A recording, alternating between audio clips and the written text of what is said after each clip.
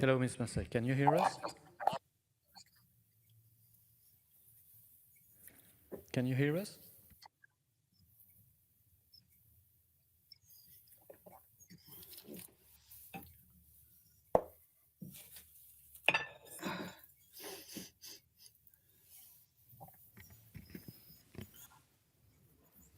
Hello, Ms. Massey. Can you hear us? Yes, I can, yes. Okay, great. We can also hear you, so everything's okay. Thank you. Good, thank you. Thank you.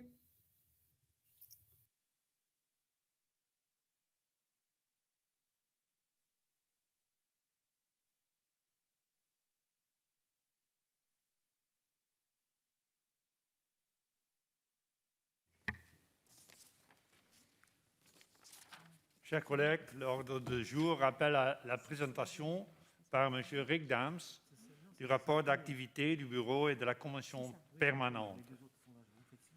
À cette discussion sera jointe celle du rapport de la Commission ad hoc du Bureau sur l'observation de l'élection présidentielle en Bulgarie, présentée par M. Alfred Heer, et celle du rapport de la Commission ad hoc sur l'observation des élections législatives au Kyrgyzstan, qui sera présentée par Mme Marina Berlingueri. Nous devons en avoir terminé à 16h30. Nous devrons interrompre la liste des orateurs vers 16h25 pour entendre la réponse de la Commission et procéder au vote.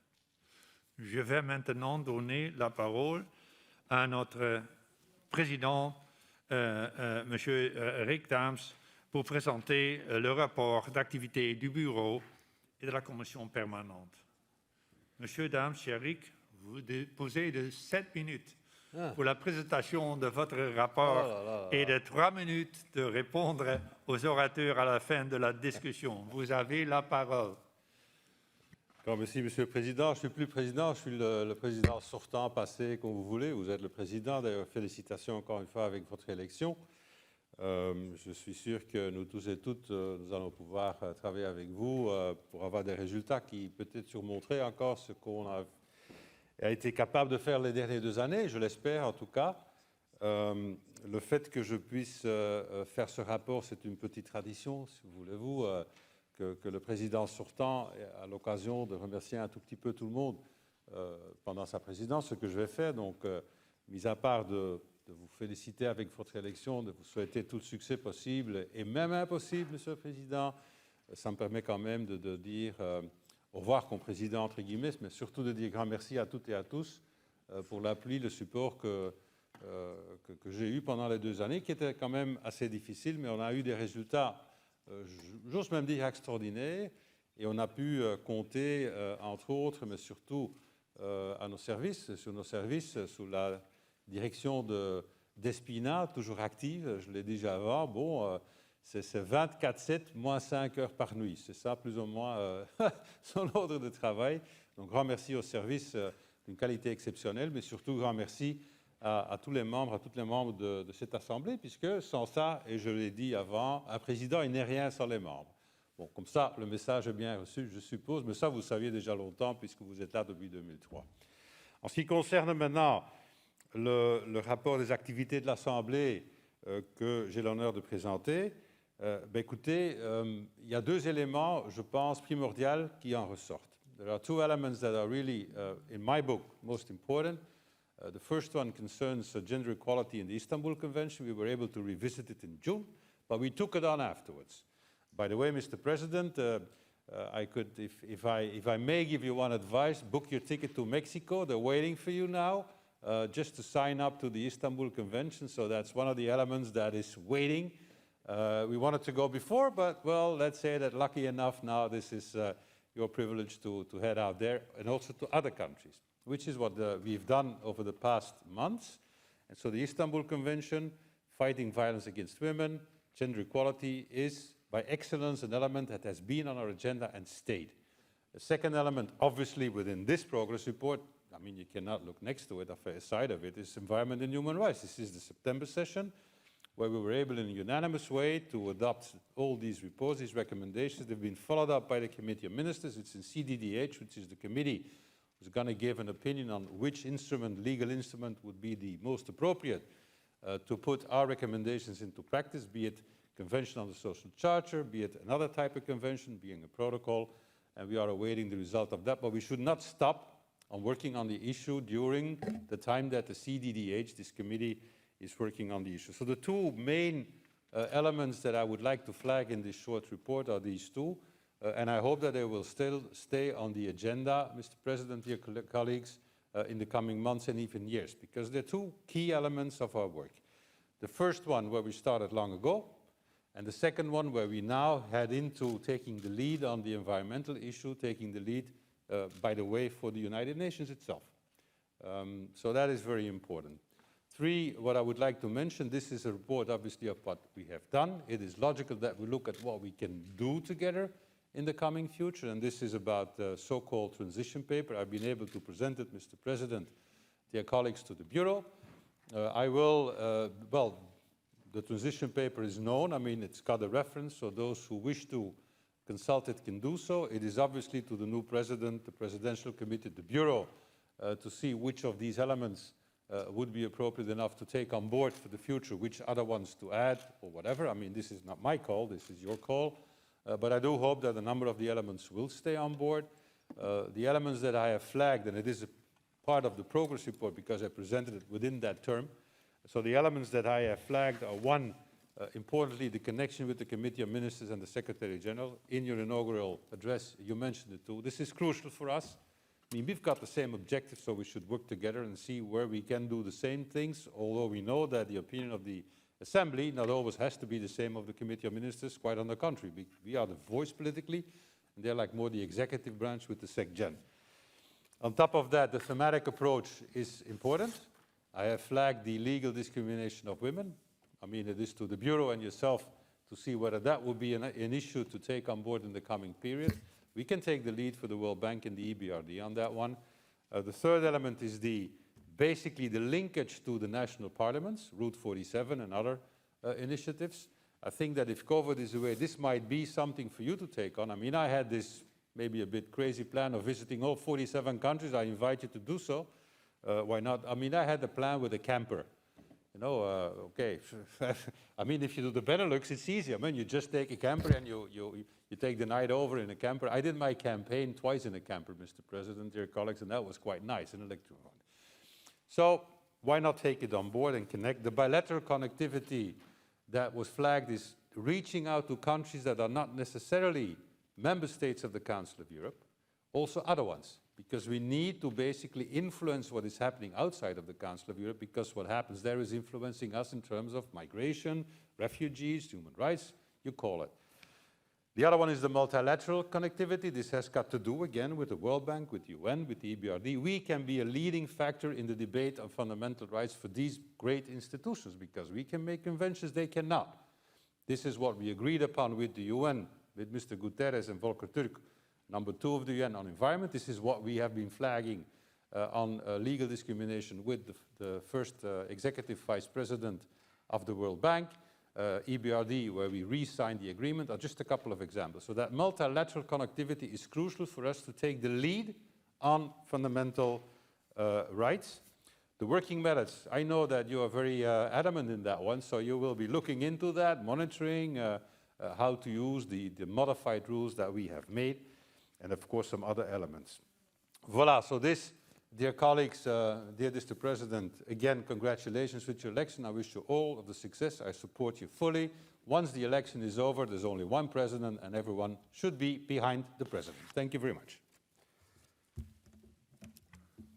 Merci beaucoup. Thank you very much, dear Rick, for your wise words with regard to what we have been doing and what we should and could do in the near future. I now give the floor to Mr. Alfred Hare pour présenter son rapport de la commission ad hoc du Bureau sur l'observation de l'élection présidentielle en Bulgarie. Vous avez la parole, cher Alfred. Uh, Thank you, Mr. President, and also congratulations to your elections and good success for the coming 2 years. As you know, we've been in Bulgaria for the third time now in this year. The reason was that during the 2 previous elections, the parties were not able to form a government. And now, after the elections we were observing on November the 14th, we have seen that the government was formed. We had a new party that gained the elections, so to say. We continued the change with 25.67%, and the former ruling party, GERB, they came in second with 22.74%. Movements for Right and Freedom with 13%. We see now a coalition with, we continue the change with the Bulgarian socialist parties. There are such people, and Democratic Bulgaria, which formed a government and which is in place now. And of course, we see that in Bulgaria now a lot of money is coming in also from the European Union due to the COVID crisis, and of course it is very important that we have a stable government in the future that can handle and spend the money wisely. As for the procedure on the election day, it was very calm. It was well organized also. There were no tensions at all. What we saw, this was the introduction of the machines. Polling stations with more than 300 voters are obliged to use voting machines. In total, there were 11,936 voting machines used. There were some problems with those voting machines because we had on the same day, we had not only the parliamentary elections, we also had the presidential elections where Rumen Radev was confirmed on a second elections the following Sunday. But the problem on the first election day, when we had parliamentary elections and presidential elections, was the fact that you had to press a button if you want to vote for parliament, if you want to vote for presidential, or if you want to vote, of course, for both elections. And normally people want to vote for both elections, but if they pressed too quickly the wrong button, only parliamentary or only presidential elections, they could not go back. So meaning they could then only vote either for parliamentary elections or for presidential elections, and this was in approximately 10% of the 10% the case. But all in all, it was transparent. Machine voting, of course, is a problem for a Roma community where people cannot read or write, and they have difficulties to use the machines properly, so they are excluded in a way from the election process, which is also a problem and which should be addressed in the future. At the end, I want to thank my colleagues that joined me, and of course also the Bulgarian authorities. It was well organized and we had good discussions with all the parties, and I'm confident that Bulgaria will have a good and bright future. Thank you. Thank you, dear colleague here, and I think the Assembly indeed owes you and your colleagues great respect for this probably longest election observation mission that we had in the history of our Assembly, because you did several of these elections in Bulgaria. Thanks a lot. I now call Madam Marina Berenchiari to present the report of the ad hoc committee of the Bureau to the observation on the observation of the parliamentary assemblies in Kyrgyzstan. I understand, Marina, that you are online. You have 3 minutes and you have the floor. Could you please ask for the floor, Marina, then we can give you the floor.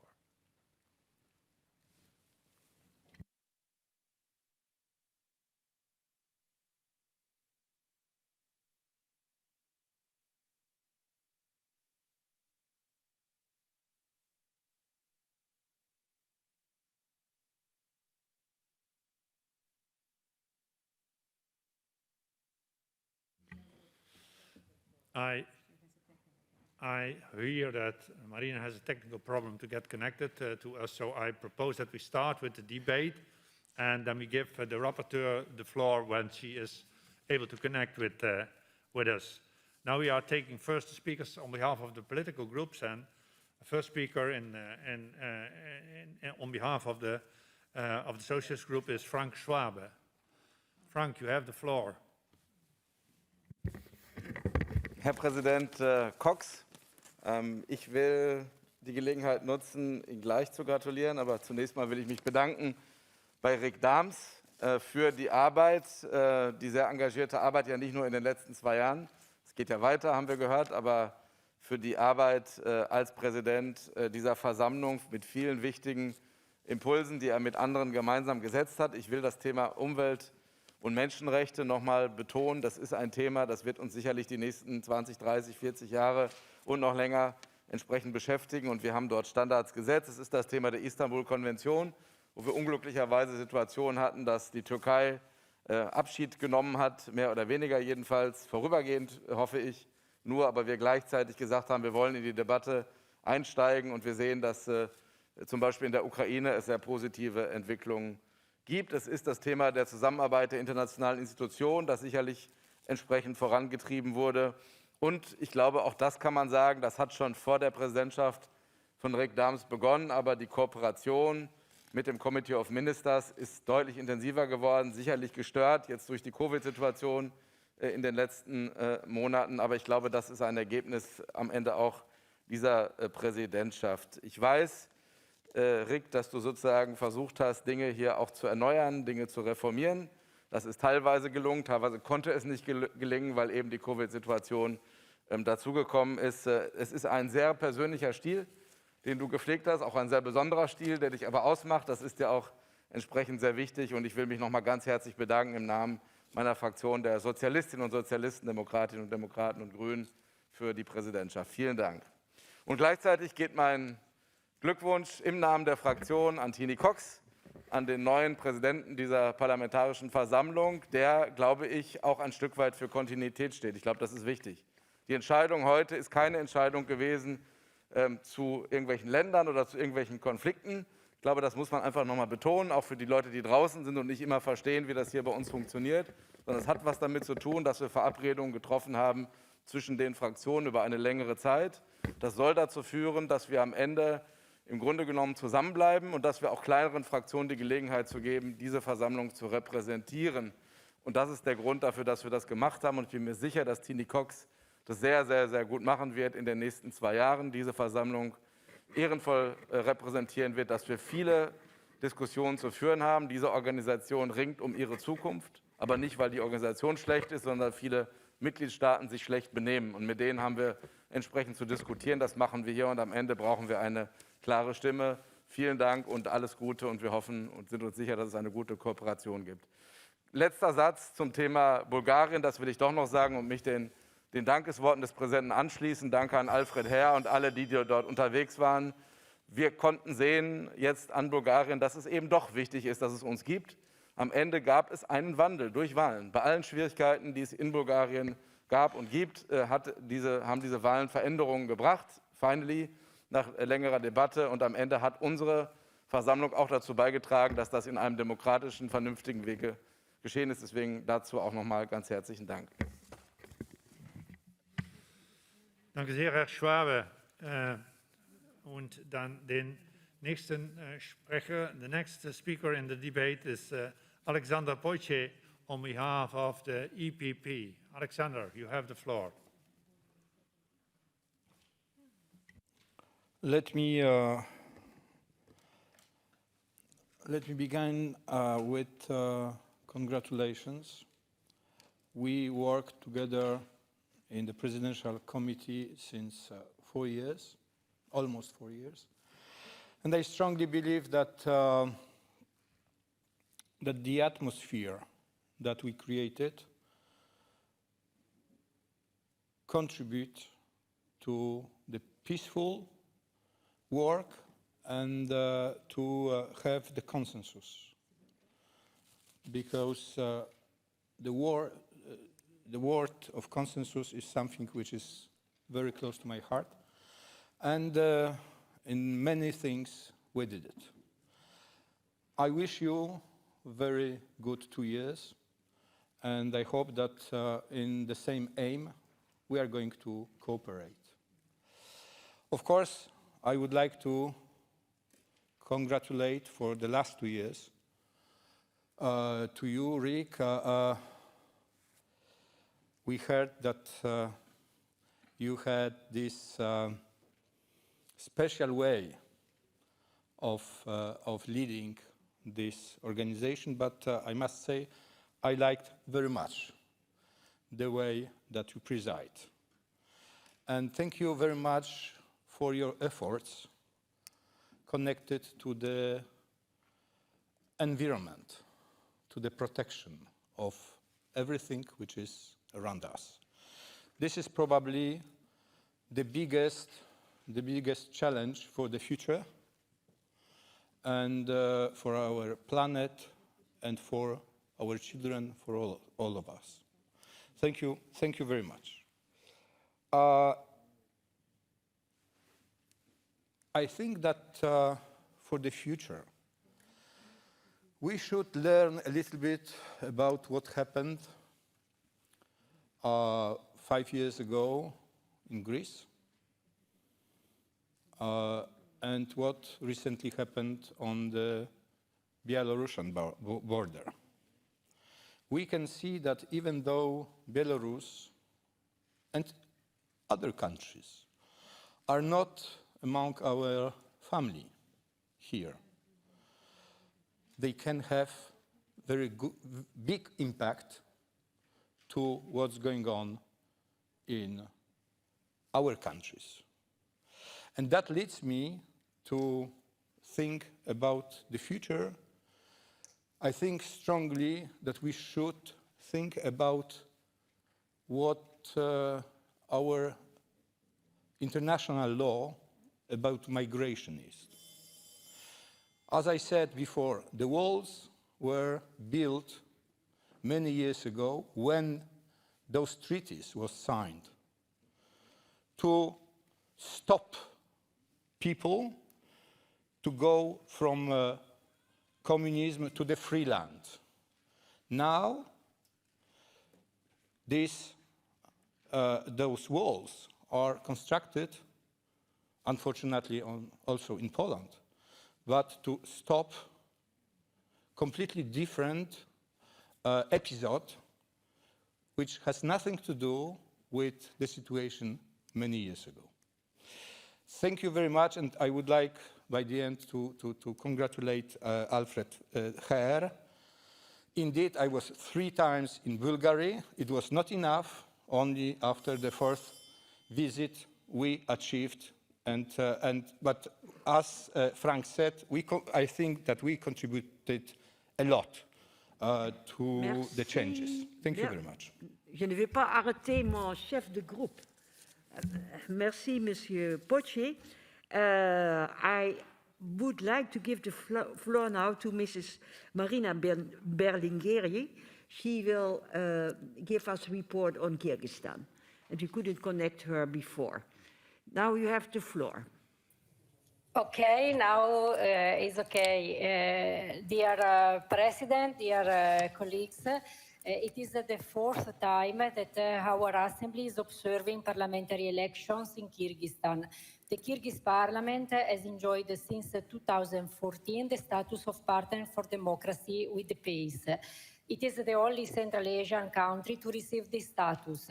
Our delegation of 13 persons was composed of 9 members of the Assembly, representing all 5 political groups and coming from 7 different European member states. These elections mark the end of a political transition, which was triggered after the massive protests over fraudulent election in October 2020. They wished to have a new and fresh departure through new elections, which were to be held in December 2020. However, instead of the new start through a fresh cast of vote, the Kyrgyz people were drawn into a spiral of repeated postponement. a snap presidential election which brought into power Sadir Japarov, a complete constitutional overhaul which gave the new president sweeping powers, including to dismiss ministers, appoint judges and heads of law enforcement agencies, lowered the number of seats in parliament, changed the system of voting for candidates, and drastically diminished the powers of the parliament. Our delegation was concerned that the substantial changes to the electoral system and the electoral legislation adopted at the last minute deprived many women, young people, and the almost 60% of the population without higher education from political representation in the parliament. For people who were hoping in a more equal representation in the future, the changes were a disillusionment. As positive note, our delegation commended the professional running of these elections in the election day, despite the last-minute modifications that changed the entire electoral system. Members of polling stations were in most cases very cooperative with our observers, and the voting process was transparent. Much unlike other countries in Central Asia, election outcomes are still unpredictable in Kyrgyzstan, and the new parliament has party that can be called opposition. It is hard at this juncture to predict how the new Kyrgyz parliament will behave. Under the new constitution, its powers are diminished, but it may nevertheless present an arena for discussion. We urge the newly elected Kyrgyz parliament to step up its cooperation with the Assembly and the Venice Commission, to recommit to the aims of and to fully use the opportunities offered by its partner for democracy status. Kyrgyzstan has a fresh and vibrant civil society that merits to live in a democratic society where their freedoms are respected. We call on the newly elected parliament and all political actors in Kyrgyzstan to reverse the negative trends of the last year and to stand up for the protection of human rights, the rule of law, and respect for democratic standards. We think that keeping all allies of dialogue is important for this young democracy, and we consider that the Council of Europe should continue to help Kyrgyzstan by means of their various cooperation programs to support the vibrant civil society in the country. Thank you. Thank you very much, Mrs. Berlingueri, for your report. I now go on with the speakers list, and the second one on my list is Mr. Nemeth on behalf of the EC. Yeah, I see him. You have the floor.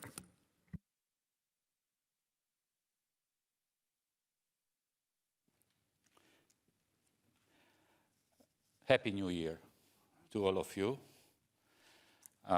This is a handover time, and I would like to express my gratitude to Rick Dams for his work and to congratulate to Tini Cox.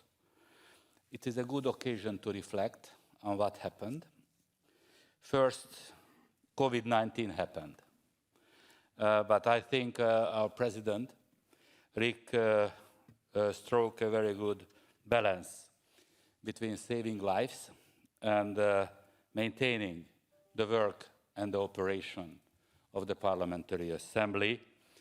We shouldn't forget the conclusion of the COVID period: vaccination, vaccination, vaccination. Secondly, thank you, Rick, for the transition paper. I think it is a good practice, and hopefully, along with the strategic priorities, these two documents will guide us in the coming period. Thirdly, this is somehow the summary of the Hungarian presidency as well. We are grateful to you for your cooperation. I think part of the Route 47 was completed. You had a fantastic trip to Hungary, and the Hungarian different authorities were also happy about your involvement in our work. We have also prepared a summary of the Hungarian presidency. I would like to suggest you to read it. I would like to underline the importance of national minorities. If we talk about conflicts in Europe, and we do speak about conflicts in Europe, norm setting in the field of national minorities, and realizing that stability through national minority rights is the only way in most serious conflicts. And finally, I would like to underline the creative chairmanship of you, Eric. The panel debates were very useful, and I think it is a practice, something to continue. Especially, I think the panel on the environment was really important, and to draw the attention of all of us, how we relate ourselves to the created environment which surrounds us. It has a lot to do with human rights. Finally, thank you very much once more for the creative and very innovative way of chairmanship you have worked, and not at last for your humor. I wish you a successful future political career. Thank you very much for your attention. Thank you very much, Mr. Nemeth. Next speaker, Monsieur Jacques Meer. Oui, vous avez la parole. Merci Madame la Présidente. Je voudrais en premier lieu saluer le succès de Tini Cox pour cette compétition. Je suis heureux que cette compétition ait eu lieu. Nous sommes une instance démocratique. Naturellement, nous sommes en tant que groupe ALDE totalement liés par cet accord de groupe, et donc je suis heureux et je félicite Tini pour cette élection. Je voudrais aussi féliciter Maria Mezetseva qui a fait un très beau score avec un tiers des voix, ce qui montre réellement que ça correspondait à une vraie aspiration dans cette Assemblée. Et j'en tire la conclusion qu'il n'est jamais inutile d'avoir des débats, d'avoir, y compris quand on a un accord de groupe, la possibilité d'exprimer les points de vue des uns et des autres, car un accord de groupe, ce n'est pas une décision du Soviet suprême, c'est un accord politique qu'il convient ensuite de valider par les différents groupes et par aussi tous les collègues qui sont dans des situations de non-inscrits. Je voulais dire aussi un merci chaleureux à Rick Dems, qui nous a emmenés, je dirais, au-delà des frontières habituelles du Conseil de l'Europe, à la fois sur le plan des thématiques et sur le plan de la géographie. Vous savez, il y a deux types de présidences. Il y a celles qui s'inscrivent dans un processus qui s'estime avant tout conduite par le règlement et par la nécessité de faire à peu près ce qu'on attend d'eux, puis il y a ceux qui disent c'est un moment pour avoir de l'impact. Il y en a effectivement qui respectent, je dirais, l'esprit, la lettre, et puis d'autres qui respectent l'esprit. Le Conseil de l'Europe a été bâti par des gens qui ont construit une cathédrale, c'est-à-dire les droits humains en Europe, sur une allumette. Eric a essayé, je dirais, à sa mesure, de faire en sorte de renouveler l'exercice de l'Assemblée parlementaire en construisant une ambition européenne et multilatérale sur l'allumette qu'est l'Assemblée parlementaire. C'est un vrai message, je dirais, d'optimisme, c'est un vrai message d'engagement, c'est un vrai message qui montre qu'en fait, l'histoire n'est pas écrite. On a effectivement des sujets défensifs et ils seront largement abordés pendant cette semaine à travers Mémorial, à travers Navalny et la situation extrêmement préoccupante du comportement des autorités russes. Mais on a aussi des sujets de développement, des sujets qui permettent de voir que l'Assemblée parlementaire et le Conseil de l'Europe peuvent marquer des points dans l'environnement international. Et de ce point de vue, ce qui a été annoncé par Rick, soit en termes de concept, aller vers une reconnaissance du droit de l'environnement comme un droit humain, est quelque chose qui est du moyen terme, mais le court terme, comme par exemple l'engagement multilatéral avec la Banque mondiale, avec la BERD, pour instaurer ces droits comme des éléments conditionnants des appuis financiers, sont des nouveaux chantiers. Le vœu que je forme concernant le mandat de Tini Cox, et il aura tout notre soutien, c'est vraiment que ce niveau d'ambition et d'engagement puisse se refléter, encore une fois, dans les 2 ans à venir. Je vous remercie. Merci beaucoup, Monsieur Mayor. And now I would like to give the floor to Mr. Katrougalos, Greece, on behalf of the GUE Group. Thank you, Madam Chair. And first of all, I would like to express my best wishes to you, all colleagues, the General Secretary, the Secretariat, to the interpreters, for a better new year. And I must say that I fully agree with the reports on Kyrgyzstan, Bulgaria, the report of former President Rick Dams, whom, by the way, I would like to thank for his service and his contribution. I would like to speak a little about the election of Tini Cox, not in order to praise him. He does not need that, but exactly because we can draw some lessons from this election. First of all, it's exceptionality. We would never have, let me moderate it, it would be almost impossible to have an election like that at our national parliaments or at the European Parliament. The leader of the smallest political group to get elected. How this has been possible in our assembly? You would say there was an agreement. Okay, of course, pacta sunt servanda, especially in international law, where trust is more important than everything else. But again, why it was possible to reach to such an agreement at our assembly here, which is not the rule at our national parliaments or at the European Parliament? I think the answer is simple, and it lies to the originality of this assembly. It is not about to define policies. It is, from the beginning, the aim of the Council of Europe was to build a commonality of values. And more than that, a common European law of human rights and freedoms, a genuine European jus communis of freedoms, liberties, and rule of law.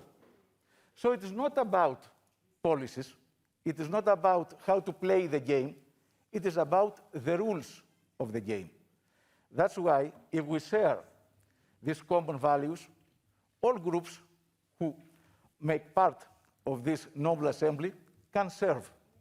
And I'm more than sure that Tini, because of his mentality, who has proven to be at the service of this assembly many times, he's the ideal person to do that.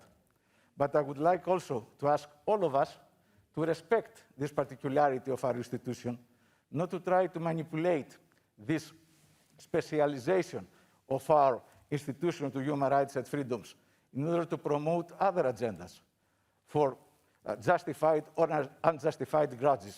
We have an obligation toward our citizenry, toward our countries, but above all, about the goals of the Council of Europe. Many thanks, Madam Chair.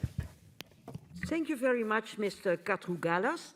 And I now close the list of speakers on behalf of the groups, and I go to the normal list of speakers. And the first I would like to call for is Mr. George Fawkes. Is he in the room or is he online? Mr. Fawkes is online. Happy to see you. Thank you, Madam President. Unfortunately, I'm online because I've been struck down with COVID at the airport when I was hoping to leave to come to Strasbourg. So I'm really sorry not to be with you, particularly to offer my congratulations to the Tini Cox. I also want to thank Rick Dimes for the work that he's done, particularly his visit to the United Kingdom, along with Despina, which was a very successful visit, meeting ministers, the Speaker, Lord Speaker, and raising the profile of the Council of Europe in the United Kingdom. And I think that's something that should be continued. It's particularly valuable in the countries which are not members of the European Union, where the Council of Europe has become even more important, and we need to get that message across. So we were grateful for Rick to paying that visit. He saw a very lively political situation in the United Kingdom. Since then, since his visit, it's got even more lively, not because of his visit, but for other reasons that I'd better not go into.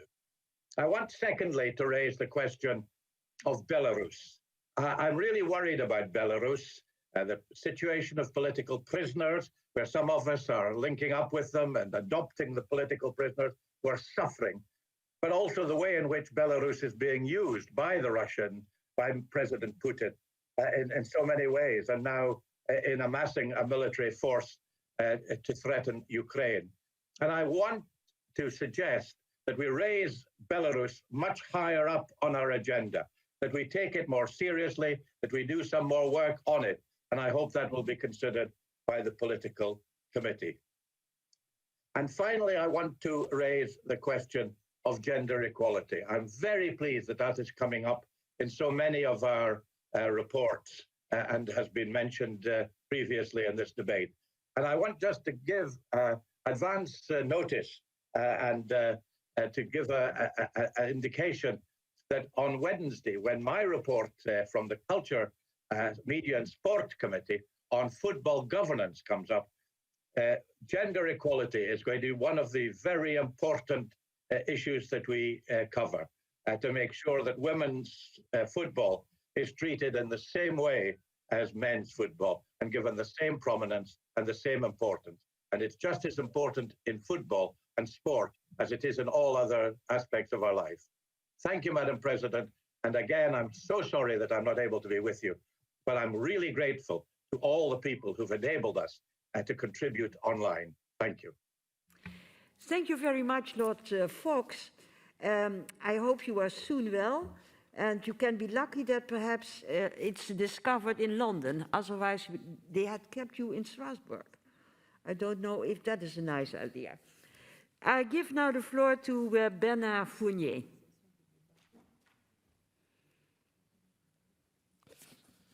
Madame la Présidente, mes chers collègues, je tiens tout d'abord à remercier notre collègue Alfreder pour ce rapport tirant bien compte du déroulement de l'élection présidentielle et des élections législatives anticipées en Bulgarie le 14 novembre dernier. Les élections législatives interviennent dans ce pays dans un contexte particulier. En effet, à la suite des deux derniers scrutins qui se sont déroulés respectivement le 4 avril et le 11 juillet 2021, aucune coalition n'avait pu s'organiser au Parlement pour former un gouvernement. Je me réjouis donc de voir que ces nouvelles élections ont permis la formation d'un gouvernement le 11 décembre dernier. Celui-ci s'est largement et publiquement engagé en faveur de la lutte contre la corruption et d'une réforme du système judiciaire. Au sein de cette Assemblée, nous ne pouvons que souhaiter sa réussite, même si les divergences idéologiques entre les partis au pouvoir incitent à la prudence. La Bulgarie est membre de notre Assemblée depuis 1992 et membre de l'Union européenne depuis 2007. Si l'on peut se satisfaire du fait que ces élections ont permis une véritable mise en concurrence des différents candidats et que les libertés fondamentales ont été respectées, on peut néanmoins regretter une participation inférieure à 50% aux 3 élections législatives qui se sont déroulées en 2021. En outre, cette participation est passée de 49% pour le premier tour à environ 40% pour le troisième, signe d'une lassitude des électeurs. Le nouveau gouvernement aura la lourde tâche de redonner confiance dans les institutions aux citoyens bulgares pour enrayer cette érosion de la participation. Le rapport qui nous est présenté aujourd'hui pointe 2 difficultés principales. Tout d'abord, l'achat de voix demeure une pratique trop répandue, notamment dans les communautés économiquement les plus fragiles, comme les Roms. Malgré les efforts du gouvernement pour lutter contre cette pratique, des interlocuteurs de la commission Untitled leur ont fait part de la persistance du problème. Deuxièmement, la commission Untitled a été informée des difficultés relatives à l'utilisation de machines pour voter. Cette pratique limite la participation des personnes les moins habituées à ces technologies, d'autant plus que la découverte de centaines de ces machines dans plusieurs locaux appartenant au gouvernement soulève de graves questions quant à la possibilité d'une fraude électorale. Il appartiendra au gouvernement actuel de remédier à ces difficultés.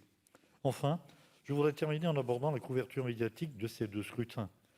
Le rapport de la commission Untitled fait état d'une forme d'autocensure de la part de certaines rédactions qui n'ont pas couvert ces campagnes électorales comme elles auraient pu le faire, de peur de perdre des contrats publicitaires.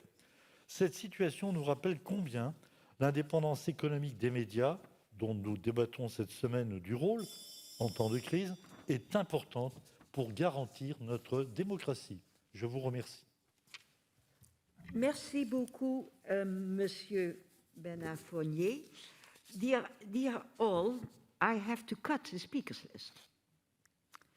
I must interrupt now the speeches of members on the speaking list who have been physically or remotely present during the debate, but I'm sorry, not able to speak, may be given to the table office for publication in the official report. I would like to remind colleagues that typewritten text can be submitted also in an electronic way, but no later than 4 hours after the list of speakers is interrupted. And what I have to do now is ask Mr. Dams if he wants to reply. And if you want, 3 minutes. You are standing, so you want. 3 minutes. Thank you, Madam President. Thanks for all the colleagues who intervened. On behalf, obviously, on joining me, congratulating the new president, and on commending me. That wasn't necessary, but it always, feels nice, I have to admit it. 2 elements up front: gender equality, environment and human rights. It's clearly that this needs to be on the agenda. I thank all of you for flagging that again, but then you should work on it. It's not enough to say it, it has to be done. And so I, as one, in the coming period, Madam President, dear colleagues, I will try to make sure that it does. I think you know me, I can be pretty nasty in the good moments, in a nice way, you know, you can be nasty in a nice way. But if it doesn't go in the right direction, you will hear me loudly trying to help to keep it on the agenda. 2, UK, Hungary has been mentioned. You could add Poland, you could even add Russia, Turkey, and some other countries. It is important that the president reaches out. You have to be there. You have to be there and convince or be convinced. And this is one thing that COVID has done. If you're not in situ, if you cannot look into the white of the eyes of the adversary, you cannot make any progress. And so unfortunately, we did not have all the time, nor the occasion of doing so. Madam Chair, you know that, because on the monitoring to Russia, that was an issue. But you have to be there. So I hope that the president is going to keep on doing that, given the circumstances that would allow him to do so. But you have to really look into the white of the eyes of the other one. That's where you make progress. And so I would like to say that this is an important issue that the president has to take on. Thirdly, Belarus, yes, you're right, it has to be higher on the agenda, not only because of Belarus, but also because of the fact that we have seen that in the recent past, look at Poland, they did not enjoy enough solidarity of the other countries. They were a little bit left alone in the beginning. Let's be honest about it.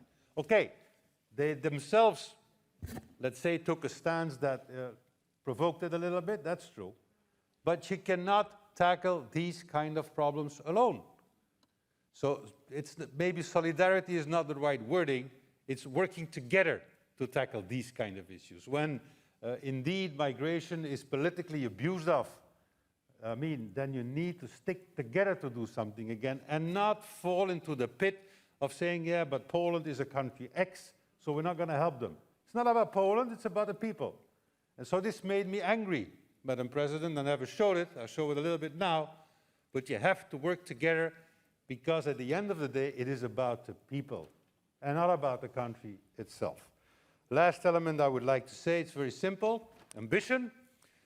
You know, colleagues, politics is like shooting with a bow.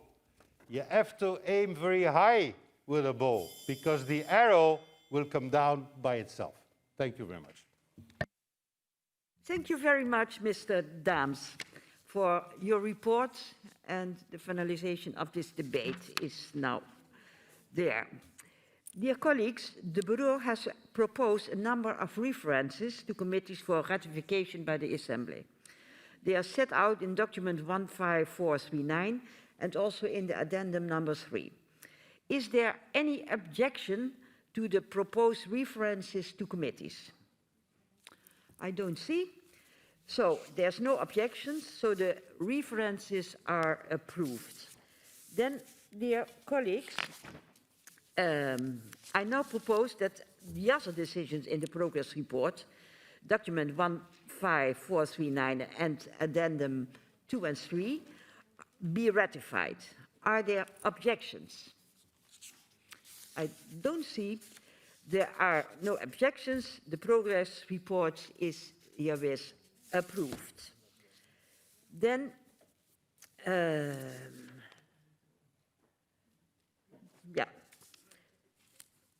Then there was an objection to the rejection of Poland's list of candidates for the election of judges to the European Court of Human Rights. Who wanted to have the floor? Who? Mr. Moleci, point of order. Online? No, it's not here.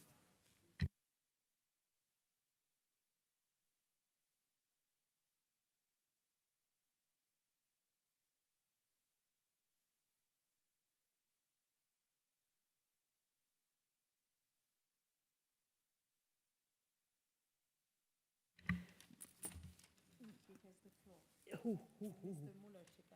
Mr. Mulocic, you have the floor. Who is he? Is he online or is he? Okay. Yeah.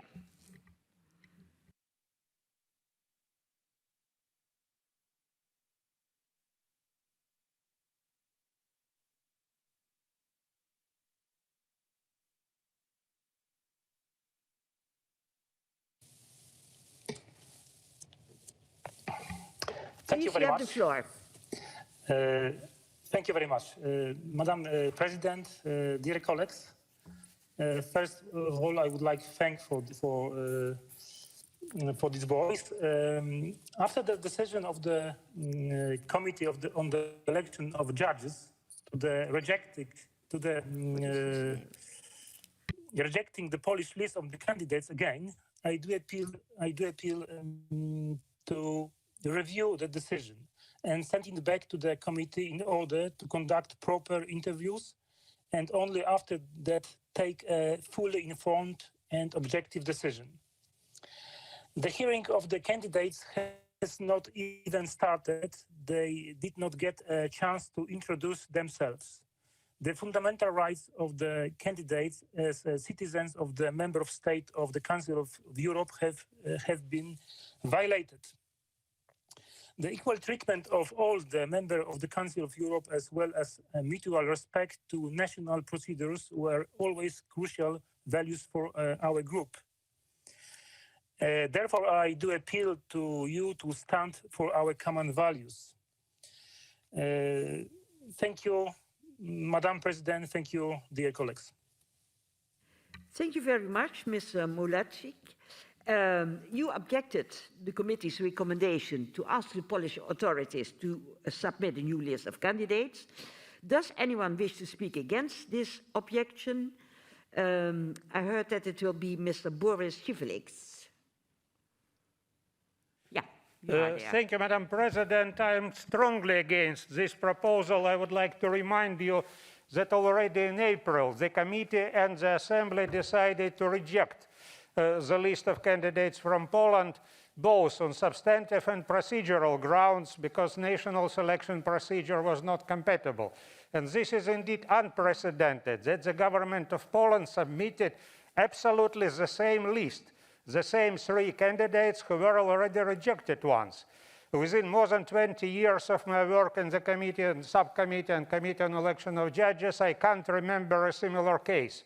So this is a clear disregard of well-reasoned criticism of both the advisory panel, the Committee on Election of Judges, and this Assembly. So indeed, we have talked a lot about the situation of independence of judiciary in Poland. Since then, we have already decisions of both European Court of Human Rights and European Court of Justice, which confirmed our position. So I believe it's, if we indeed speak about our values, as Mr. Mularczyk said, we should be consistent and we should reject the list once again. So I'm against this proposal. Thank you, Madam President. Thank you very much, Mr. Civelix. So before I call the vote, I have to remind the Assembly that the effect of the objection of Mr. Mulecic would be to refer the list of candidates from Poland nominated for election to be judges back to the Committee on the Election of Judges to the European Court of Human Rights. Those who wish to support this objection should vote yes. Those who don't want to support the objection and agree to reject the list of candidates should vote no. A simple majority will decide this question. So I would like to declare the vote as open.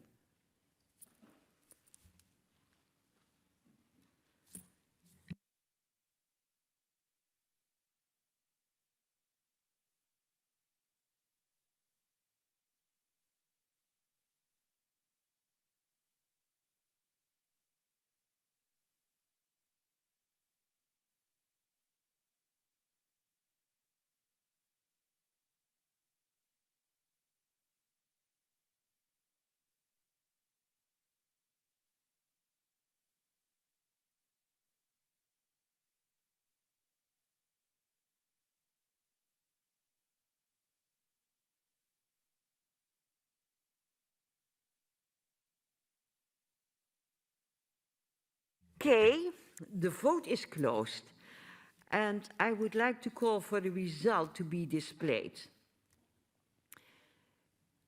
If the objection is agreed to, the matter will be referred back to the committee, but the result is positive 25, against 43, and abstentions 11.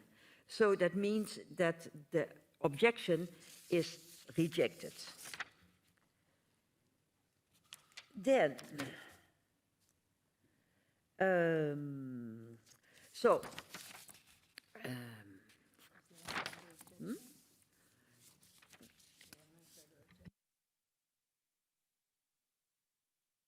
I would like to ask, are there further objections?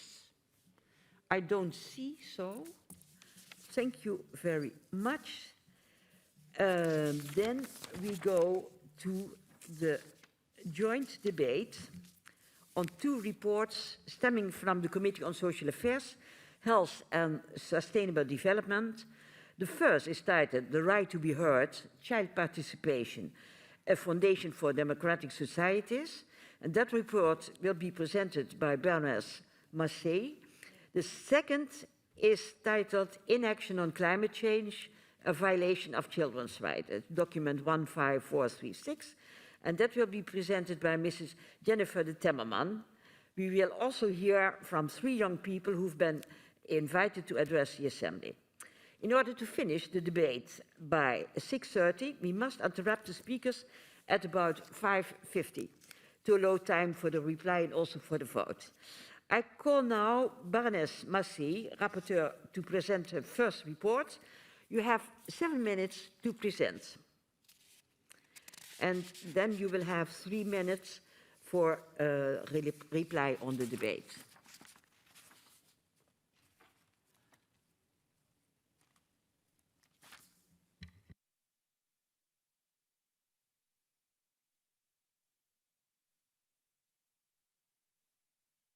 Not yet. Then I will start by Mrs. Jennifer de Temmerman. She's also online, huh? Okay, now Mr. Baroness.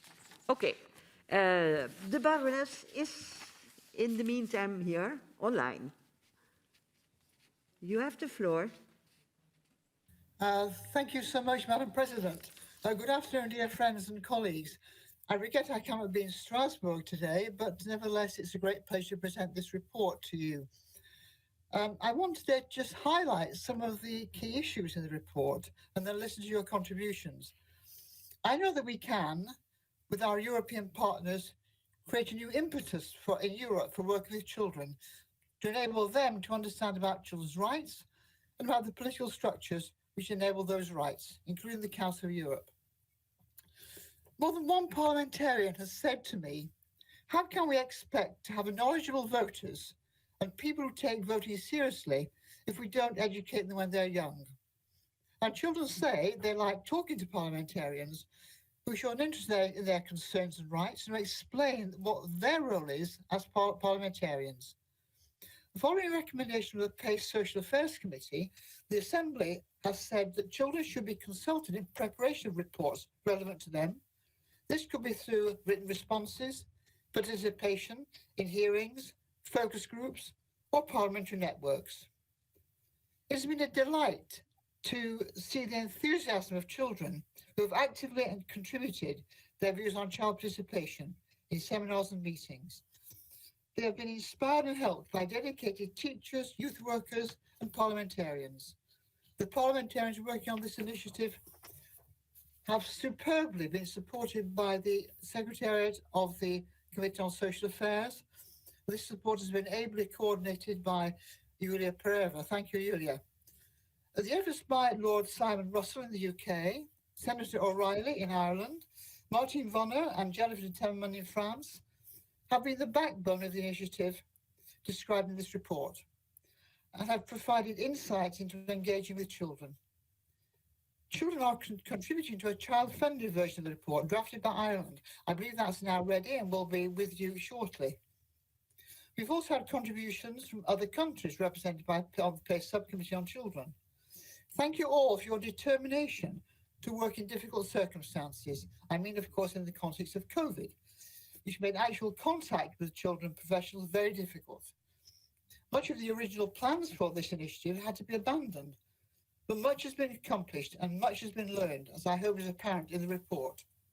In particular, I would like to highlight the expressed concerns about encouraging the participation of vulnerable children, those from deprived backgrounds, those who are hard to reach, and so on. There's much good practice to build on. In this initiative, parliamentarians have associated themselves with a school and youth organisations in community structures to find out what is happening already. There's often a key person in the school, club or community who will know how best a parliamentarian can support their work. Some organisations are already doing work on children's rights. Some teach about local and national politics. The rights of the child are set out in the UN Convention on the Rights of the Child. For example, children's rights to be involved in decisions made on issues which affect them. For example, the right to good quality health care, education, and to the environment. All countries represented in this assembly have ratified or are in the process of ratifying these clauses. Children's rights are not about children being pampered or excused for bad behaviour. Knowing about children's rights involves learning about respect for oneself and for others. Children's rights are intimately connected to local and national political structures. For example, seeking protection from places to play and learn, reducing violence in communities, and improving the environment. I've seen examples of these initiatives being carried out between parliamentarians, teachers, youth workers, and children in many different contexts. For example, in Strasbourg, children presented petitions to local senior politicians about their right to be able to live in peaceful communities. In Ireland, local projects across the country explain and carry out work on children's rights and political involvement. In London, the UNICEF Rights Respecting School teaches about rights and responsibilities throughout the school, and older children going to primary schools discuss this. Many schools have youth school councils run by children themselves. Some parliaments, including Austria and the UK, have education departments with outreach work into schools carried out by parliamentarians. There's no single model for encouraging child participation. They do vary and all are valid. These examples and others are described in the report. So what might be the next steps for this assembly? Based on my findings, I offer some suggestions. The Council of Europe might set up a panel of parliamentarians, chaired by a senior figure, to undertake an audit of existing examples of child participation and recommend future developments. The Council of Europe could restate its support for promoting children's rights and for collaboration with other European countries in developing a vision of how we can realistically develop coherent action and evaluate impact. A European seminar could be held whose task it would be to discuss and develop an approach for encouraging more child participation built on known good practice and already existing skills from, for example, Eurochild, UNICEF's Right Respecting Schools programme, and from our own Children's Rights Division. The training of teachers and trainers in the development of support groups at local levels could be useful in supporting and developing professionals working in child participation in Europe. This could become a network to enhance knowledge of child rights and of political structures nationally and in Europe, and share good practice.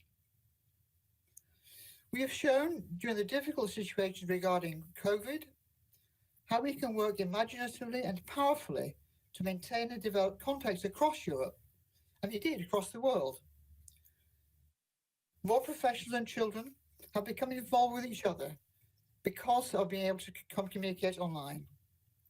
We can build on this and use what we know and believe to enhance the rights of the child and knowledge of valuable work we do as a Council of Europe to promote democratic societies. I look forward to a fruitful debate. Thank you. Thank you very much, Baroness Massey, that you respect the time which was given to you. I now give the floor, there's an attempt to try it again, to Mrs. de Temmerman. And she is the rapporteur to the second report. You also have 7 minutes. Yes, there you are. Bonjour à tous, merci Madame la Présidente. Bonjour chers collègues, je vous présenterai d'abord mes meilleurs vœux pour cette année 2022. Je suis heureuse de participer à ce débat conjoint avec la baronne Massey, dont j'admire et je respecte le travail et l'engagement sans faille pour les droits de l'enfant. Nous allons ainsi pouvoir créer des liens entre nos travaux et pouvoir discuter ensemble de ce rapport, même si c'est en distanciel, ce rapport sur les liens entre l'inaction climatique et les droits de l'enfant. Je voudrais commencer par dire quand même que depuis 2 ans, la pandémie a complètement remis en cause tous nos fonctionnements et nos certitudes. Il y a 1 an, nous votions un autre de mes rapports par lequel nous nous engagions collectivement à ne pas exercer de pression politique, sociale, psychologique ou autre sur les populations. Et aujourd'hui, force est de constater que ces bonnes résolutions sont tombées les unes après les autres dans un certain nombre d'États et qu'un certain nombre de nos concitoyens voient leurs droits remis en cause au motif de la lutte contre la pandémie. Je fais ce qui pourrait vous paraître un aparté, mes collègues, chers collègues, parce que je suis inquiète, car chaque entorse que nous pouvons justifier aux droits de l'homme, si infime puisse-t-elle paraître, crée un précédent irrémédiable et qui est à même de justifier toutes les entorses, présentes ou à venir. Prenons garde donc à ne pas détruire en 2 ans ce que nos prédécesseurs ont mis plus de 70 ans à construire. Et prenons garde aussi à ne pas nous focaliser sur les conséquences au lieu de penser les causes et d'agir là où il faut réellement. La plateforme intergouvernementale scientifique et politique sur la biodiversité et les services écosystémiques nous alerte en effet sur le fait que nous sommes désormais entrés dans l'ère des pandémies. Elle nous donne des pistes pour lutter contre celles-ci, les ralentir ou en réduire les effets. Notamment, il s'agit de prendre des mesures fortes pour lutter contre le dérèglement climatique, la déforestation, la perte de biodiversité, qui sont autant d'accélérateurs de ces pandémies. C'est dire donc à quel point le rapport que je vous présente aujourd'hui est d'actualité et qu'il ne doit pas, surtout pas demeurer une déclaration de bonnes intentions, mais bien au contraire nous conduire à l'action. Parce que les enfants nous interpellent. Ils nous interpellent par leurs protestations citoyennes. Ils nous demandent d'agir pour les protéger des situations extrêmes auxquelles certains font déjà face et d'autres, plus en Europe peut-être, auront à faire face dans les années à venir si nous continuons à ne pas agir. Ils nous demandent de mieux respecter leurs droits fondamentaux et surtout de les reconnaître comme des acteurs de la transition écologique dont personne ne peut plus douter de la nécessité absolue. Les manifestations de Fridays for Future ont suscité des réactions politiques dans tous les pays. Dans notre Assemblée, elles ont déclenché une large discussion, par exemple sur la participation des enfants dans les débats et la prise de position sur les sujets les concernant. C'est tout le travail du rapport de la baronne Massey. Nous avons eu également des débats sur le sujet de la qualité de la vie des générations futures face aux dérèglements environnementaux. Mais tout ça n'est pas nouveau. Les interpellations de nos jeunes sur le changement climatique, elles ne datent pas d'hier. En 1992, donc il y a 30 ans au sommet de Rio, il y avait déjà une jeune fille, c'est Kelly Suzuki, qui a interpellé sur cette problématique. Elle avait 12 ans et moi j'en avais 15. J'étais une enfant à l'époque. Qu'est-ce qui a été fait depuis ? Est-ce que mon fils sera obligé de tenir ce même discours dans 30 ans ? Et est-ce qu'il le pourra d'ailleurs ? Face à notre inaction et à celle de nos prédécesseurs, il est important de rétablir la confiance entre les générations et notamment entre le monde politique et les enfants pour agir ensemble contre le changement climatique. Donc l'objectif premier de ce rapport, finalement, c'est de porter leur voix, celle de 2,2 milliards d'individus dans le monde, soit un tiers de la population. Le dérèglement climatique les prive d'éléments essentiels pour leur bien-être, leur santé et leur développement. Accès à l'eau, nourriture, logement, éducation. Il aggrave les inégalités et compromet l'avenir des générations futures. Pourtant, la communauté internationale s'est dotée d'un certain nombre d'outils, comme les objectifs de développement durable, dont le 13, qui est consacré à la lutte contre les changements climatiques. Elle a conclu l'accord de Paris, maintenant ratifié par tous les pays du Conseil de l'Europe. Je félicite au passage la Turquie qui a ratifié en octobre dernier. Cette même communauté a reconnu les droits de l'enfant à travers la Convention internationale des droits de l'enfant, le traité le plus largement ratifié de l'histoire. Mais force est de constater que nos États continuent d'avancer trop lentement pour honorer leurs engagements et appliquer ces textes. C'est le constat qu'on peut faire malheureusement après 26 conférences annuelles sur les changements climatiques et des avertissements sans cesse répétés du panel des scientifiques. Nos modes de vie, surconsommation des ressources, activité économique avec une empreinte environnementale désastreuse, risquent de déclencher le chaos sur la planète. Et nous creusons notre dette envers nos enfants et nos générations futures. Ce rapport, nous l'avons établi selon une certaine méthodologie en recueillant les témoignages et les propositions des enfants. Nous avons tenu 2 auditions, avons participé au débat thématique lors du Forum mondial de la démocratie qui, tout au long de l'année précédente, a été consacré au sujet de la démocratie au secours de l'environnement. Au sein de l'Assemblée, nous avons débattu, voté des recommandations pour mieux protéger le droit à l'environnement sain, ainsi que pour créer un réseau parlementaire afin d'échanger régulièrement sur les droits verts et l'action en faveur du climat. La lutte contre le changement climatique reste une priorité absolue pour les jeunes, en Europe et à travers le monde. Selon l'UNICEF, c'est près d'1 milliard d'enfants qui vivent dans des zones menacées par le changement climatique et les dégradations de l'environnement. Les conséquences pourraient tuer 250 000 enfants de plus chaque année entre maintenant et l'an 2100. Près de 90% d'enfants dans le monde souffrent de la pollution atmosphérique, un phénomène qui est lié au dérèglement climatique. Je rappelle que fin 2020, la Cour européenne des droits de l'homme a demandé l'examen prioritaire du recours de 6 jeunes Portugais qui accusent 33 États européens de faillir à leurs engagements climatiques. En France, le 14 octobre 2021, l'État a été condamné pour ses manquements en matière de lutte contre le changement climatique. Je salue aussi la décision récente du Comité des droits de l'enfant des Nations Unies qui a estimé qu'un État pouvait être tenu responsable à partir du moment où il était partie de la Convention des droits de l'enfant, de son inaction climatique. Voilà, nous sommes sur la bonne voie, nous avons des pistes et mon rapport vise à renforcer ce lien entre le monde politique et la jeune génération. La société devrait écouter plus attentivement les enfants et les associer à l'élaboration des politiques et des mesures de lutte contre le changement climatique. Dans cette journée internationale de l'éducation, je voulais aussi jouer le rôle de l'école, le rôle particulier pour permettre aux enfants de s'informer et de se doter des outils nécessaires pour leurs actions. Notre Assemblée aussi pourrait s'engager à dialoguer avec les enfants sur l'action climatique et sur la protection de l'environnement par le biais du réseau parlementaire consacré dans la continuité des travaux de la baronne Massé.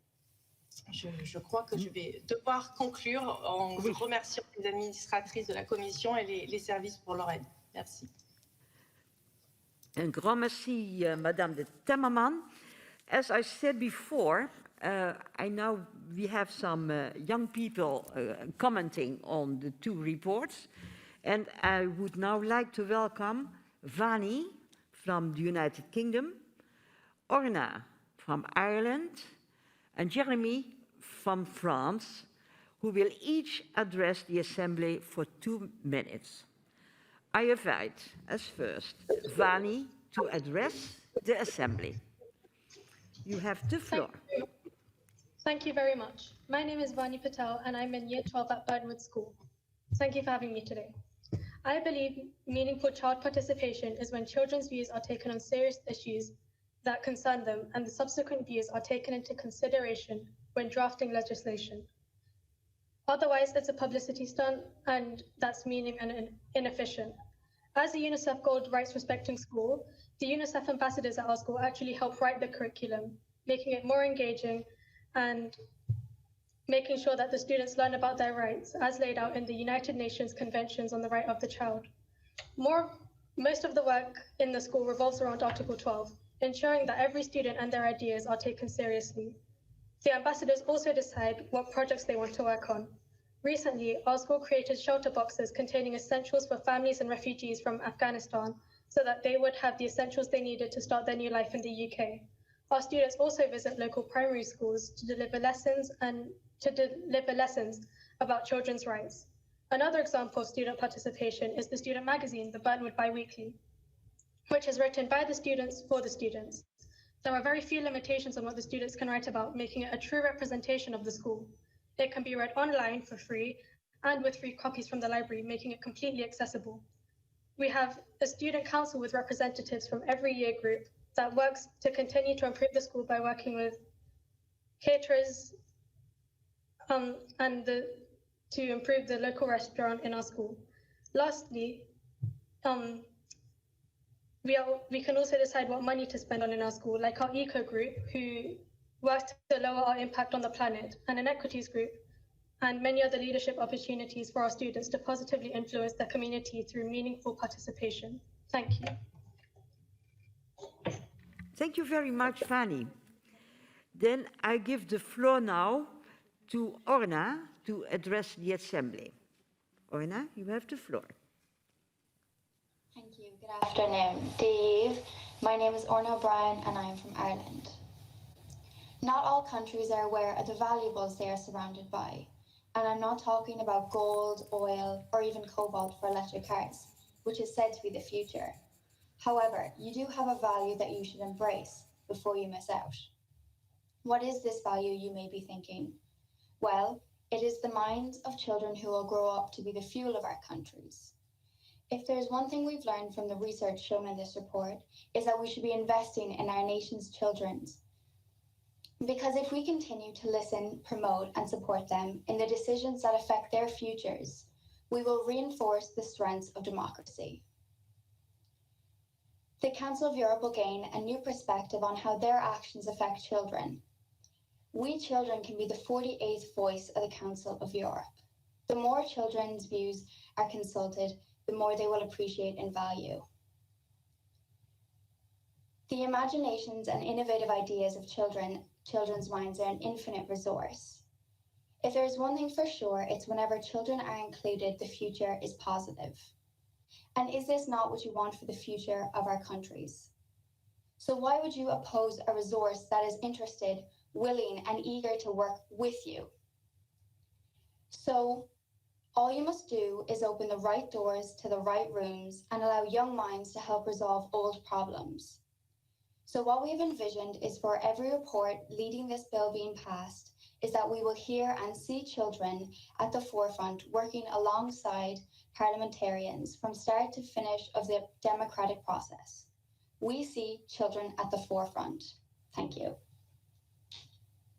Thank you very much, Orna. And I now invite Jeremy to address the Assembly. Jeremy, vous avez la parole. Je crois que c'est en français. Bonjour à tous. Je suis Jérémy David, je suis membre du Conseil des jeunes de la ville de Strasbourg. Donc, en préambule de mon intervention, je souhaite revenir sur les travaux et réflexions du Conseil des jeunes sur les mesures à prendre pour lutter contre le changement climatique.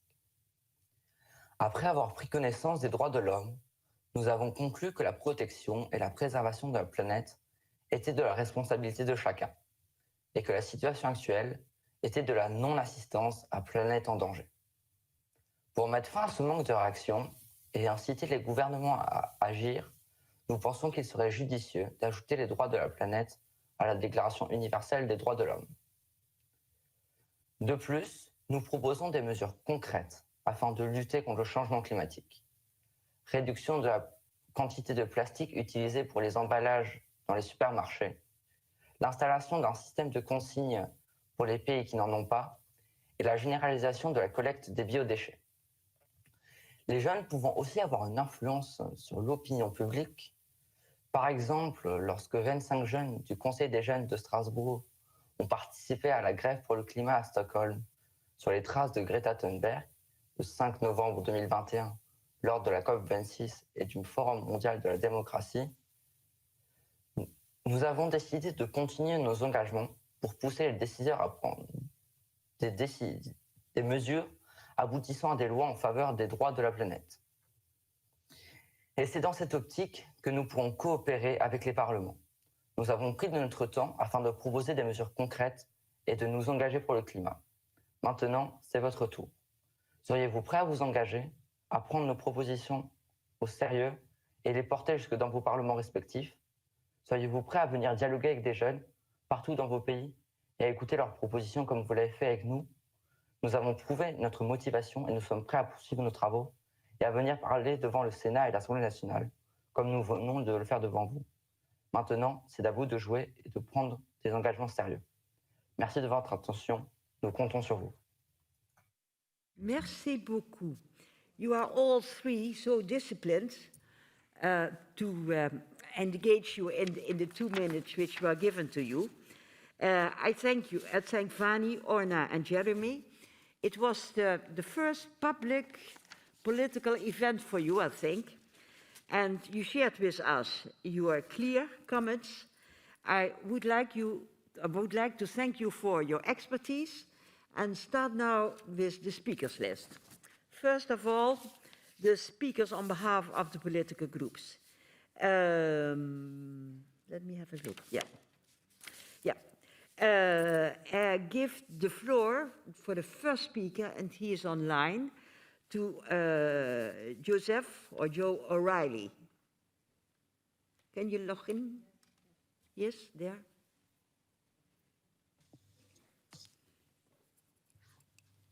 Yes, can you hear me, Madam President? Yes. Yes. Yeah, thank you. At the outset, can I congratulate Baroness Massey, my good friend, on an outstanding report? Can I also similarly congratulate Mrs. Timmermans? I want to thank and congratulate my Irish friends, members of our national youth movement, for your involvement at all stages of the preparation of both these reports. I am naturally particularly proud of Orna O'Brien from Cork, who has properly challenged us today. Under both the UN Convention on the Rights of a Child, the Strategy for the Rights of Children, Council of Europe 2022-27, the UN Agenda for Sustainable Goals cited by Mrs. Timmermans, and indeed other international instruments and statements, children should have their views taken into account and have a part in decision-making, particularly when the decisions potentially impact on them. As with issues around climate change, cited in Mrs. Timmermans' report, education, and many others, currently young people are involved considerably in the schools, etc., but that has become the norm, but this must be extended into other areas. Child participation builds capacity, it builds confidence and identification with democratic institutions. In this regard, it is, of course, vital that we involve vulnerable young people also. We need participation mechanisms for people under 18 in local government, central government, and within the voluntary sector. Our responsibility here is to commit to and act on child participation within the Council of Europe. And the EPP not only supports this report, but is committed to this. Children can be involved in hearings on reports impacting on them. Children can make written and online submissions. Children can present in the hemicycle. We should have a proactive policy on youth participation and regular organized visits by young people to this building and hemicycle. They should witness our pursuing of the Council of Europe values firsthand, and make submissions to the Council of Ministers also on implementation. At a time when we have existential threats to our democratic system across Europe, it is vital that we strengthen it. Child participation, as in young people under 18, is fundamental to all of that. When we satisfy ourselves that we have measured up here in the Council of Europe, we must work at national level to maximise youth participation at local, regional and national government level and within NGOs. There should be a constant review mechanism with capacity building for those charged with the facilitating of young people. Let us leave here to this evening committed to act on this. And there's no point in talking about it without acting. So that's the proper tribute we could pay to Baroness Massey's extraordinary work down the years would be to immediately act on all of this. And I know that myself and Mrs. Timmermans and her, and I know most thinking members of the Assembly realise that the great challenge at the moment is to get our young people actively participant with us. And I look forward to that happening, and certainly I echo the views of all my EPP colleagues in that regard. Thank you indeed, Madam President. Thank you, Joe. Now, I'm not going to call myself as the next speaker because I have moved up to here. So we will move on to Fiona O'Loughlin, also from Ireland.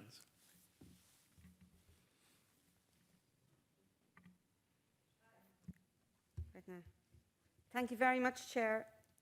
And excuse me, because my laptop is powering down, and that is exactly where I have my words written down.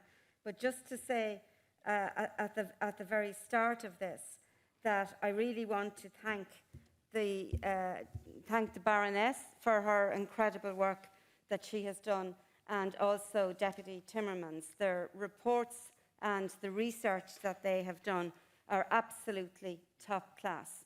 And the three speakers that we have had, Orna, Jeremy, and the first speaker, I think, were absolutely excellent. They've given us really strong ideas that we could put in place. And I think it's important that when conditions allow, that we have the opportunity to invite them here to one of our plenaries so that they could see democracy in action. In terms of the United Nations declarations back in 1989 that made it very, very clear that we need to listen to the voices of young people, that they have a right to be heard and to be consulted and to be listened to. When we think about it, that was more than 30 years ago. And I know that many governments around the world have grappled with that. And it's important that we support them and that we help give the tools. And in fact, the report from the Baroness certainly gives very strong suggestions in relation to that. When we think about all of the young people right around the world, we're living in a time where we have the greatest number of young people in history. So we have young people just brimming with creativity, with energy, and with ideas. And that was witnessed by our three speakers. And I think there's no doubt that if we listened in the appropriate way, that would be of tremendous benefit to our population and to our society.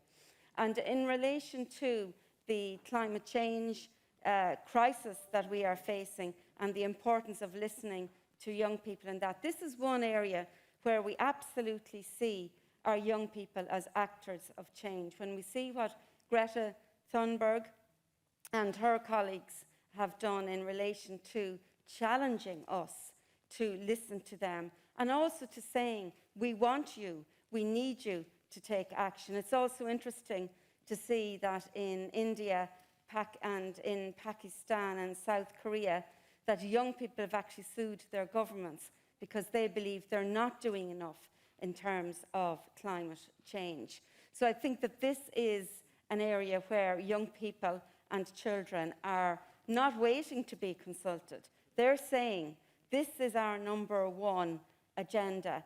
This is what we want you to do. So it's very important that we listen, that we engage, and that we act. Thank you, Mr. Chair. Thank you very much, Fiona. We now go online to Mr. Gomez Reino from Spain.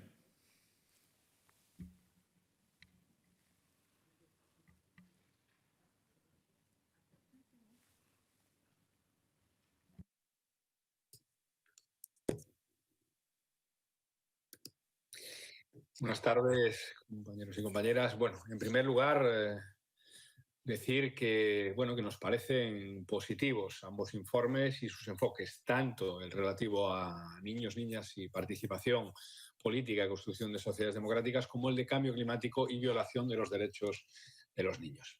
Probablemente, y no es una crítica, sino más bien una autocrítica, ambos informes, al igual que nuestras deliberaciones y nuestras decisiones al respecto de los niños, deberían de ser más ambiciosas.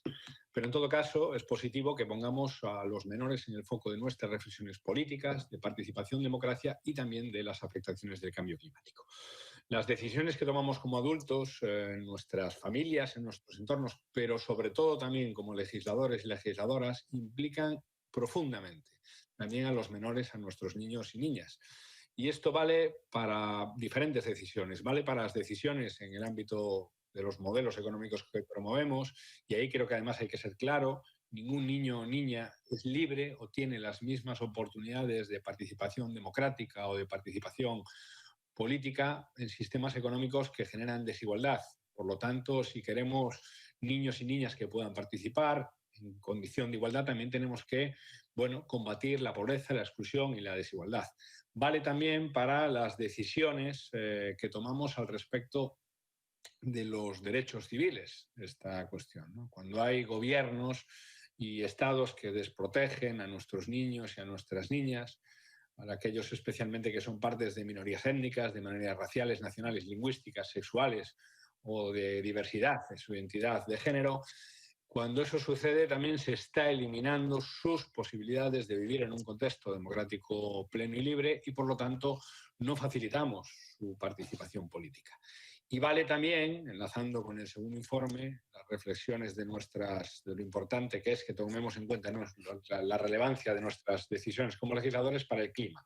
Las decisiones de los legisladores de hoy ayudarán o dificultarán el futuro climático de nuestros niños y nuestras niñas. Niños y niñas que además se están movilizando y creo que tenemos que preguntarnos si los estamos escuchando y atendemos a sus exigencias correctamente.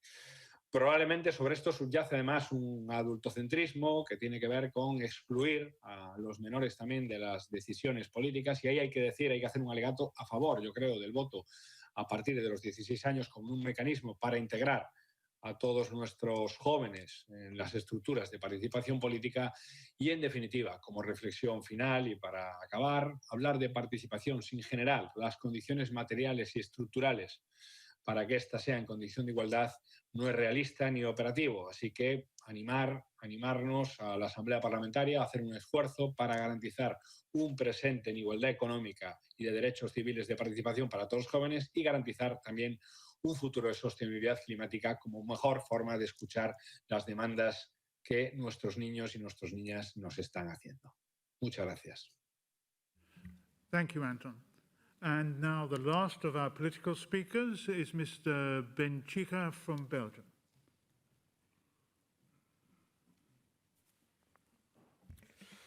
Dear colleagues, I would first like to thank the rapporteurs, Madame Messi and Madame Timmermans, for their excellent work and for raising such an important issues. The right to a safe, clean and healthy, sustainable environment is a fundamental human right. However, 2.2 billion children worldwide put at risk. They are increasingly deprived of their right to healthcare, food, water, and quality education. During an international conference a few years ago, I met a 16-year-old boy from Bangladesh. He shared that due to the climate crisis, he was already certain at the point that it would be impossible for him and his family to continue living in this current home. They would be forced to leave behind their livelihoods and move to a different part of Bangladesh where they will be faced with other different challenges. Climate change, as you know, is not an equal battle. Its disproportional affect the most vulnerable. Financially and technology assistance is crucial in assisting and supporting the poorest and most climate vulnerable countries to help them adapt to climate change, reduce its effects on children to deal with the ecology crisis. The story of the young boy from Bangladesh is a lived reality of millions of people, and we should work together to establish an international legal status for environmental refugees and protect these victims of forced migration. I want to salute the work of my colleague Simon Monquien on his report adopted just a few months ago on anchoring the rights of a healthy environment, and because it's not a privilege to live a healthy and sustainable life.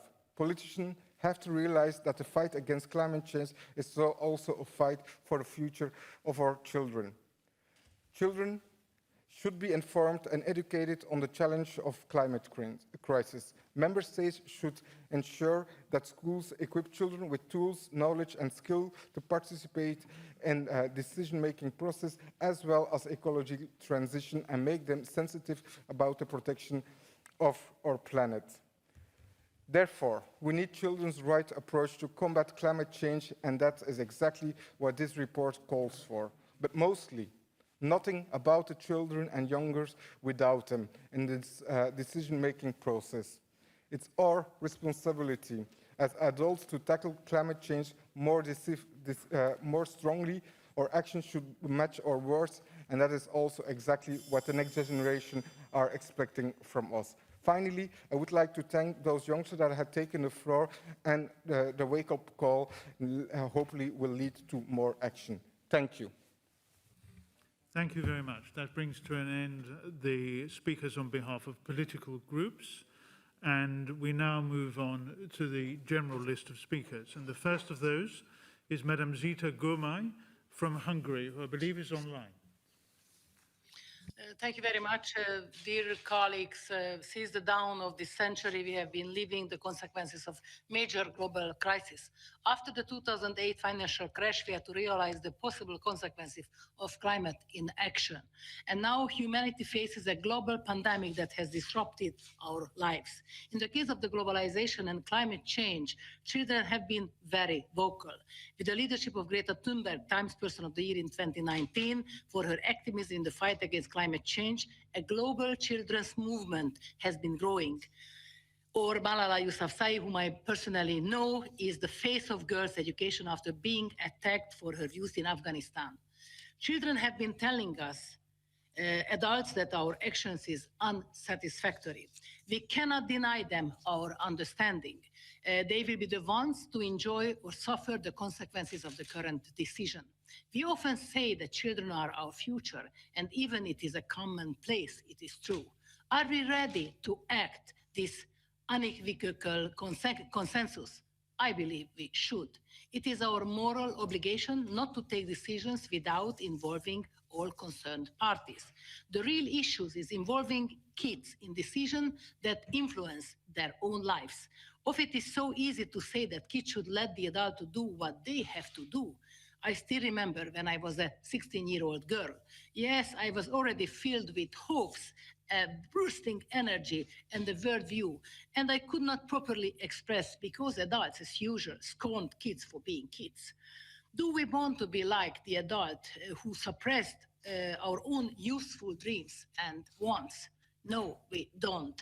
Besides, it is in our rational interest to involve kids in politics. When children turn 18, they are electors who validate or reject our ideas, opinions and decisions that are the ones who challenge us as politicians. Yes, they are the ones who fire or hire us. And sometimes they are the ones to decide to run themselves. Being a citizen of a democratic country is a big deal in an age when democracy is fragile and shrink back to the darkness of illiberalism. It implicates a responsibility that has to be tough, and first of all, tough by example. Let us help our children learn to be citizens before they are electors. Another commonplace we all unequivocally agree on is that we want to leave a better world for our children. But let us agree on one more thing. We have to give our kids the tool so they can live a better world for their children as well. And that is our huge responsibility. Children are not tools that are not campaign objects. Yes, they are often used as such, like in my country right now, but such practices should be suppressed and condemned. Kids are important, kids are bright, and they demand to have a say. It is our moral obligation to hear them, and if you do not care about morals, remember that it is our political interest to listen to them. So I strongly support this excellent report. Thank you very much. Thank you indeed. And now we move to France. Alain Milon, who is also online, I think. La parole est avec vous. He's not online. Ah, he's not online. Ah, well, then we move on to Madame Servina Fatilieva, who I think is also online.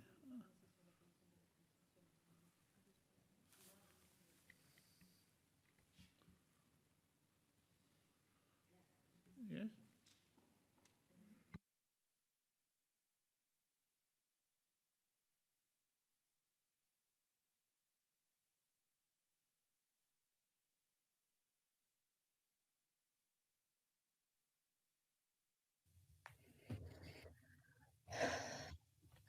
Ladies and gentlemen, dear Mr. President, the variety of forms of voluntary participation of children in decision-making processes on issues affecting their interest, ensuring openness and setting standards for such participation are the key to improving the quality of life, not only for children, but for the society as a whole.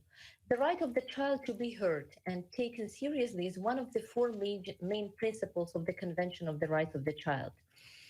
And the right to express one's opinion should be supported by the right to participate in the implementation of the decision taken, which is a form of active citizenship.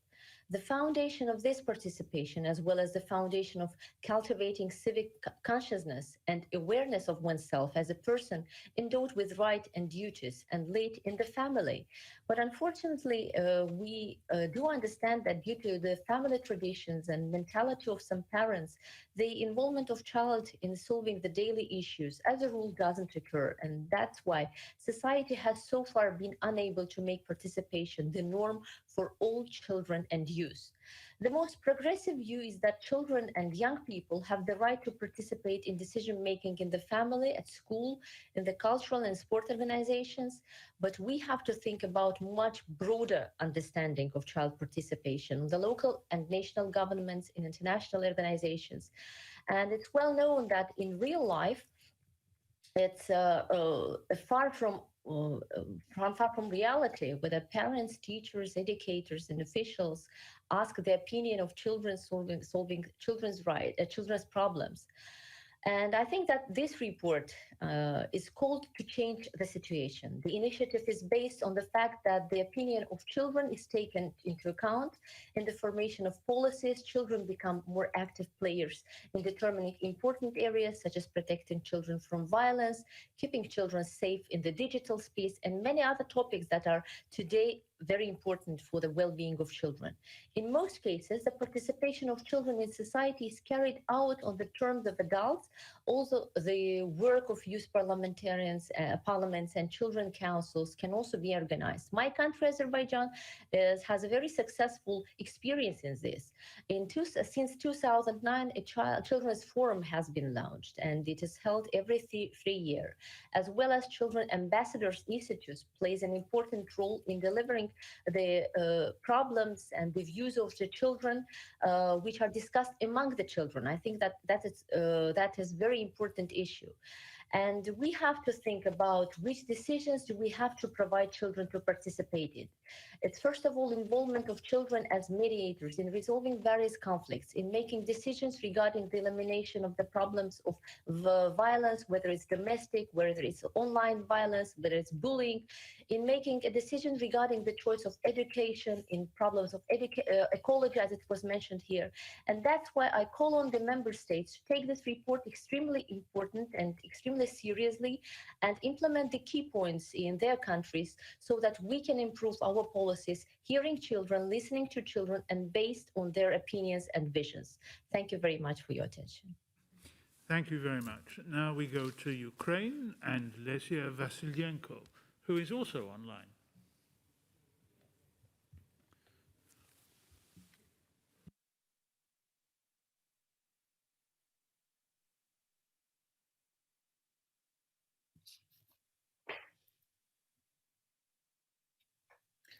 Dear colleagues, Mr. President, let me first applaud both rapporteurs on their excellent work, which tackles many important yet difficult issues. Madam de Tamerman's report is especially valuable in its aim to find a balance between topics thought previously incompatible. Our honourable colleague has made a great attempt to marry environmental rights with economic interests and build a bridge between the need of present and future generations. The discussion we are having this afternoon is especially timely after the Assembly adopted its breakthrough resolution 2396 in autumn last year, whereby it recognized almost unanimously the right to a clean, safe and healthy environment as a human right for all to enjoy. As the world is facing an increase in temperatures and greenhouse gas emissions, it stands true that environmental rights could well become the most important rights of the 21st century. Our job today, colleagues, is to make sure that all human beings are granted equal access to these rights, and not only today, but in the years to come. Our actions today shape the world our children and our children's children will be living in tomorrow. Our unwillingness to change behavior patterns and amend the industrial status quo has already led to drastic consequences in every corner of the planet. Shortages of food, water, unreasonable air, floods and droughts are some examples. The continued use of fossil fuels has led to irreversible changes in our planet's climate, which first and foremost impact the livelihood of most vulnerable groups, which of course include children. When I read through the report, I was not at all surprised to learn that 41% of children do not trust adults to make the climate crisis decisions for them. My prediction is that this number shall continue to grow, along with the number of cases of the likes of Duarte Agostinho against 33 Council of Europe member states that is now being under consideration in the European Court of Human Rights.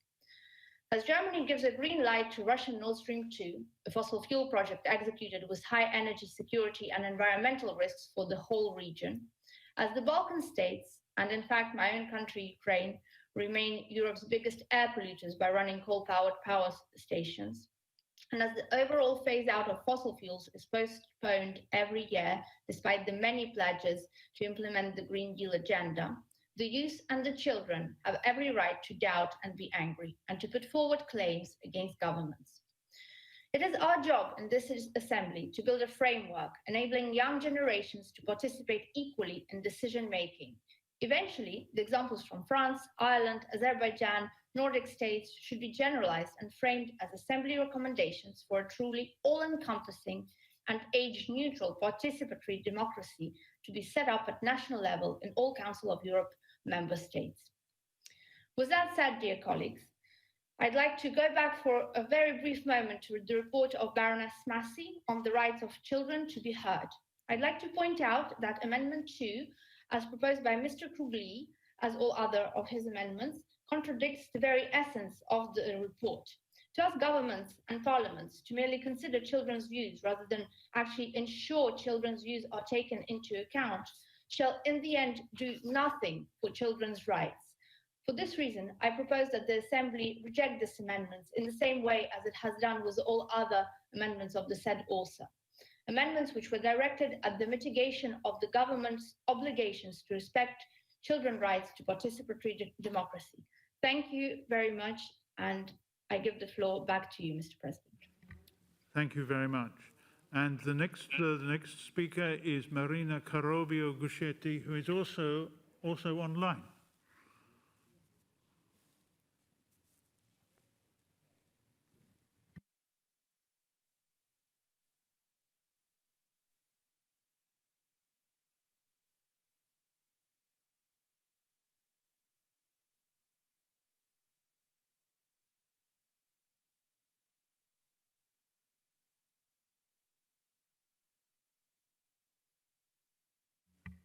Where we are? She's coming.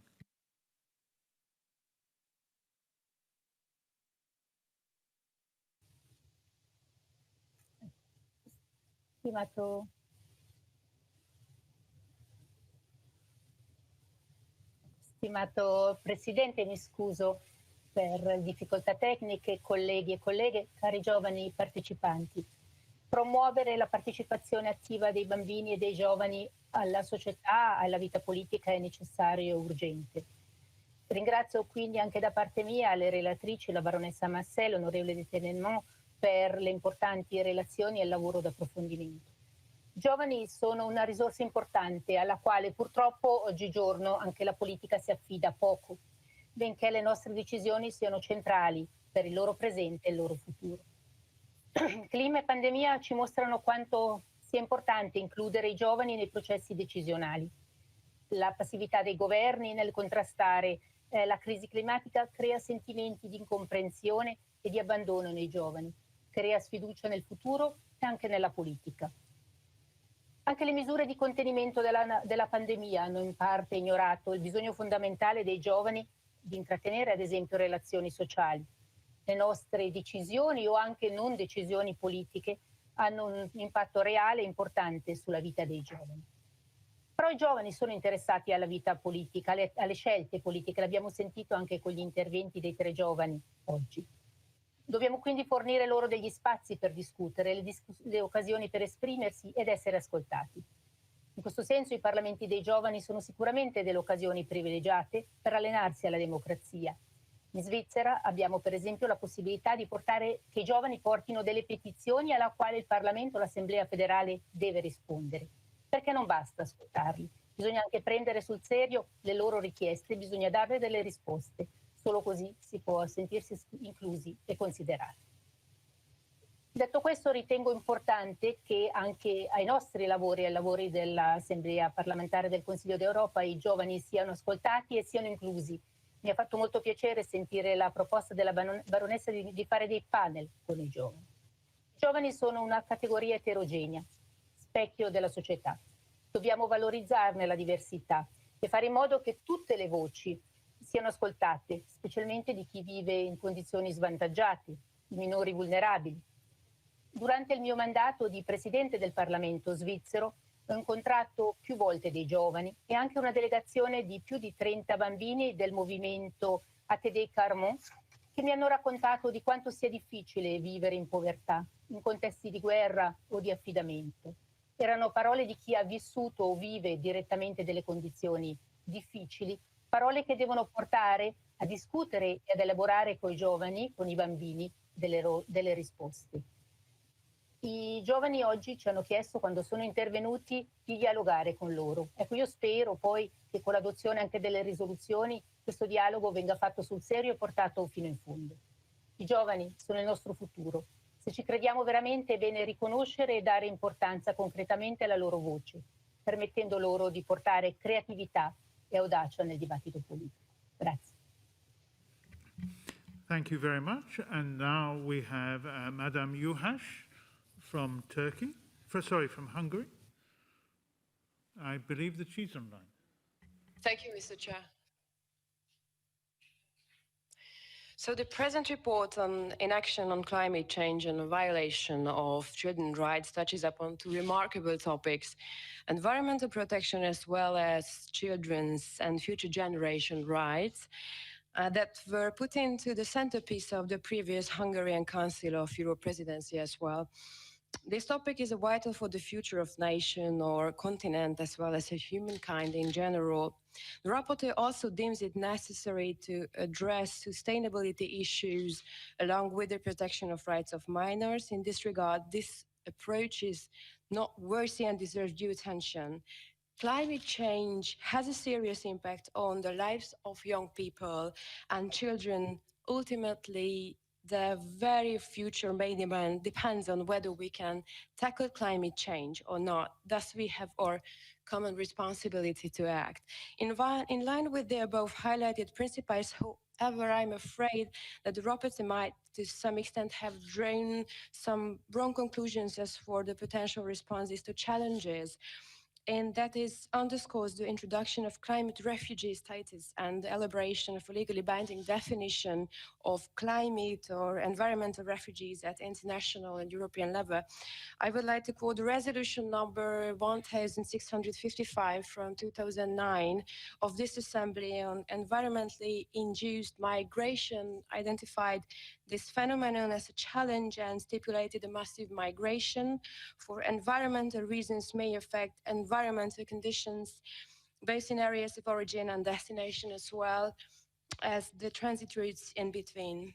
The same resolution highlighted that mass migration can have a negative impact, including escalation, humanitarian crises, rapid urbanizations, associated slum graves, and stagnant development. The issue of climate change and environmental degradation can and shall not be linked to migration. In my point of view, it seems to be a risky and impenetrable exercise to create a legal definition of so-called climate refugee, a notion far too vague without considering the probable, foreseeable, adverse, and undesirable effects. We are all aware of the climate crisis needs immediate response, and Hungary is firmly committed to Agenda 2030 because we believe that by reaching the sustainable development goals, we will be able to create an appropriate environment for every child. Thank you very much indeed. Thank you very much indeed. And now we go to Mr. Chevikos.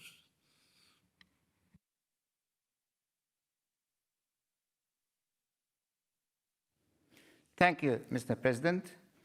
Mr. President, distinguished members of the Assembly, allow me first and foremost to express my thanks and my appreciation to both rapporteurs, Baroness Doreen Massey and Ms. Jennifer de Timmerman, for the excellent reports they have prepared and presented.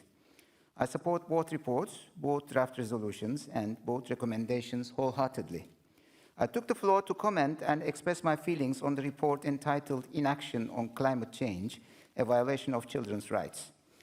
I was particularly tempted by the mentioning of my country's name in the report among the 5 countries which stood accused of having recklessly used fossil fuels and failing to take measures to reduce greenhouse gases. Embarrassing. But maybe there's no reason for being embarrassed, because I feel that younger generations in my country are much more attentive and conscious about environmental circumstances and about the future of our planet. Last weekend, my granddaughter and I were having a conversation about nature.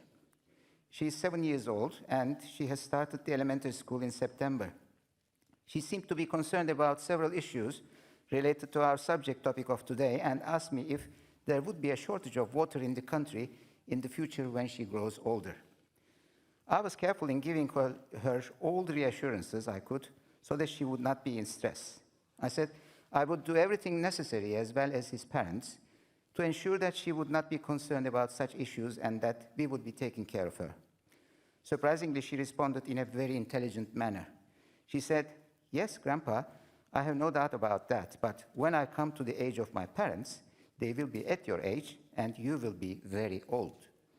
This was a striking reminder to me, but I was glad that at least she did not mention that I could not be around at all. Then she continued, "Don't you think, Grandpa, that as we will be the ones to live more in the future, it is also important that we try to find a solution to such problems ourselves, starting now?" Distinguished colleagues, this is encouraging. My granddaughter is definitely not Greta Thunberg, at least not yet, but she definitely urged me to think once again that we adults tend to ignore children and their opinions, assuming that they do not have the knowledge or wisdom. Well, that is not the case. Ms. Timmerman's report mentions that 59% of children do not think their voices are being heard on climate change.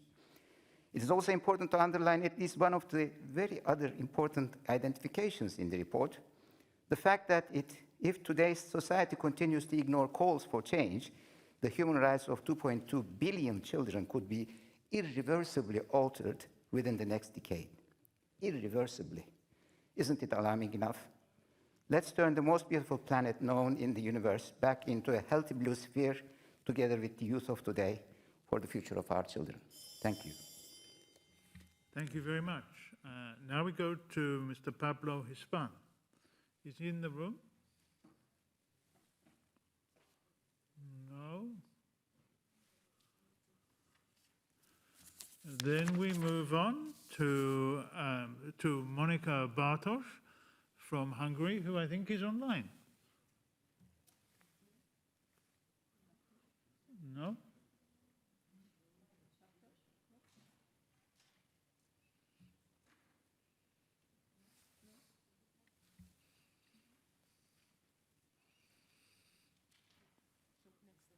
Monica Bartos?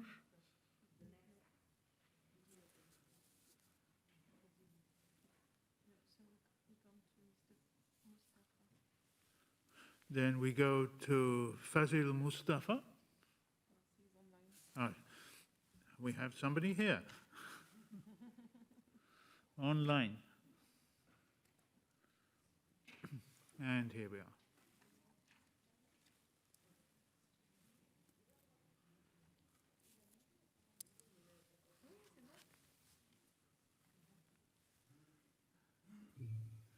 Dear colleagues, first of all, I want to say thanks to both reporters.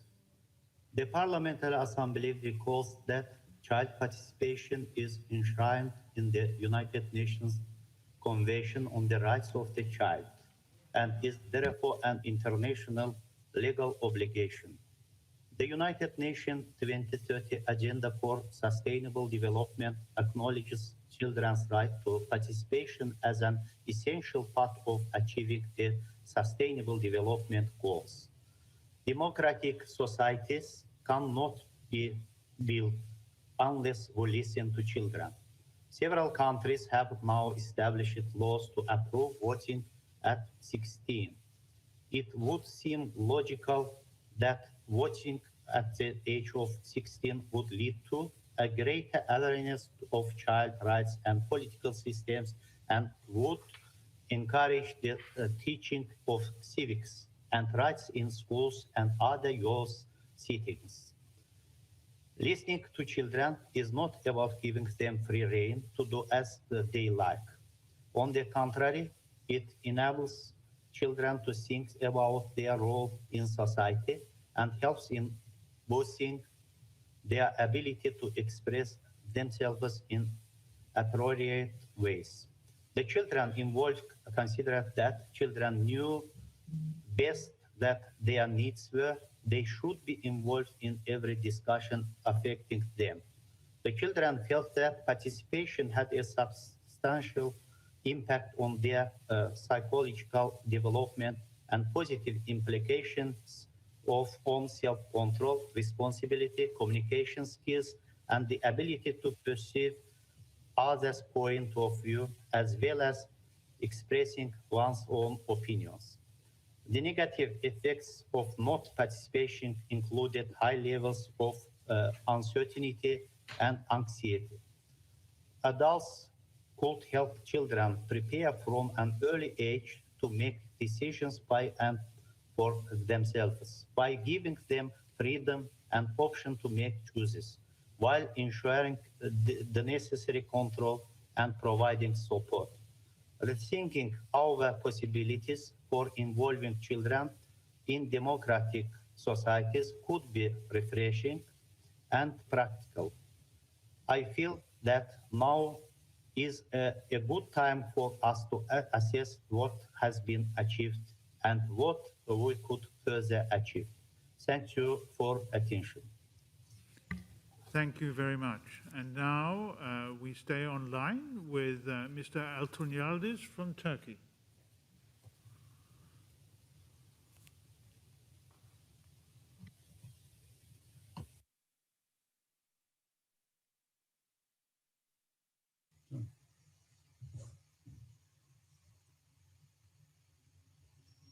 Thank you, Mr. Chair. I just would like to congratulate Telecox for his presidency, and I'd like to thank Rick James for his presidency and some hard effort put on climate change during his presidency. Dear colleagues, the existential threat brought on climate change on humanity's future is first and foremost a violation of our children's rights. And I would like to extend my sincere congratulations to the rapporteur for shedding light on the multifaceted repercussion of the climate crisis on children. I firmly believe that this report will encourage governments to take necessary measures without further delay for mitigating the risk of climate change.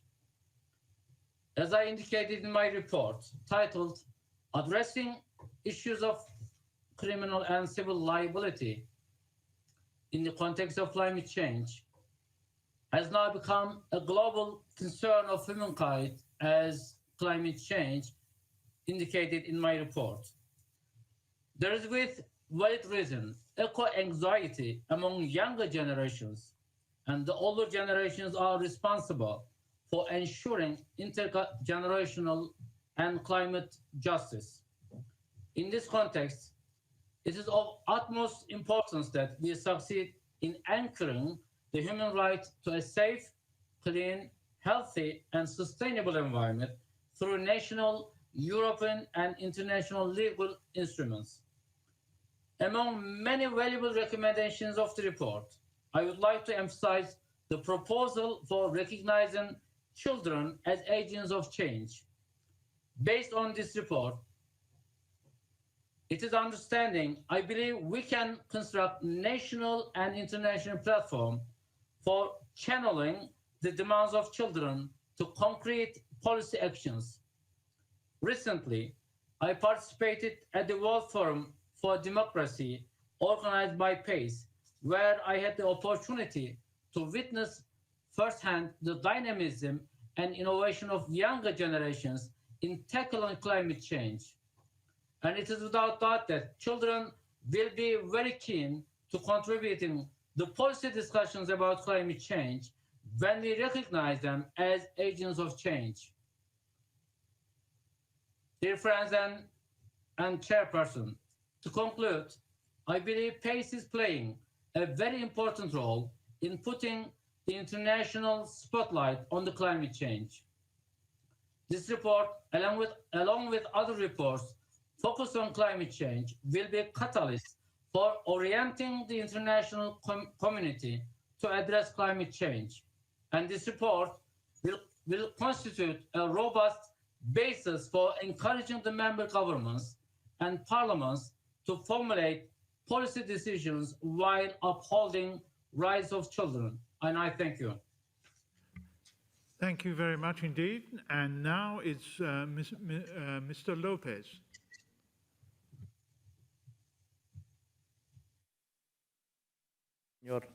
Gracias, señor presidente. En primer lugar, quería agradecer el trabajo de las dos reporteras, la señora de Timmerman y la baronesa Massey, por el trabajo excelente que han realizado y por traernos esta nueva perspectiva de los derechos de las nuevas generaciones para un debate que hemos tenido también sobre este tema en relación al cambio climático.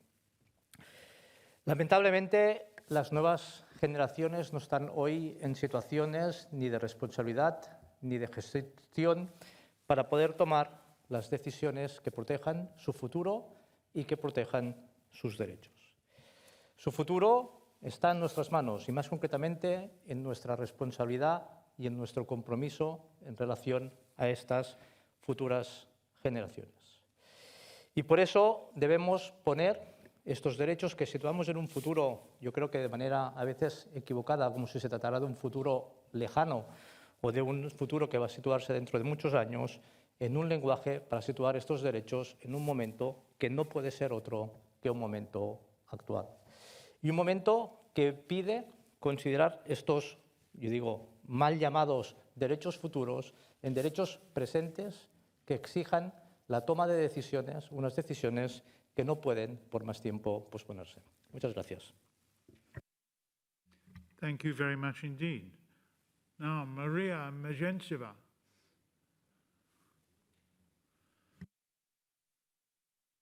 Much, dear Chair, so I'm lucky enough to speak on this very important topic, which unites us all with no doubt of having a debate on it. I highly salute the work of the rapporteurs, which are not only touching upon the basic human rights, but also on a potential lowering down the age for the voters, because we are facing now the youth generation, which is a Generation Z.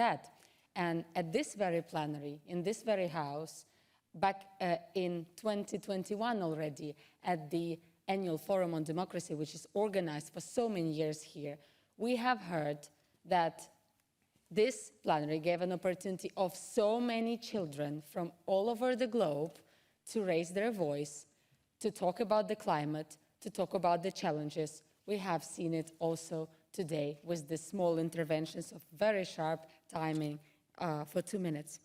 I would like also to complement the report with the fashion of taking these opportunities for children to take part in decision-making locally and internationally. For such examples can be regional councils, which are developing across Europe, also in Ukraine. And we are seeing beautiful models of UN, of European Council, and why not to do a model of PACE in some time in the future that can promote our organization, get more youth acquainted with its functions, and maybe them exactly would be sitting here and voting, making very important decisions for present and future. Thank you very much, dear colleagues, and taking this opportunity, I would also like to make a technical comment and to ask you not to support Amendment 2, because it definitely decreases the ensured rights of children in taking decision-making. Thank you very much, dear President, and thank you to the rapporteurs. Thank you very much. And now we move back to somebody online, to George Lukaidis from Cyprus.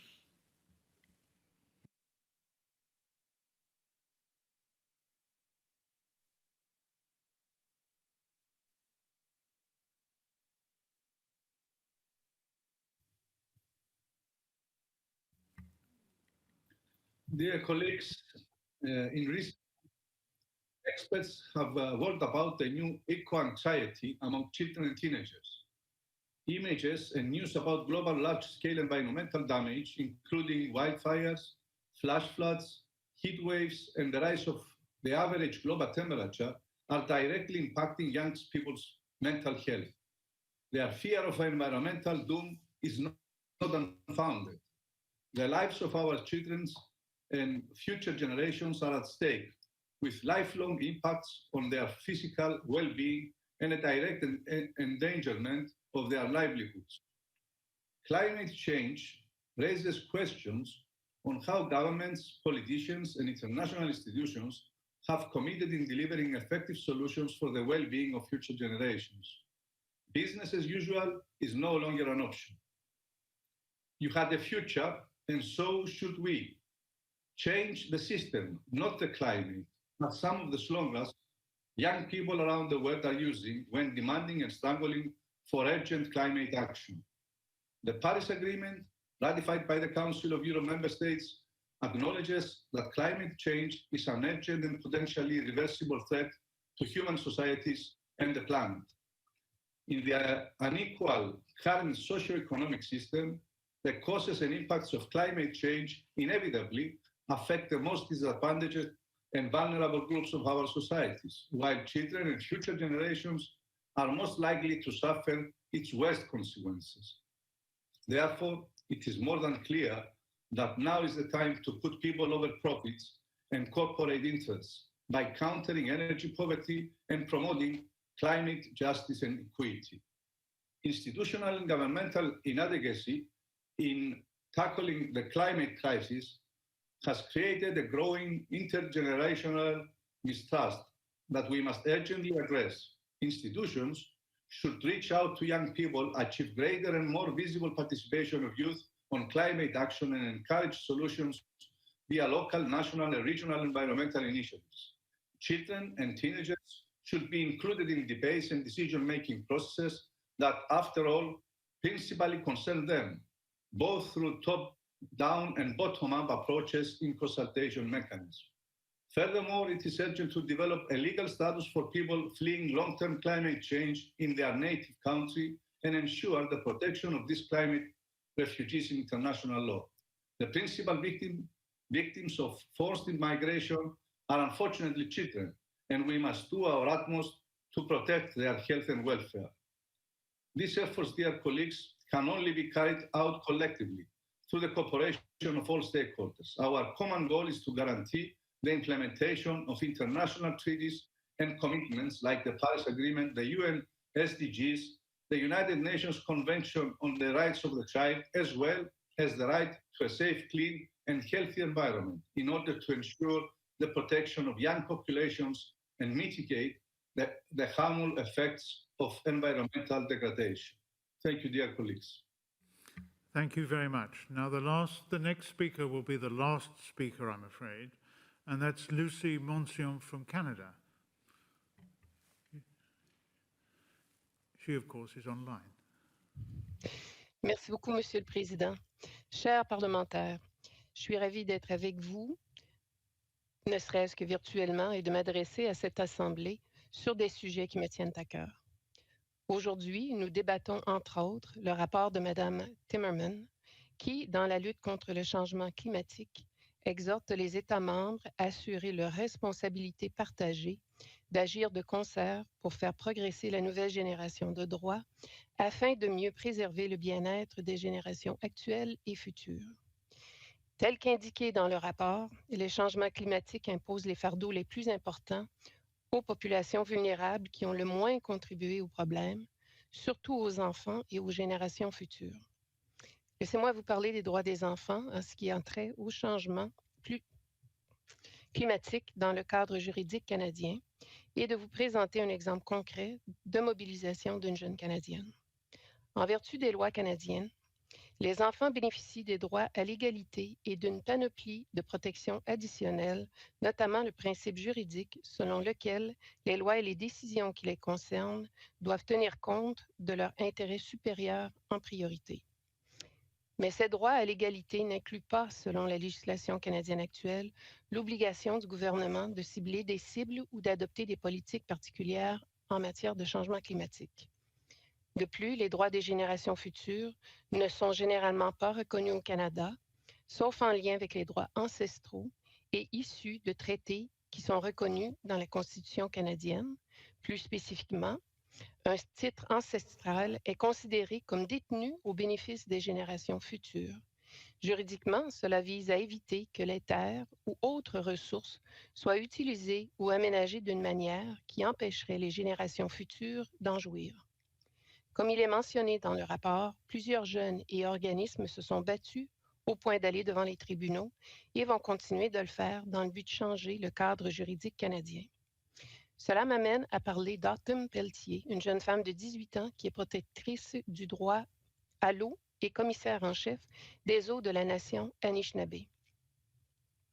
Elle est militante du droit à l'eau, reconnue mondialement.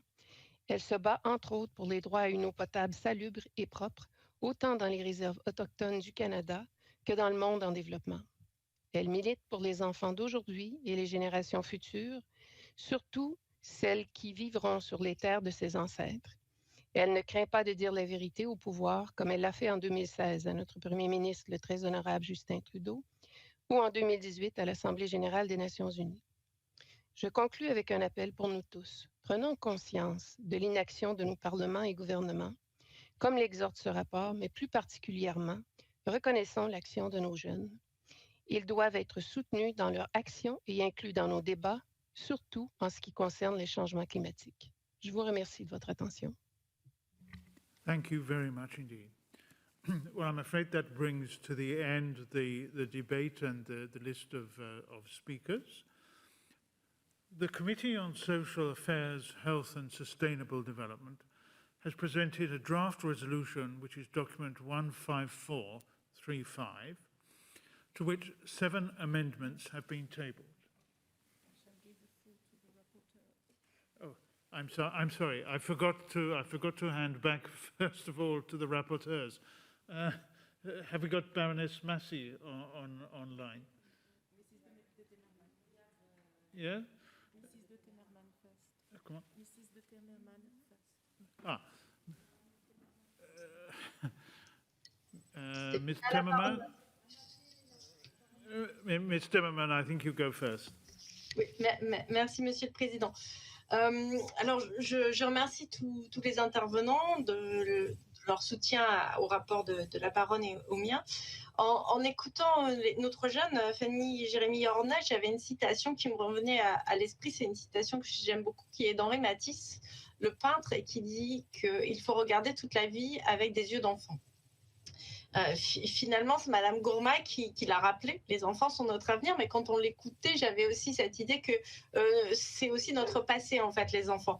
Nous sommes tous, en fait, nous sommes tous des enfants qui sont devenus grands, et un certain nombre d'entre nous, comme elle l'a dit, avons étouffé probablement nos propres rêves. Alors, est-ce que c'est la peur, l'ambition, est-ce que c'est la fatigue? Mais en tout cas, nous avons besoin de retrouver justement ce regard d'enfant, cette capacité d'émerveillement. Et Orna avait raison, les enfants sont une ressource exceptionnelle pour ça. Nous avons besoin d'eux pour enrichir nos réflexions et nos travaux, pour nous aider à retrouver ce regard sur les lois que nous votons, sur les dispositifs que nous mettons en place, pour qu'ils soient le plus cohérents possible avec les droits de l'enfant.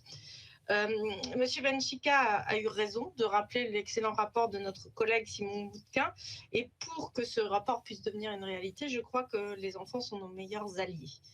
Je remercie aussi tous les collègues qui ont bien voulu donner des exemples de ce qui se faisait dans leur pays, en particulier Madame Fatalieva et Madame Carobio. Les pétitions envoyées au Parlement, je trouve ça particulièrement intéressant comme piste. Je voulais répondre aussi à Madame Juas sur la question de la définition des réfugiés climatiques. Alors, l'expression réfugié climatique est apparue pour la première fois dans un rapport du programme des Nations Unies pour l'environnement en 1985. Donc, il est peut-être temps quand même de s'emparer du sujet et de définir très clairement cette notion, sachant qu'on estime à environ 250 millions de réfugiés climatiques d'ici 2050. Je pense que nous devons nous doter d'une définition juridique à ce sujet. Alors, je voudrais également répondre à Jérémy, moi aussi, Jérémy, j'aimerais bien que vous soyez davantage associés aux travaux parlementaires en France. On a un Parlement des enfants, mais malheureusement, c'est quelque chose qui ne s'adresse qu'aux primaires, qui a lieu qu'une fois par an, et finalement, on a une classe qui vient à l'Assemblée nationale tous les ans, ce qui me paraît très peu. Moi, personnellement, vendredi dernier, j'étais encore avec des élèves de collège et de lycée dans un établissement pour intervenir. Je t'invite à contacter les députés de ton territoire pour qu'ils puissent échanger avec vous. Et puis aussi, on a des élections présidentielles et législatives, donc n'hésitez pas à interpeller les candidats.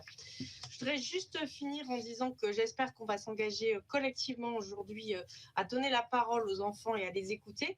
Mais je voudrais quand même juste vous rappeler que nous sommes tous parlementaires et nous avons déjà un grand pouvoir pour prendre en compte la parole des enfants. C'est celui de penser à eux à chaque vote que nous faisons dans nos parlements respectifs.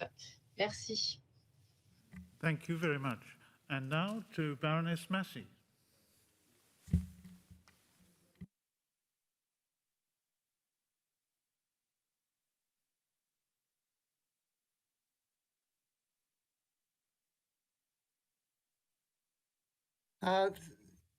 Thank you very much, Mr. President. I very much enjoyed the debate. Sorry, I very much enjoyed the debate, and thank you all for your vision and enthusiasm for the reports, which I do think, I thank Jennifer as well for this, because I think that we've both shown that the reports complement each other. They're about empowering children, they're about respect between children, adults, etc., etc. So I think that you as a group are right to say that we should, as one of the children, Orma said, we should use children as a resource and work alongside them. And I have to say that there is now a child-friendly report in draft produced by the Irish group, who are going to circulate it to other countries. This report is available on in the meeting room for you and also on the extranet. And this has been produced by the Irish group based on my report. It's a really good effort and I enjoyed looking at it today. I've heard so many things said today that I think that it's worth repeating some of them. We've heard about we should talk about with children. We should talk about and share values. We should have a look at also the global children's movement and children telling us that they find things not satisfactory. We should look at the moral obligation we have to involve others in decision making. We should give tools to others to be involved in decision making on both climate change and in general, on child participation and having them letting them have influence on what we decide. I know several organisations, including the voluntary sector, who have children on their panels, on their boards to influence them. They all say decision making is improved. We heard about the right to be heard, not just for themselves, but for the good of all. We heard about active citizenship. We heard about the Assembly recognising the problems and hopes that the Assembly will actually expand its ideas to encourage children to visit the Assembly and also to participate. I think that we must also, as I think Marina said, create space for children. There are youth parliaments, but they are often, I think, not open really to vulnerable children, and children themselves have said this. So I think our duty towards children and to each other is to take note of the reports, and I thank you for doing that, and to encourage children as best we can. Thank you.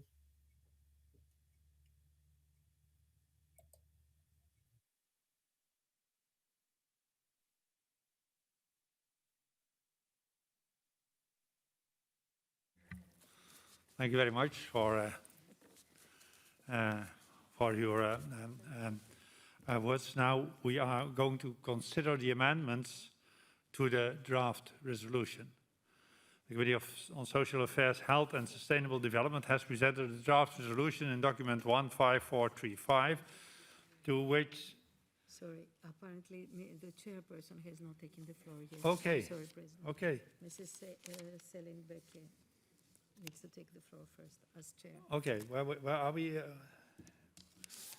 We first have. Sorry, I'm running too fast. The chairperson of the committee still has 3 minutes to speak. Can I ask you to take the floor, Madam Chairperson?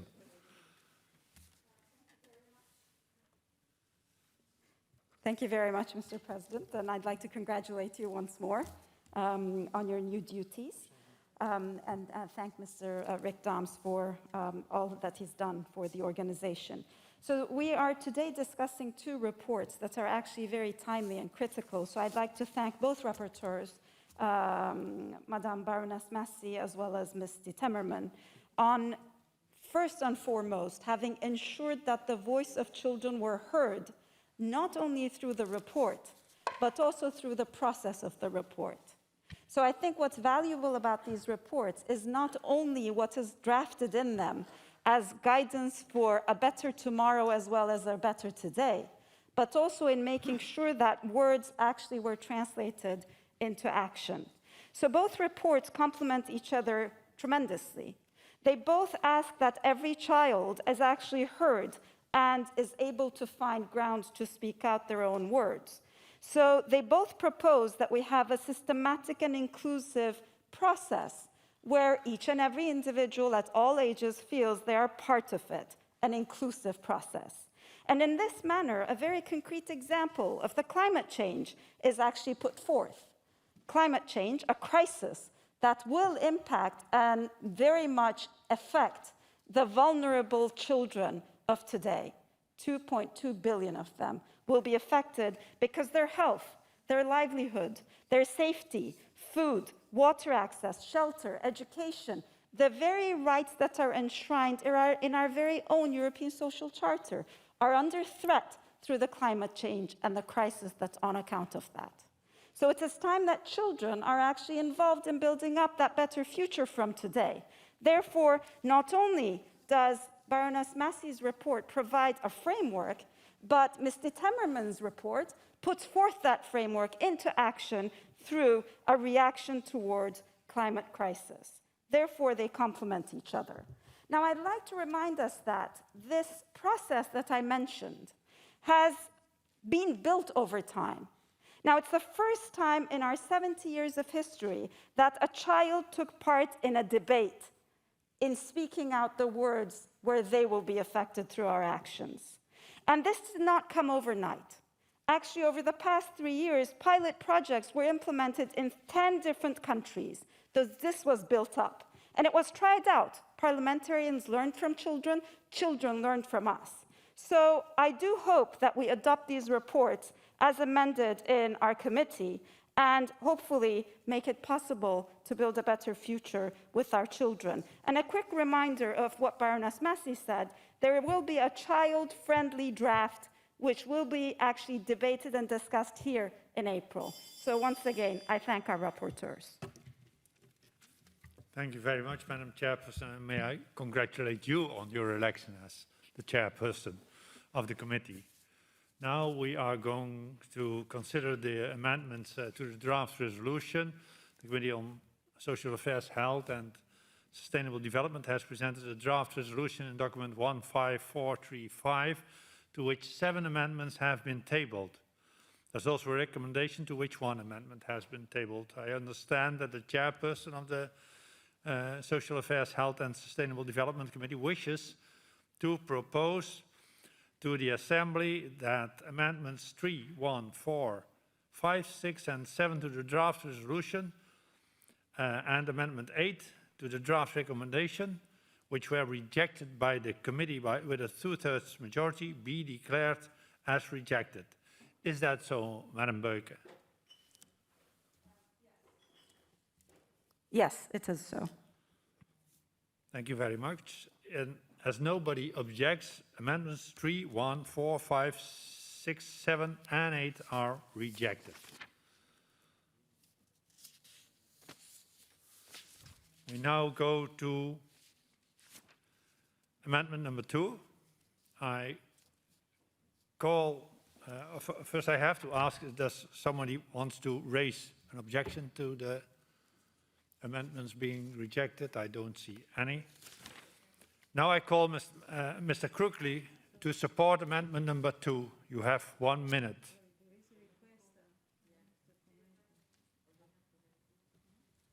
There is a request online, but I don't know for which reason. Mr. Komenko. We have the request of Mr. Komenko to take the floor.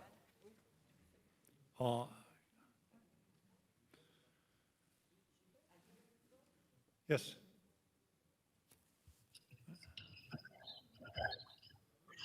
Dear colleagues, I'd like to object to the amendment number 2 that was adopted by the committee. The rest. Sorry, we will be later. We will be later on that. First, we will have the mover of the amendment to support the amendment, and then you can speak against it. Okay? Against amendment number 2. We first ask Mr. Crookley to support amendment number 2. Mr. Crookley, you have 1 minute. Спасибо, господин председатель. Текст поправки вам представлен. По нашему мнению, выражение «миллионы детей» излишне эмоционально для такого рода документа. Стоит также отметить, что в Конвенции о защите прав человека и основных свобод отсутствует понятие «право на будущее». Мы предлагаем другую редакцию 2 пункта проекта резолюции. Он перед вами. Спасибо за внимание. Thank you, Mr. Crookley. And now there was a speaker against the amendment, Madam Komenko. You have the floor.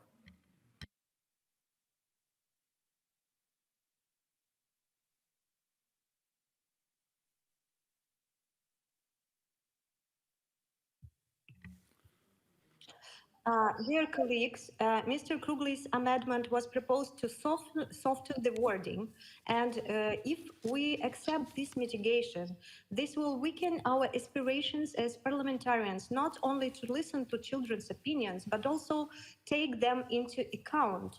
This contradicts the initial goal of the report and the resolution, because then governments and parliaments will only be considering children's views without any guarantee to take them into account, as suggested in the original text of the resolution. I don't see any necessity to deviate from our initial goal. Thank you. Thank you, Madam Komenko. Now, what is the opinion of the committee on the amendment, Madam Chairperson? The committee adopted the amendment by a majority. Could you please repeat it? The committee adopted the amendment by majority. Thank you very much. Committee adopted by majority. I now shall put the amendment to the vote. The vote in the hemicycle and via remote voting is open now.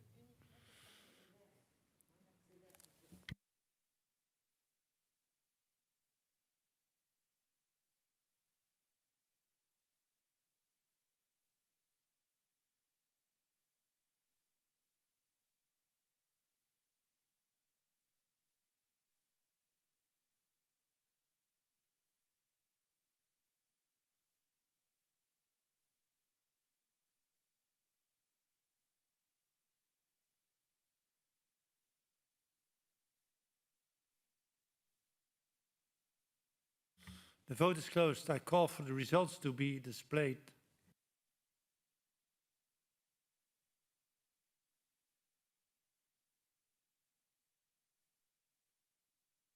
The amendment is carried.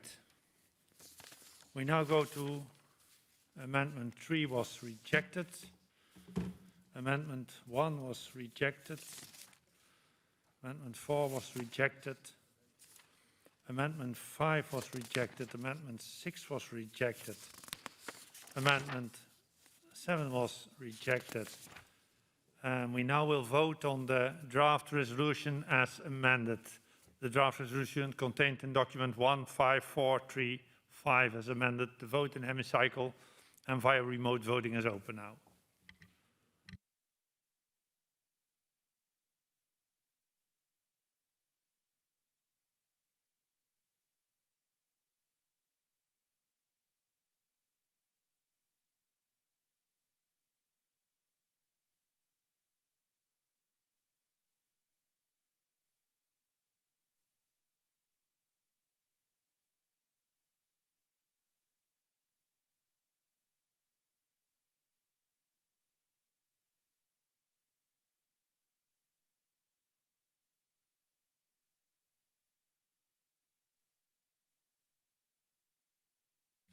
I close the vote and I call for the results to be displayed.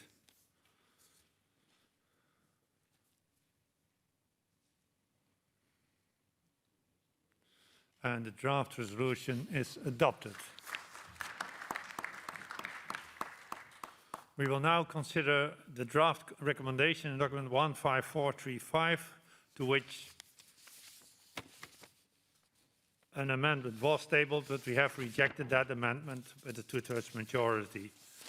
So we now will proceed to the vote on the draft recommendation as contained in document 15435. The vote is open.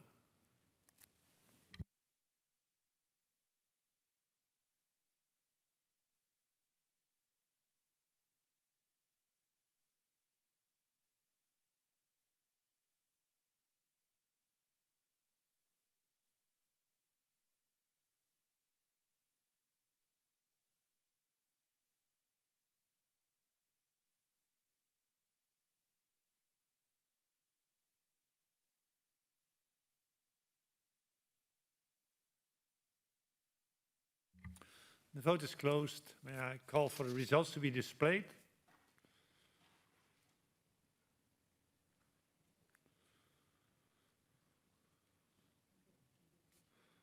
The draft recommendation is adopted.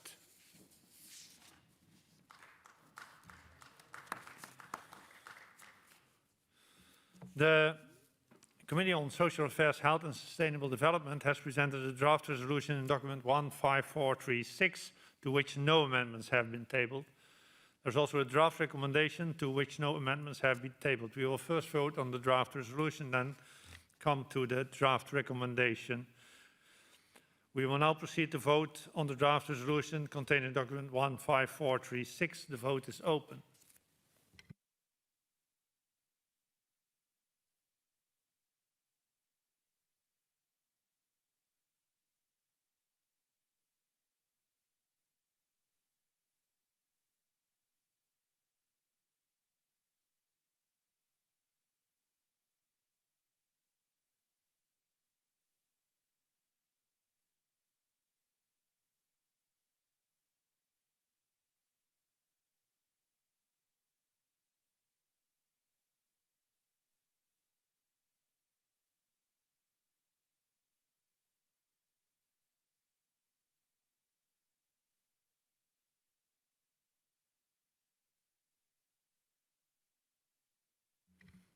There is a technical problem that we are checking now, so 1 minute.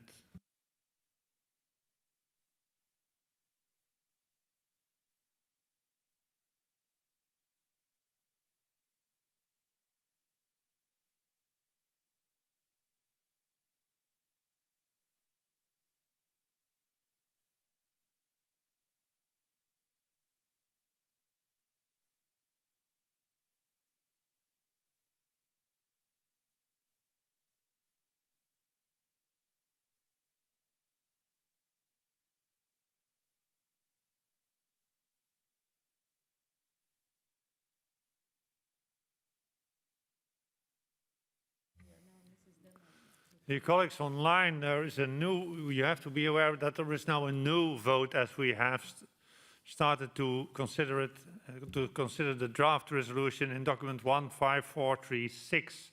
So there is a new vote and you have to vote in favor or against that resolution.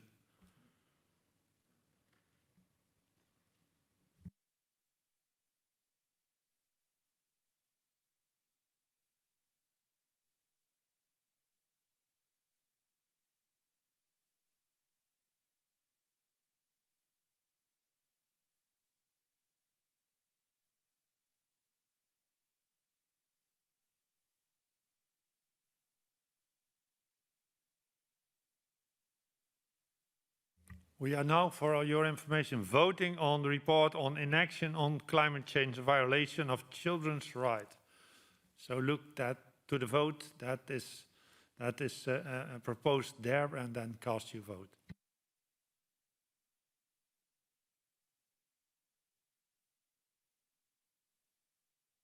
The vote is closed. I call for the results to be displayed.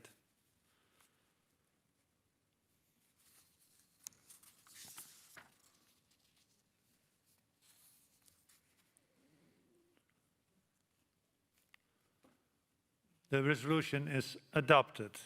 We will now proceed to vote on the draft recommendation contained in document 15426. So that's the next vote, and the vote now is open on the draft recommendation.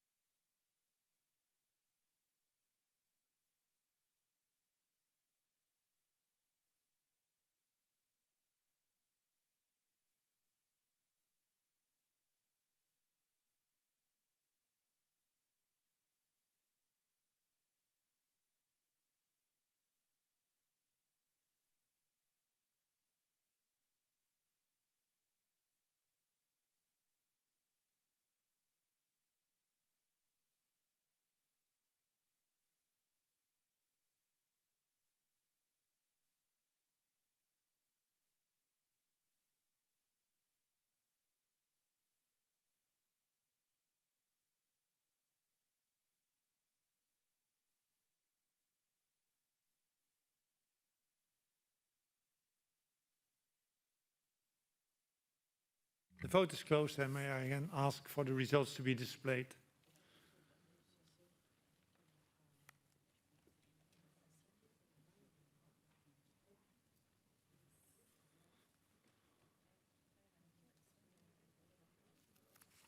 The draft recommendation is adopted.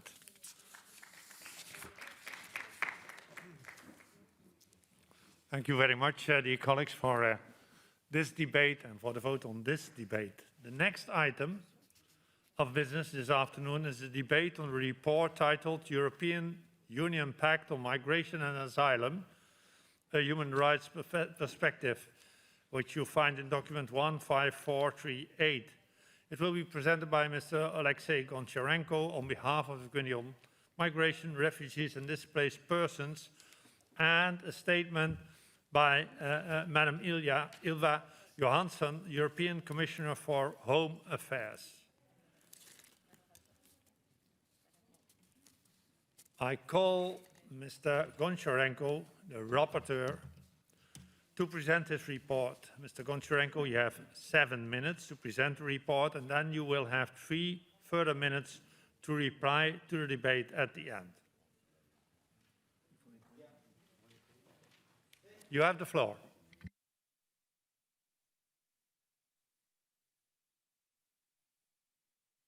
Now it works? Yeah. Thank you. Thank you, Mr. President, dear Commissioner Johansson, dear colleagues, ladies and gentlemen. European Union Pact on Migration and Asylum, elaborated by the European Commission, is an important set of proposals aimed at improving asylum and migration management procedures in Europe.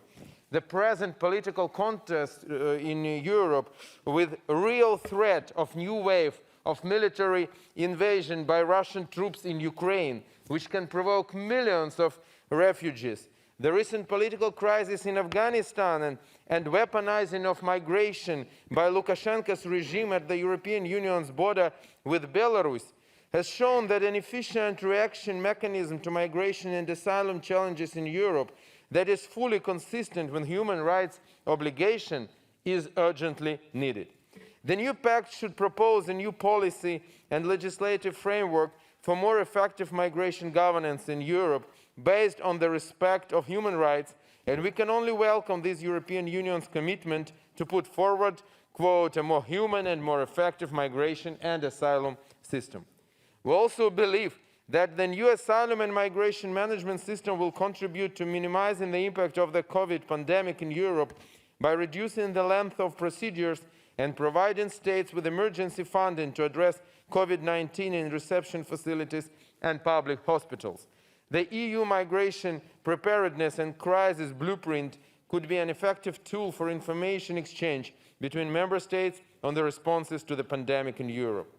For us, in the Council of Europe, the main concerns related to the pact are the human rights concerns. Therefore, my report is focused on 5 key areas to examine the pact's impact on human rights obligations on screening, immigration, detention and expulsion, asylum procedures, solidarity, and vulnerable groups. During the preparation of the report, I visited Brussels, where I had the meetings with principal officials in the European Commission, European Council, and European Parliament working on the pact. I also had discussions with major human rights protecting organizations working in the field of migration, which expressed their concerns of some aspects of the new proposals. So first, screening. Specifically, the screening is foreseen for the purpose of determining whether the individual will be treated as an asylum seeker and admitted to the asylum procedure stream or not. In the latter case, where the determining officer finds that the individual has not sought asylum, the individual will, barring exceptional circumstances, be channeled into an expulsion procedure. The legal analysis of the proposal on screening confirms that it does not comply with Article 13, European Convention on Human Rights, right to an effective remedy, which may result in European Union member states breaching their non-refoulement obligations in European and international law. Therefore, in the draft resolution, we propose to amend the screening regulation to ensure that it includes an effective suspensive remedy against incorrect screening categorization, so as to fully respect the obligations arising out of the right to an effective remedy. The screening provisions also provide possibility of detention for the border return procedure. The Assembly on numerous occasions reiterated in its resolutions that detention in the migration context should be used only exceptionally. The Pact also encourages the externalization of asylum procedures, which in practice will mean that neighboring countries, frequently a Council of Europe one, should prevent asylum seekers from arriving in the European Union. Further, a new ground for the application of accelerated procedures is proposed, which is based on the success rate of previous applicants from the same country at 20% threshold. This proposed criterion has been heavily criticized as both arbitrary and unjust. Pact also fails to propose concrete actions to prevent people's disappearance in the sea. And now on solidarity mechanism. A new regulation on asylum and migration management, which includes new mechanism to improve solidarity among member states in the field of asylum and migration, suggests two forms of solidarity.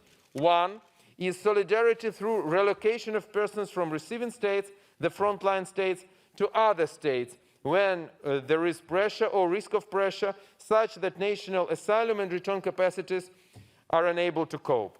The second is return sponsorship, where member states sponsor the expulsion of a person who is present in another member state, which is overburdened with the assistance of Frontex, the EU border agency, or in default, the relocation of the person to the sponsoring state for procedures to be completed.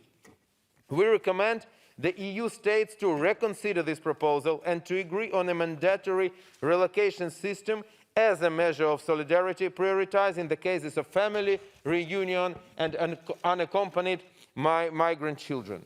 The Pact also fails to address the situation of vulnerable persons and completely ignores gender mainstreaming considerations. Beyond those who fit within predetermined categories of vulnerability, elements of the Pact risking placing individuals in situations that generate additional vulnerability. I welcome the fact that the Pact dedicates significant attention to migrant children, but it is not clear why the Pact makes a difference for children below 12 years and older, while the Convention on the Rights of Children defines child as a person until age of 18. Finally, the analysis provided in the report allowed me to formulate a set of recommendations proposing a comprehensive review of all measures proposed in the Pact in light of the constant case law of the European Court of Human Rights in respect of migrants, asylum seekers and refugees. We believe that the European Union must ensure that every asylum seeker of the EU border or within its jurisdiction receives a fair and effective determination of their claim to international protection in recognition to non-refoulement obligations, as identified by this Assembly. Provisions relating to restrictions and deprivation of liberty must be precise, sufficiently clear and unambiguous to protect migrants and refugees from unlawful detention to ensure conformity with the obligations flowing from the right to liberty. We pay special attention to people in the vulnerable situation, including the mainstreaming of disability, age and gender-sensitive considerations throughout all migration and asylum processes. Dear colleagues, I think that we have chosen a timely moment for this discussion. The agreement on the Pact has not yet been reached, and we shall make sure that the proposed EU Pact on Migration and Asylum integrates human rights concerns in all its components. The Pact should provide an opportunity to promote cooperation and solidarity, where Council of Europe states can play a key role. Thank you. Thank you, Mr. Rapporteur. I now should like to warmly welcome to our debate the European Commissioner for Home Affairs, Madam Ylva Johansson. Madam Johansson has been a European Commissioner since 2019 and with the Home Affairs portfolio. One of our main responsibilities include the European Union Pact on Migration and Asylum.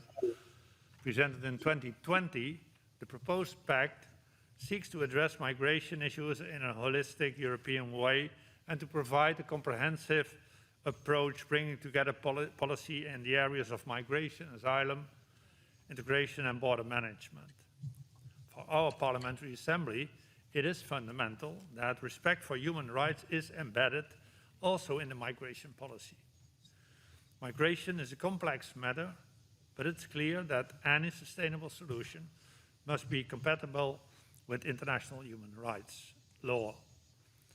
Colleagues, we are very pleased that Madam Johansson can join us today. Madam Commissioner, we look forward to hear your views on the European Union Pact from a human rights perspective. You have the floor. Thank you very much, and thank you for inviting me here today. The European Union and the Council of Europe share a dedication to human rights, democracy, and the rule of law, principles and values that are part of who we are. And you have a long-standing record in protecting and promoting human rights. So I would like to thank you, and especially thanks Oleksiy Goncharenko, the rapporteur, for your report on the human rights perspective on the new Pact on Migration and Asylum. I think this is really timely to focus on fundamental rights and the right for everybody to have access to the fair asylum process. We are living in a time where we can hear voices being raised. Our people should not be able to enter and to have access to the asylum process. We are hearing voices of building walls and fences to protect Europe from migrants. And I think that we are living in an age where you sometimes hear voices that are afraid of migration. But migration is something normal. Migration has always been there, will always be there. It's part of the being our humanity. But we need to manage migration in an orderly way. And I think that we are paying a price every month where we do not reach an agreement on a common European asylum and migration policy. And those that are paying the highest price are the migrants themselves. We can see lives being lost in the Mediterranean, along the Atlantic route, but we have also seen people lost their lives at our external borders towards Belarus recently. To manage migration, we need to cooperate. Of course, all the member states need to cooperate in the European Union. All member states are facing different kind of challenges when it comes to migration, and no one can face them alone. We need to cooperate. But we can't do it alone as the European Union. We have to cooperate with third countries. This is essential. We should not build a fortress Europe. We should build partnership with other countries. And we've seen that this works. What we've seen in Belarus, for example, when we see the de-escalation that really started to happen, when we managed to reach out to the international community, to airline companies, to stop people being tricked and lured into a dangerous situation and returns taking place. Another key goal of the Pact is to manage arrivals at our border efficiently, to welcome people in need of international protection, and to return those that are not eligible to stay. It's important also to stress that even though all people that would like to come to the European Union do not have the right to stay here, but they do have fundamental rights. They are human beings and they have to be treated according to their rights and their dignity. And no matter how good cooperation we have with third countries, we still will have a lot of people coming, and they have the right to have a fair process and to have their asylum application processed and decided upon. What we need to avoid is to leave people in limbo, and that is actually the case right now. A lot of people are facing very long processes before they reach and they get a proper decision on whether they will be giving international protection or not, and then wait even longer before a return decision. So the Pact provides faster procedures. We introduced a screening at the border to identify vulnerable people in need of aid and people likely in need of international protection, who will go into the normal asylum procedure, as well as children under the 12 and their families. In the screening process, there will also be a decision which member state will be responsible for the asylum procedure. People likely to face rejection enter a border procedure, but with all necessary safeguards and guarantees. Negative decision can be contested before judicial authorities in compliance with Article 13 of the European Convention on Human Rights. These procedures are effective and fair and bring quick clarity about asylum or return. So people don't need to spend years in uncertainty. And it's essential for the legitimacy of the asylum system that people who don't have the right to asylum are returned. The Pact promotes voluntary returns and better support for people who return and reintegrate. If your asylum claim is rejected, you still deserve to be treated as a human being, as I said. Return must be carried out with respect, dignity, and humanity. We must always be ready for the unexpected, a sudden crisis, a sudden large number of arrivals. Few people predicted Lukashenko's state-sponsored smuggling of migrants or the rapid collapse of Afghanistan. So, in the Pact, we expect all member states to show solidarity. Solidarity is mandatory in the Pact. In many cases, solidarity will need to be relocation, but member states can also offer support by helping with returns or in other ways, like building capacity. With the Pact, I don't only want to prevent irregular migration, but also increase possibilities for regular migration. We all need more migrants in the European Union for many reasons, but we need to manage it in an orderly way. Negotiation has started on the Pact, but I have to be honest, it's really a difficult negotiation that is going on. But step by step, we are making progress on the Pact.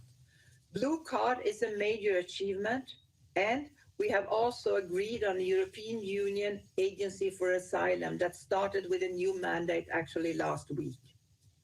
We have also put emphasis on resettlement and to give protection to Afghans in need of international protections. Member states have agreed to do that to 60,000 people in need of international protection. You are guardians of fundamental rights, and I can assure you the Pact fully upholds the right to apply for asylum. And it's necessary to do that because it's actually threatened right now. And the right to an individual procedure and the principle of non-refoulement. Pushbacks are neither normalized nor legalized. And I will never accept any externalization of the asylum procedure, and it's not in my proposal.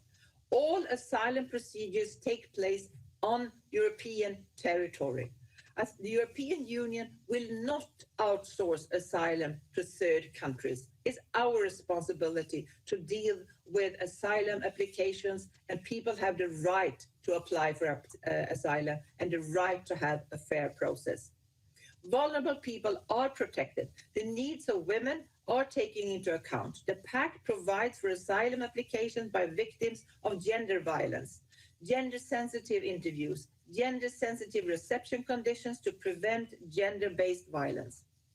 The interests of children are paramount. Their needs must be taken into account in every step of the way. Swift family reunification, adequate accommodation and assistance, including legal assistance, and they need to be able to go to school. Detention must always be a measure of last resort, and even when conditions must be adequate and legal safeguards apply, like being able to contest the decision before a judge. And children must be treated as children. They may never be locked up in prison. You have written a very important report. My speech today and our discussion is not the end of our engagement with your report, but only the beginning. As negotiations on the Pact continue, your report will be studied with great interest in the Parliament, the Council, and of course by me and us in the Commission. Of that you can be sure. And you can be sure I will take your views into account. Thank you very much. Thank you very much, Madam Commissioner. We really appreciate that you are willing to participate in our debate on a human rights perspective with regard to your European Union Pact on Migration and Asylum. We cherish it very much that our neighbors from the European Union are willing to participate in this debate with your in-depth comments. So thank you very much. It helps our debate. Now I call in the debate first the 5 speakers on behalf of the political groups. And the first speaker on our list is John Howell from the United Kingdom, who speaks on behalf of the ECDA group. John, you have the floor. There you are. Thank you, Mr. President. I think this issue is so important that it cannot be underestimated. And what we've just heard from the Commissioner was a very good example of that. Migration and asylum can come from a huge number of places. We've already heard that Afghanistan is playing a big role, that Belarus is also playing a big role. But I have pointed out on a number of occasions in this assembly that there is one other source that we need to watch with great care, and that is Africa. Because for many years I was the British trade envoy for Nigeria. And what I saw there was quite frightening. What I saw there was the potential for Nigerians to want to come north, up to the Mediterranean, and from there across into Europe. And that frightened me to a great extent and made me redouble my efforts to make sure that they had legitimate work where they stayed. Now, this report, I'm sure that I'm not reading too much into it, but it says that this report, that the pact is very complex. And I'm sure that that is an excuse for saying that it is too complex, and it will be very difficult to make it work. But I do welcome the European Union's commitment to integrating European human rights standards fully into their pact. It is our job to look after human rights. It is our job to make sure that the European Union, and indeed other countries as well, include those human rights when they come to deal with asylum and migration. And the rapporteur has already mentioned the difficulty of dealing with vulnerable people. And I think that that is one of the ways in which we can play a bigger part in helping the EU shape its pact by making sure that the human rights that we put forward to go into that pact take account of the needs of vulnerable people. So what we are required to do here, it seems to me, is to make not just a little bit of flim-flam about human rights. What we are required to do is to make concrete proposals that the EU can take into account and can fully include within their pact. Thank you, Mr. Howell. Next speaker on our list is Madam Stephanie Crisper from Austria, speaking on behalf of the ALDE group. You have the floor, Madam Crisper. Thank you, dear President, dear Madam Commissioner, dear colleagues. The EU Pact on Migration and Asylum sounds for many fine on the first sight, but on asylum, when we see the current situation of refugees and their chance for protection, what we should have in mind for them to be possible to have on European soil, it is time to become attentive and put things straight. Also in writing in the new pact. What situation do I mean? Besides many other human rights violations, I mean those violations you talked about, Madam Commissioner, about pushbacks. Many member states tolerate or even encourage pushbacks or other kinds of inhuman treatment at their borders. And less eyes see these grave human rights violations because access to the suffering individuals is decreasing. I want to remember you on the pushbacks that have been documented on the Greek-Turkish borders, on the Croatian-Bosnian borders, and now also at the EU borders with Belarus, where also often the access for NGOs, journalists, and sometimes even for international organizations have been refused by state authorities. It is very regrettable that therefore we have to even underline the respect for an unconditional and absolute right, which leaves no space for derogation, meaning Article 3 of the European Convention on Human Rights. All the more, we are very thankful for the considered work that you, the rapporteur, Oleksiy Goncharenko, on the resolution did. And this resolution luckily asks the European Commission not only to undertake a comprehensive human rights assessment in order to make sure that it complies with human rights, the new pact, but also recommends to ensure that relevant NGOs working in the field of migration can provide legal assistance and take part in monitoring, that there is ensured that both the European Border and Coast Guard Agency Frontex and the new EU Agency for Asylum carry out their respective duties in full compliance with fundamental rights. And also it is recommended to enlarge the scope of the monitoring by independent monitoring mechanisms.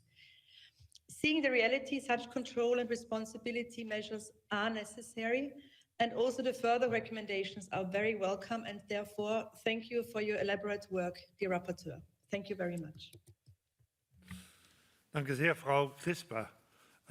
Next speaker on our list is Paul Gavin from Ireland, who speaks on behalf of the UEL group. Mr. Gavin, you have the floor.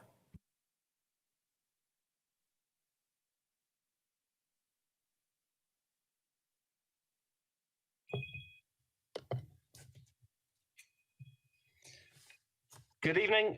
Thank you, Chair. On behalf of the United European Left Group, I want to welcome this debate on the European Union Pact on Migration. The rapporteur acknowledges that this pact raises significant issues for the human rights protection of migrants and refugees. Concerns expressed that the proposed accelerated asylum procedures will reduce their quality and fairness and thus lead to higher rejection rates are well-founded. The call for true solidarity across all EU member states in place of the fiction that is so-called flexible solidarity is also welcome. The UEL group believes that this pact will reinforce current failed policies by focusing on externalization, deterrence, containment, and return. The pact also means that frontline member states in the Mediterranean will once again have to face most of the challenges head-on. Far from protecting the right to seek asylum, the proposals contained in the pact will reinforce the moves towards a Fortress Europe policy.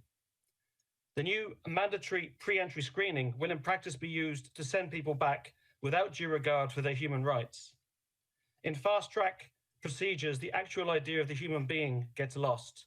The applicant is dehumanized and becomes just a number, which the system can overlook.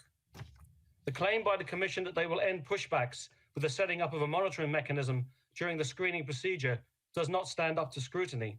What is needed is a truly robust and independent monitoring mechanism, properly funded and based within existing independent national human rights institutions. The claim by the EU that this pact will ensure no more examples of a Moria camp scenario, where a camp with a capacity of 3,000 people ended up hosting 25,000 people, also lacks credibility. In fact, the newly proposed asylum border procedure will continue the hotspot approach at or near borders, but without granting entry into member state territory before the screening is over. I believe this will lead to detention quickly becoming the norm. As regards the EU's relationship with so-called third countries, the EU's silence over rights violations at Sudan, Libya, Egypt, Turkey and Morocco are deafening and should have been highlighted more strongly. It also needs to be stated that the EU's cooperation with the Libyan Coast Guard has meant that member states are complicit in crimes against humanity. The mission for this Coast Guard is clear: intercept all those trying to flee Libya and send them back into detention where torture is endemic. The major beneficiaries of this pact will not be desperate human beings seeking shelter and safety, but rather the construction companies building fences, the maritime and defense companies that provide ships, aircrafts, helicopters, drones, as well as the security companies, which are contracted to develop biometric systems in the EU and third countries. To conclude, the United European Left believes that the right to international protection should be effectively guaranteed across EU member states. Instead of lowering standards, the European Commission must ensure that existing asylum acquis is upheld and should focus on its actual implementation. The European Commission must open safe and legal channels to the EU. They must stop criminalizing humanitarian assistance at sea or land and establish state-run search and rescue operations to stop the mass drownings in the Mediterranean. Finally, the European Commission should reverse the outsourcing of EU border management, search and rescue and asylum processing to third countries, including the immediate suspension of the agreement with the Libyan Coast Guard. Thank you. Thank you, Mr. Gavin. Next speaker on our list is Mr. Domagoj Hadjukovic from Croatia, and he speaks on behalf of the Socialist Group. You have the floor. Thank you, Mr. Chair, and congratulations on almost perfectly pronouncing my name, and congratulations on your election, of course. Well, dear colleagues, ladies and gentlemen, migrations are here to stay. As the recent events have shown, it was not an isolated outburst in 2015. The migrations are here to stay, as the situation on the eastern borders of the European Union clearly shows.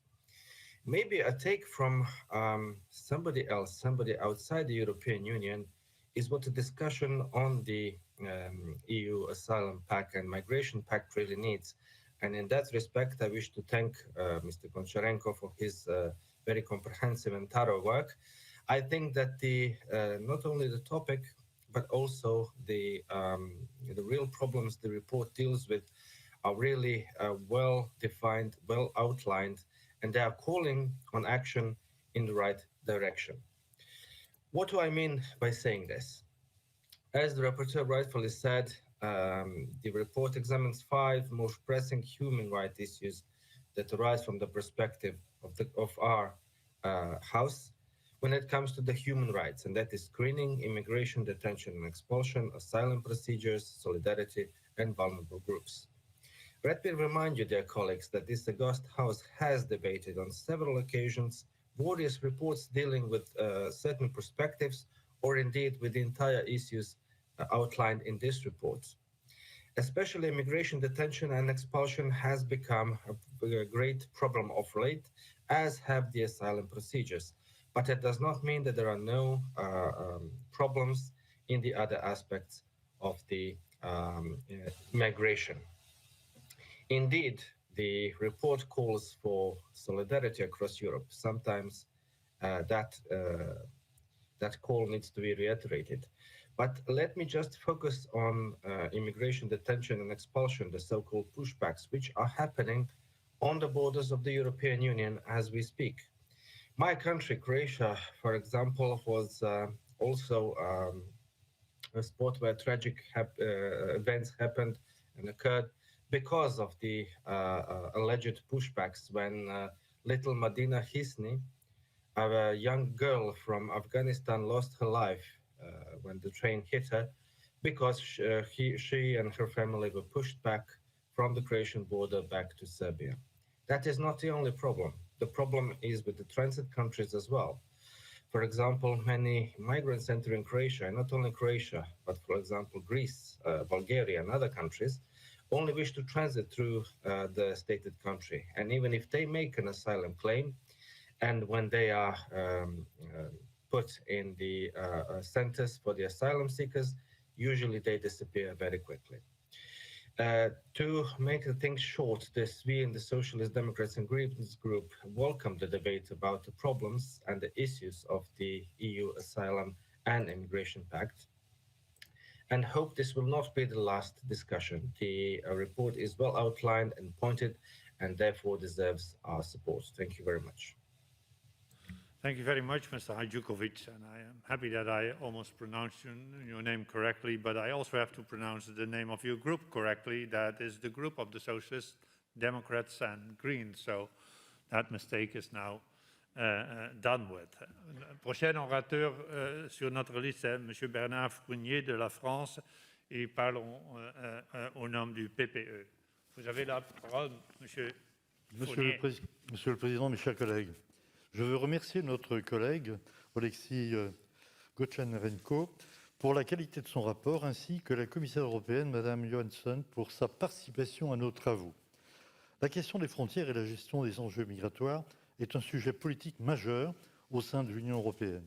L'Union a mis en place un régime de libre circulation des citoyens et, sous une forme volontaire, qui couvre 22 des 27 États membres, a aboli, en temps normal, le contrôle des frontières internes au sein de l'espace Schengen.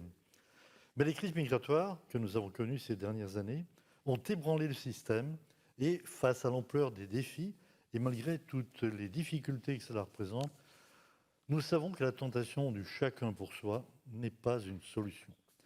La France, qui préside pour 6 mois le Conseil de l'Union européenne, a fait de ces questions migratoires un point essentiel pour contribuer à une Europe plus souveraine.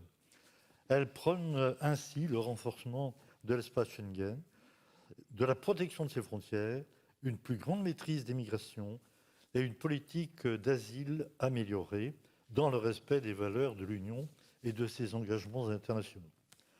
Le Parlement français organisera le 15 et 16 mai prochain, dans le cadre de la dimension parlementaire de cette présidence du Conseil, une conférence interparlementaire spécifiquement consacrée aux défis migratoires qui aura lieu au Sénat.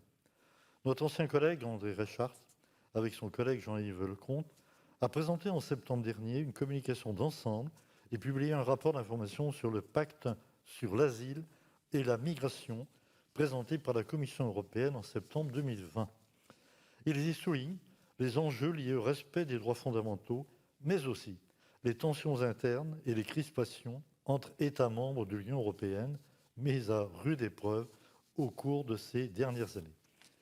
Soyons clairs, cela nous rend peu optimistes sur la capacité d'adoption rapide de ce pacte. La balance entre la nécessité de protéger les frontières externes de l'Union, élément essentiel de souveraineté, et la prise en compte adaptée de la dimension humaine des migrations est toujours un équilibre délicat.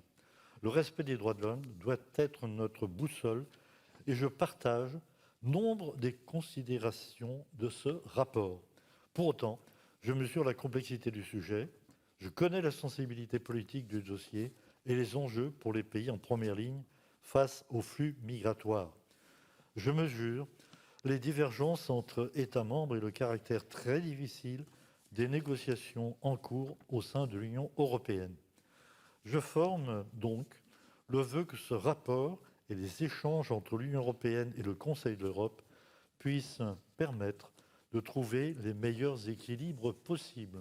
Je vous remercie. Merci, Monsieur Fournier. Now we continue with the rest of our list. I do not have seen signs that Mr. Goncharenko wants to answer already now, but at the end of the debate, I assume. Thank you very much. So the next speaker in our debate, Monsieur Pierre-Alain Frides de la Suisse. Vous avez la parole. Merci, Monsieur le Président.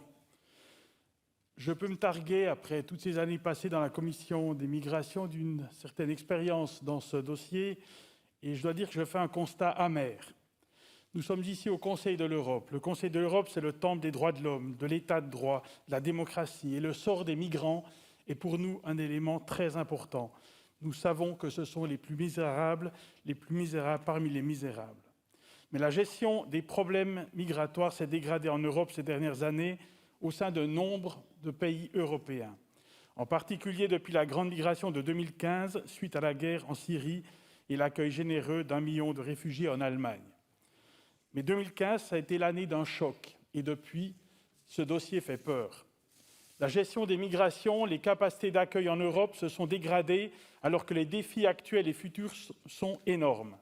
Il y a toujours des conflits, malheureusement, au Proche-Orient, Afghanistan, toujours une pauvreté extrême, et en plus, maintenant, on l'a vu, le réchauffement climatique s'invite dans le débat. Durant toutes ces années, mes constats sont clairs. On parle de ces drames en Méditerranée, dans l'Atlantique, dans la Manche, ces gens qui se sont noyés sans secours suffisant. L'absence de solidarité entre les pays européens, les pays d'arrivée en première ligne, Grèce, Italie, Espagne, Chypre, Malte, et les pays du Nord qui ne font pas ce qu'ils devraient faire, qui attendent, qui regardent, qui ne sont pas assez solidaires. Il y a une grande nécessité d'un effort commun, solidaire, pour favoriser des relocalisations. Nous sommes tous ensemble dans ce dossier. Il y a ensuite l'Europe forteresse, avec deux logiques qui s'opposent. Le respect intangible des frontières d'un côté et de l'autre, le respect absolu du droit de déposer une demande d'asile, de demander secours et assistance. Et que voit-on? On construit des murs aux frontières de l'Europe. Le phénomène des pushbacks, des refoulements, on vient d'en parler. Frontex, qui des fois ferme les yeux face à certaines pratiques ou regarde ailleurs. Des refoulements vers des États non sûrs, tels la Libye. des migrants utilisés comme des objets de déstabilisation, je pense au Bélarus ou à Ceuta. Durant ces années, j'ai vu des enfants de 15 ans enfermés dans un camp avec des barbelés et des miradors. À Lesbos, j'ai vu des centaines, des milliers de familles avec des enfants en bas âge, vivant dans des conditions indignes, dans l'attente d'un espoir. Et j'ai rencontré récemment, en novembre dernier, une famille à la frontière entre la Pologne et le Bélarus, une famille kurde, un père avec ses 5 jeunes enfants qui pleuraient leur mère en train de mourir. Ces gens étaient en fait partis de leur pays et la femme était enceinte de 6 mois. Et après 4 jours et 4 nuits dans le froid glacial, elle a fait une fausse couche et par la suite, elle en est morte. Chers collègues, l'Europe doit se ressaisir et rester fidèle à ses valeurs d'humanité et de solidarité. Mais j'ai peur. Dans les élections françaises, par exemple, les problèmes de migration sont l'objet de surenchères dans la course au rejet des migrants. Je viens d'apprendre que nombre d'États de l'Union européenne demandaient la construction de murs autour de l'Europe. Chers collègues, je ressens le froid glacial de l'intolérance gagner nos pays. Le présent rapport me paraît plus que nécessaire, M. Goncharenko, pour que le pacte de l'Union européenne sur les migrations aille dans la bonne direction. Car derrière les mots, n'oublions pas qu'il y a toujours des personnes. Un grand merci à M. Frides. Et maintenant, la parole est à M. Tenga Zalan, IPP. Il est en ligne. Thank you for the floor, Madam Chairperson. Dear colleagues, in line with her international obligations, Hungary is deeply committed to guaranteeing human rights. As far as asylum seekers are concerned, we believe that their human rights should be ensured as close to their countries of origin as possible. Migration forces migrants to live in a new cultural environment, and migration flows change the cultural fabric of receiving societies. Changing this around an individual is indeed fraught with enormous dangers. It is bad for the migrants who has to leave his or her homeland, and it is a bad model for host societies, as migration causes tension within the latter. Our basic assumption is that everyone can do best in the land they were born in. Our responsibility is to create livable conditions locally for everyone. We believe that certain human rights related elements of the Pact of the Migration and Asylum are reflecting a flawed approach.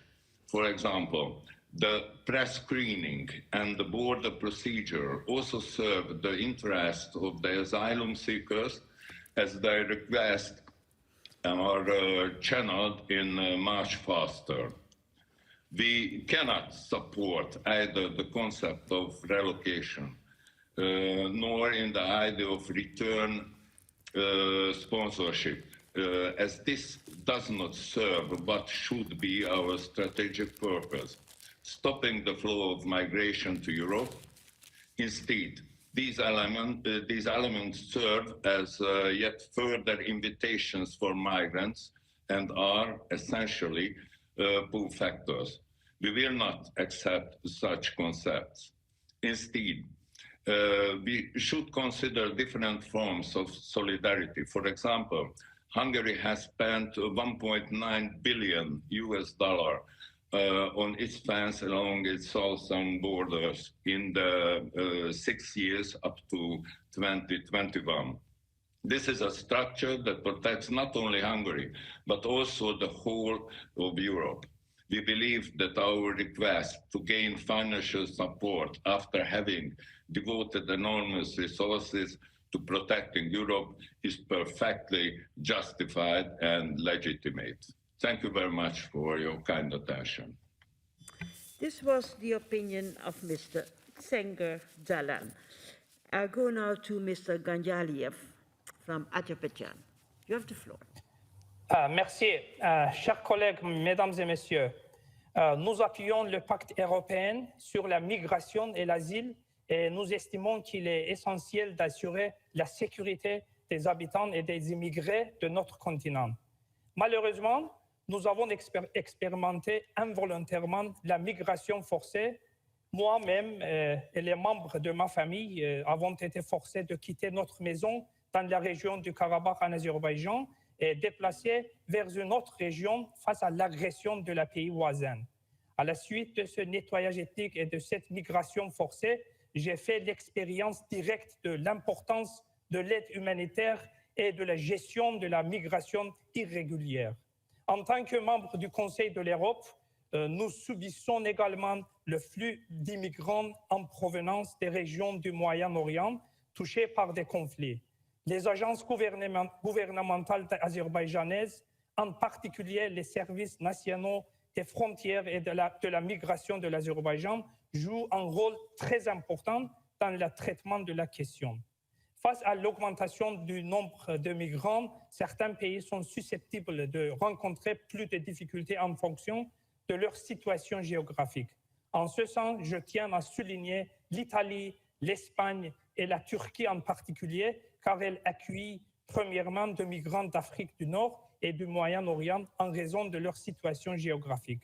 Nous pensons qu'il est nécessaire de faire preuve de solidarité avec ces pays avant-frontaliers.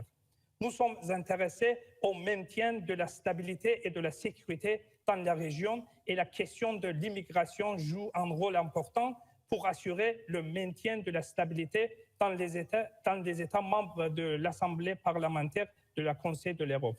Merci pour votre attention. Merci beaucoup, Monsieur Ganjaliev. Maintenant, je veux donner la parole à Madame Nicole Trich. Vous avez la parole. Merci, Madame la Présidente. Monsieur le rapporteur, chers collègues, à de nombreuses reprises, notre Assemblée a traité de la question sensible et difficile de l'attitude des États européens à l'égard des migrants et des demandeurs d'asile. Entre les impératifs de souveraineté et le respect des droits humains les plus élémentaires, ça se situe sur une ligne de crête pour le moins fragile. Sur notre continent, l'Union européenne s'attache depuis le traité d'Amsterdam de 1999 à donner un cadre en la matière. 5 ans après la crise des réfugiés de 2015, le 23 septembre 2020, très exactement, la Commission von der Leyen a ainsi présenté le 3e pacte européen sur la migration et l'asile, les 2 autres datant de 2008 et 2014. Constitué d'un paquet de 5 propositions législatives et de plusieurs recommandations sur la gestion des crises, les sauvetages en mer et la prévention de l'aide à l'entrée irrégulière notamment, l'ensemble vise à établir des principes communs à l'échelle de l'Union européenne pour la gouvernance des migrations et de l'asile dans les 27 États qui la composent.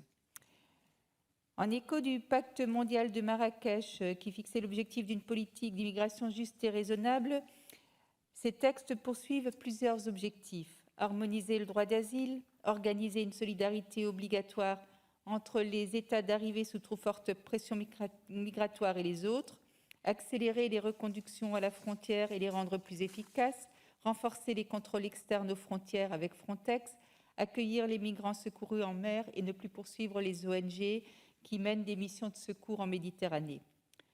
Comme l'explique notre collègue Oleksiy Goncharenko, que je remercie pour son rapport dont je salue la qualité, ce nouveau pacte européen sur la migration et l'asile n'est pas parfait.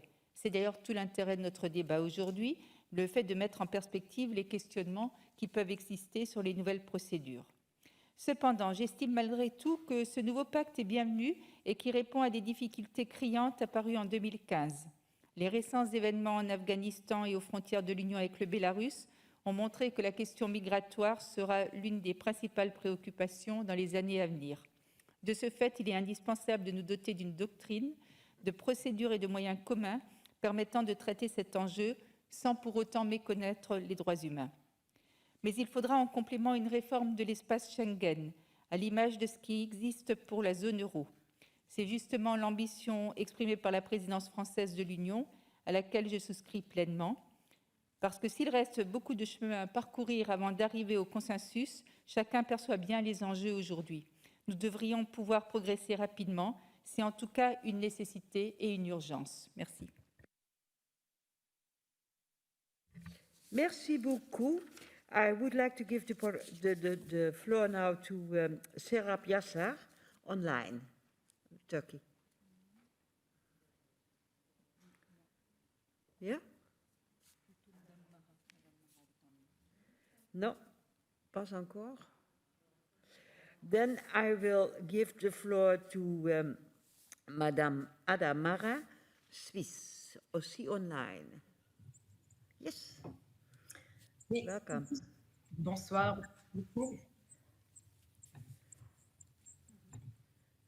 You have the floor. Voilà, pardon, oui, j'ai dû changer le... Merci beaucoup de me donner la parole. J'aimerais souligner l'importance de ce qui est selon moi le cœur de ce pacte de l'Union européenne sur la migration et l'asile, qui est au fond de vérifier les différentes dispositions contenues dans ce pacte, à l'aune des valeurs du Conseil de l'Europe et avec les instruments dont il dispose, comme ces différentes chartes et conventions. Ce pacte était nécessaire parce qu'il dit la nécessité d'avoir une politique autant que faire se peut globale et solidaire quand il y a des mouvements de population.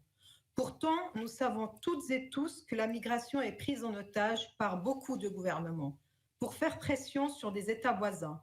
Et cela fonctionne parce que dans l'imaginaire collectif, la migration serait un mal pour nos pays, une menace pour nos concitoyennes et concitoyens, particulièrement d'ailleurs dans les pays qui ne connaissent pas de véritable arrivée d'étrangers. On l'a encore entendu avec notre collègue hongrois tout à l'heure. C'est pour cela que je tiens à souligner l'idée positive de ce pacte, qui est que la politique migratoire ne peut pas se résumer à une vision restrictive, répressive et de non-accueil, comme est devenu le discours et les faits dans l'Union européenne. Mais le pacte migratoire n'est pas exempt de son époque politique et des écueils en son sein peuvent apparaître. Je trouve les axes du rapport et des recommandations nécessaires et bonnes. Plus personne ne peut ignorer les manquements aux règles des droits humains et règles internationales en matière de migration et d'asile. Pushback, refus d'enregistrer les demandes, conditions d'établissement dégradantes, conditions de rétention également problématiques, politique pour les mineurs insuffisamment différenciés, expulsion musclée, illégale, et j'en passe. Il y a un point qui pourrait être rajouté, c'est cette manie et cette tendance à attribuer des permis de séjour provisoires lorsque les gens arrivent enfin sur nos terres et qui n'ont de provisoire que le nom, puisque les gens restent des années dans nos pays sans être reconnus réellement comme réfugiés et avec des conditions de vie particulièrement cruelles, comme par exemple les conditions restrictives de regroupement familial. Ainsi, je pense que ce pacte a été une prise de conscience du besoin d'actes et de la manière dont nous précarisons les réfugiés, et notre résolution garantit quelque part qu'ils prennent une bonne direction, car il n'y aura pas 1000 occasions pour faire cette chose-là.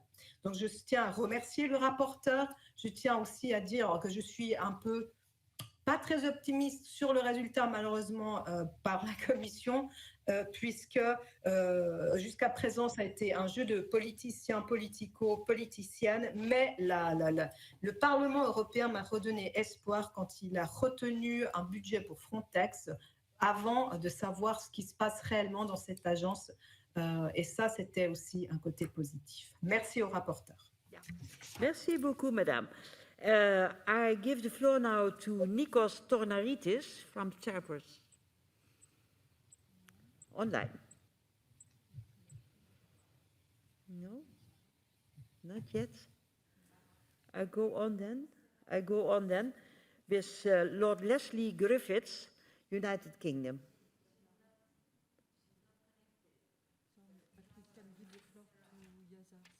Yeah, but now I gave the floor already to Lord Leslie Griffiths. Is he online? Yes. Okay.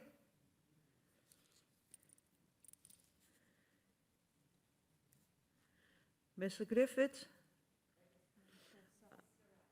Ça va? Otherwise, who did we didn't have Mrs. Serap Yazar from Turkey. Is she now online?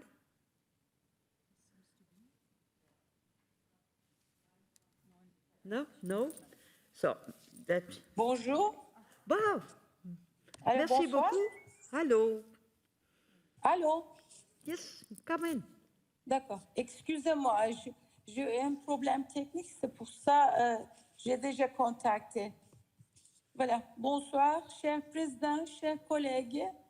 Je voudrais remercier le rapporteur pour son travail sur cette question extrêmement importante, le nouveau pacte européen sur la migration et l'asile qui remplacera le régime actuel de l'Union européenne en matière de migration. Malheureusement, nous avons été témoins de tant de cas de violation des droits de l'homme contre des demandeurs d'asile et des réfugiés ces dernières années. Il y a eu tant de moments horribles, notamment des refoulements en Méditerranée et sur terre, des attaques contre des réfugiés, la saisie de leurs biens, des traitements inhumains et dégradants aux frontières des pays européens. Nous espérons tous que le nouveau pacte fournira un cadre juridique pour tous les pays de l'Union européenne et une norme de protection pour les demandeurs d'asile et les réfugiés basée sur les obligations en matière de droits de l'homme de tous les États membres. Je suis triste de voir que le pacte actuellement en cours de négociation ne répond pas aux besoins et aux droits des groupes vulnérables, en particulier les enfants, conformément aux obligations en matière de droits de l'homme. La Convention des Nations Unies relative aux droits de l'enfant fixe les normes de protection de tous les enfants. Selon la Convention, toute personne de moins de 18 ans est acceptée comme un enfant et par conséquent, tous les États doivent fournir des garanties procédurales et une protection à tous les enfants sans recourir à une distinction fondée sur l'âge. Cependant, le nouveau pacte ignore tout simplement cette norme bien établie.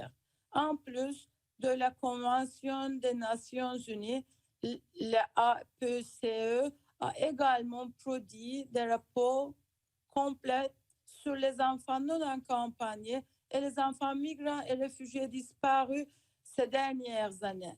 Cette Assemblée a constamment défendu l'intérêt supérieur des enfants dans les procédures d'asile et les normes de protection les plus élevées pour tous les enfants, en particulier pour les enfants disparus et non accompagnés. La proposition actuelle ne satisfait malheureusement pas à la norme établie à la fois par la Convention des Nations Unies et les résolutions pertinentes de l'APCE.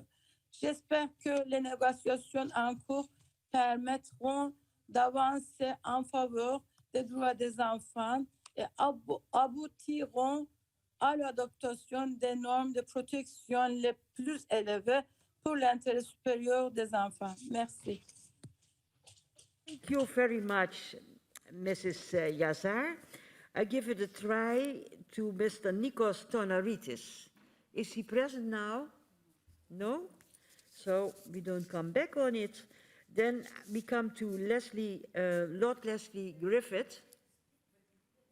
Lord Leslie Griffith, online. Yeah?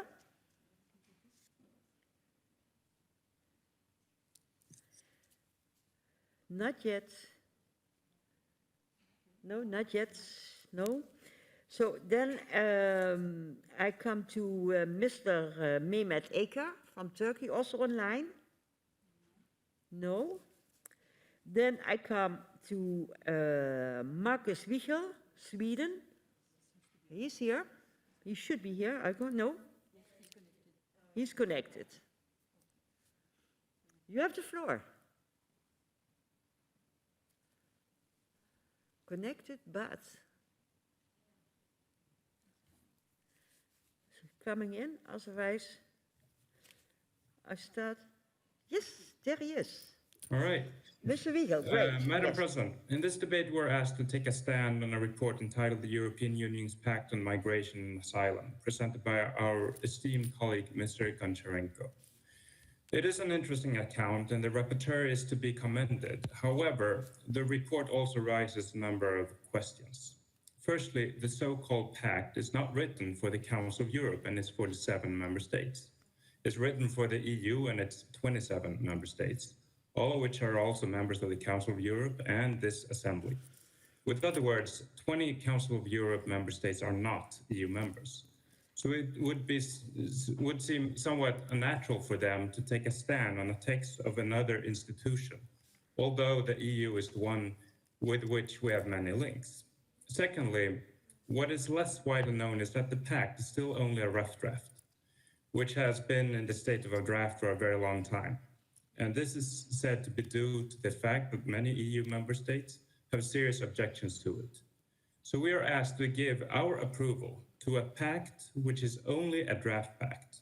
And this draft is not ours, and its wordings may well disappear in the future because of revised versions. Meanwhile, new contents that we know nothing about may yet be added. For example, the report repeatedly informs us that so-called pushbacks of would-be immigrants by the police are not allowed. But when Polish and Lithuanian forces last fall engaged in pushbacks of thousands of would-be immigrants flown in from distant countries by the Belarus regime, then governments around Europe did not protest, but called the actions necessary under the circumstances. And rightly so, I must add. Many of the report's objections to the individual points made in the draft pact are based on the rapporteur's doubts whether these points are compatible with the Council of Europe's Human Rights Convention.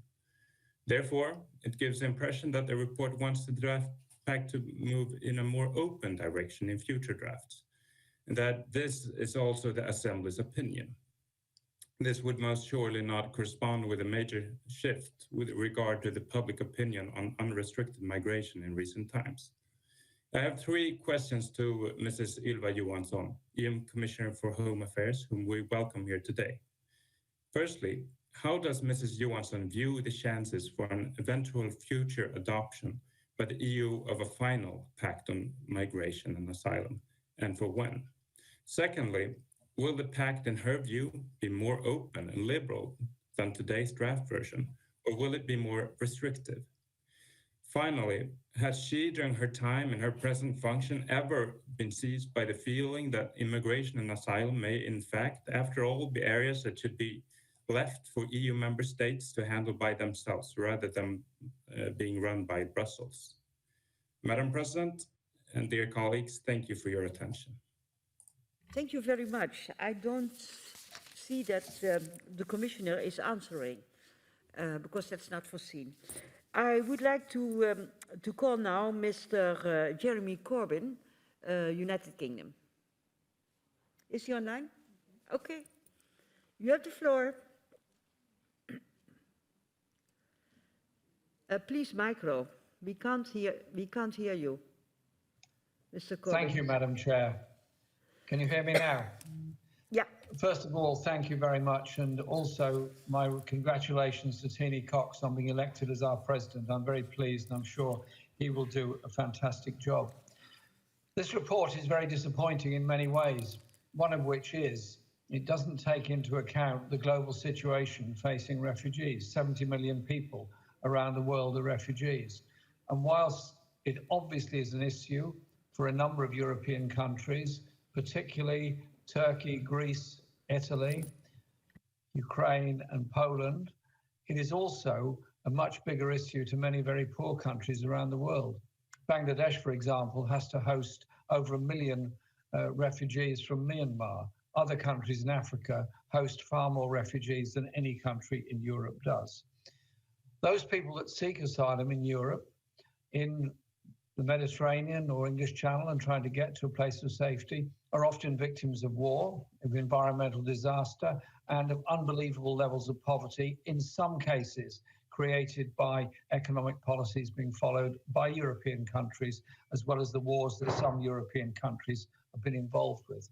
And as an earlier speaker pointed out, the disaster on the borders between Poland and Belarus, where children are freezing to death in forests in sight of a place of safety and of warmth, is a shame on all of us, just as much as those people that are dying in the Mediterranean trying to get from Libya to Italy are also a shame on all of us.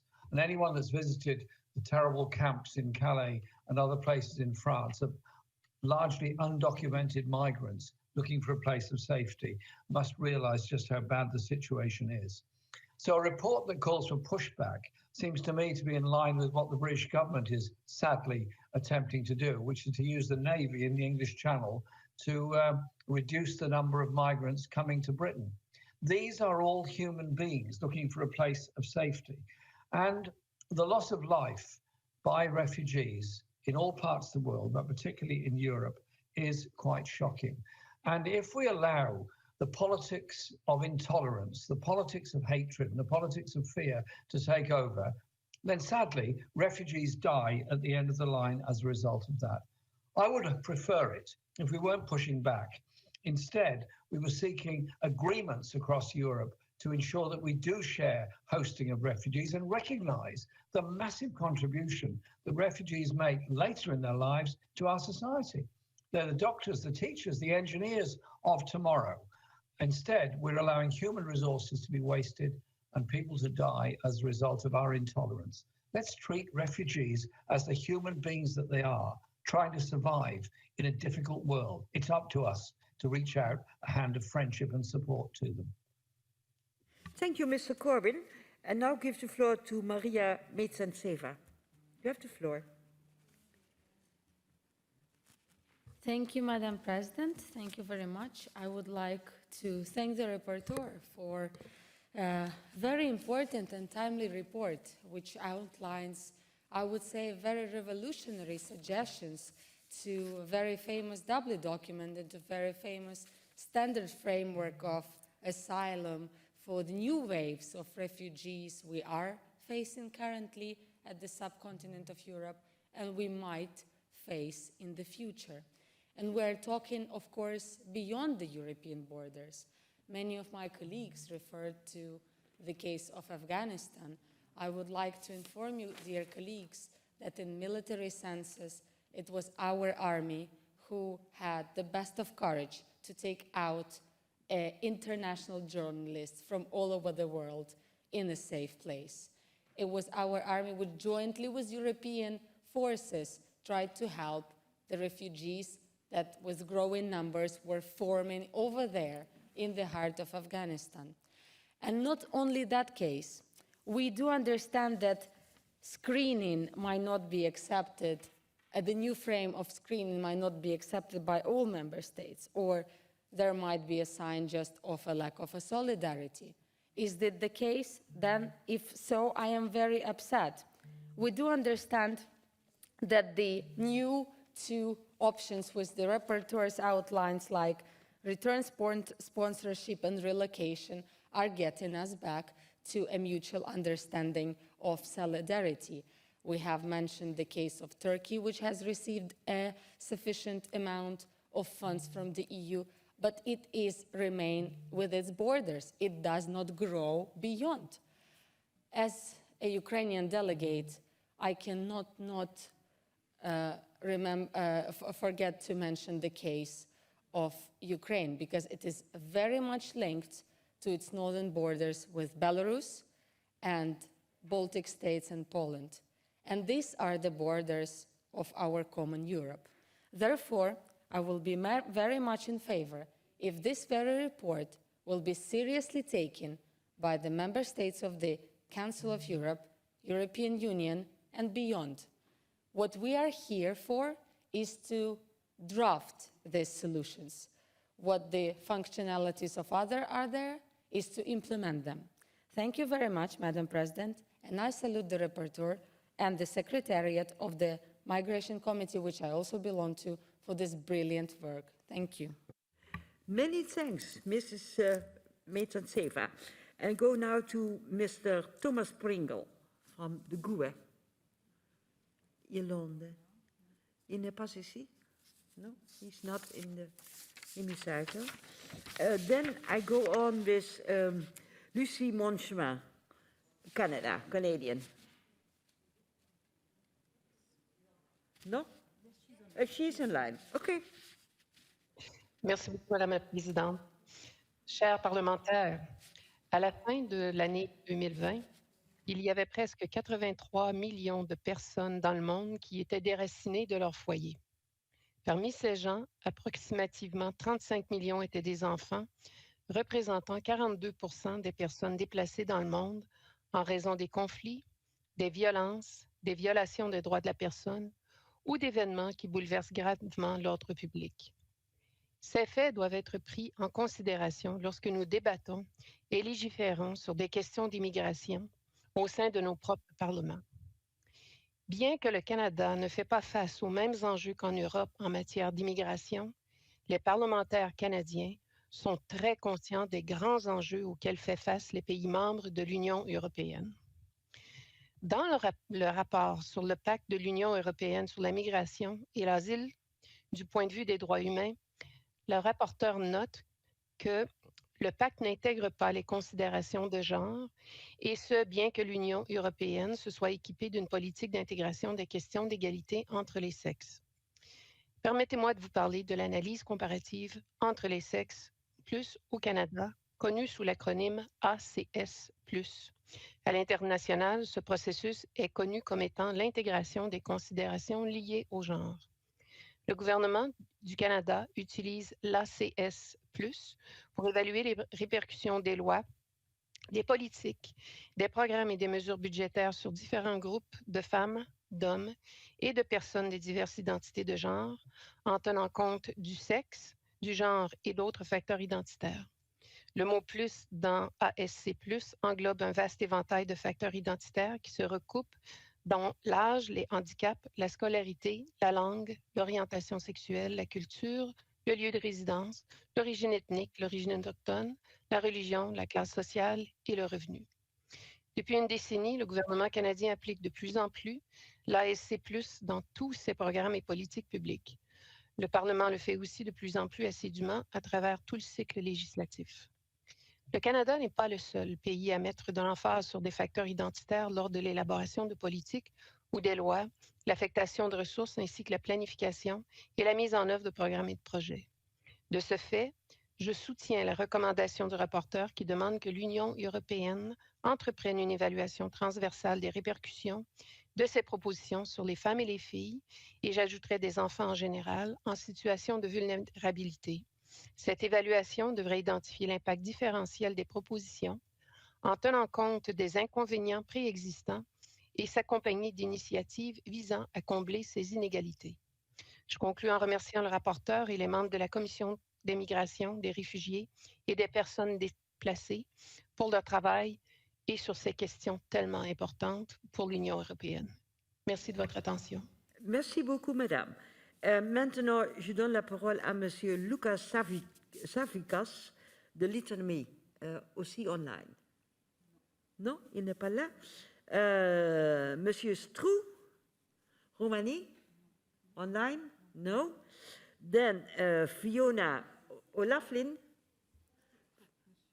Monsieur Strou is there. Or?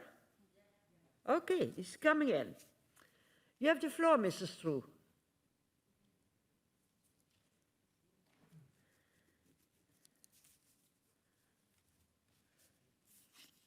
You can't manage it now?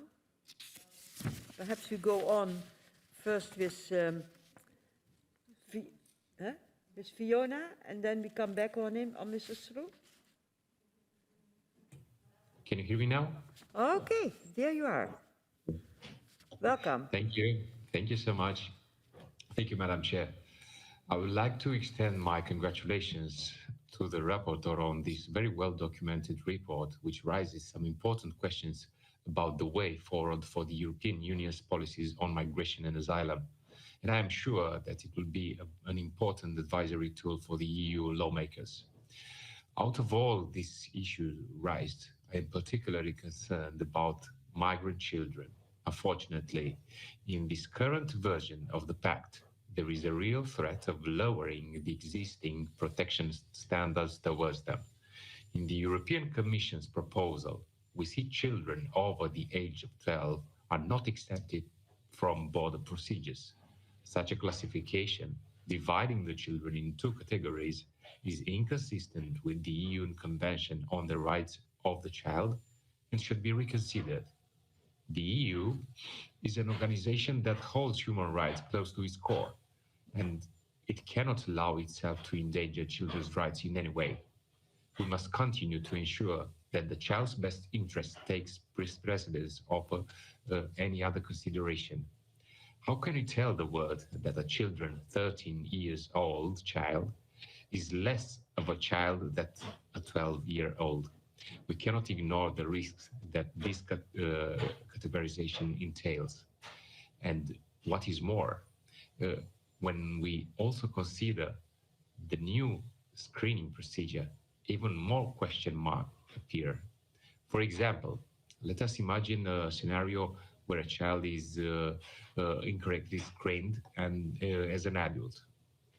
They would no longer benefit from the safeguards and assistance applicable to the children and could even be placed in detention. So we must make all the efforts necessary to ensure that such a scenario never becomes reality. And speaking of efforts, NGOs can and should play an important role in monitoring and signaling any irregularities and possible instances of abuse at the borders. Special attention, from my point of view, must be paid to creating the framework for NGOs to continue being our partners on this issue.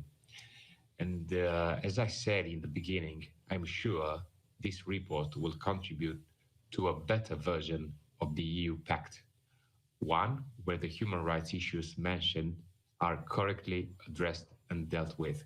Thank you very much. Thank you very much, Mr. Through. I come now to Mrs. Fiona O'Loughlin. She should be here in the plenary. I don't see her. Okay. Then we go to Armenia. Mrs. Yulakian from Armenia. No, not online. Okay. Then Mr. Fourad Benchika from Belgium. He's here. I saw him. Think so? Yeah? Yeah, I see him. Yeah. Thank you, Madam Chair. Please. Dear colleagues, I would like first to thank the rapporteur for his report. Asylum seekers are human beings, not numbers. It's exactly the premise that the European Pact on Migration should build on. The Migration Pact was established in September 2020. Fast forward to more than a year later, and we have witnessed the painful shortcoming in the EU approach on asylum. It's imperative to ask ourselves whether each measure complies with human rights. There have been ongoing reports of pushbacks through sound cannons, floating walls, fences, and overcrowded detention centers. The pandemic has only exacerbated already the inhuman and undignified condition faced by asylum seekers who are stuck in these centers or on, for example, the Greek islands. We need to offer safe and regular pathways for asylum seekers to seek protection in the EU. Seeking for asylum is a human right, colleagues. There is still too much of a focus on preventing people from entering the EU external borders and isolating them upon arrival, trapped in overcrowded centers at borders. Detention should be the exception, not the norm. Vulnerable groups need to be detected carefully. Migration policy should clarify the concrete support that has to be made available to identify and support persons in a vulnerable situation. I want to emphasize how NGOs in the field of migration play a crucial role in providing legal assistance and monitoring fundamental rights at the borders. NGOs are still too often criminalized for protecting and promoting human rights. This was also evident during my fact-finding mission in Lesbos, where I asked the authorities for their criteria to blacklist NGOs. No answer came at that time. We have to acknowledge that the current approach to migration has a painful shortcoming, but more importantly, we have to establish action and policy that no longer result in inhuman suffering. Government must take the lead Member States should show solidarity and cooperation to build a fair, effective, and human asylum policy. And maybe a last point.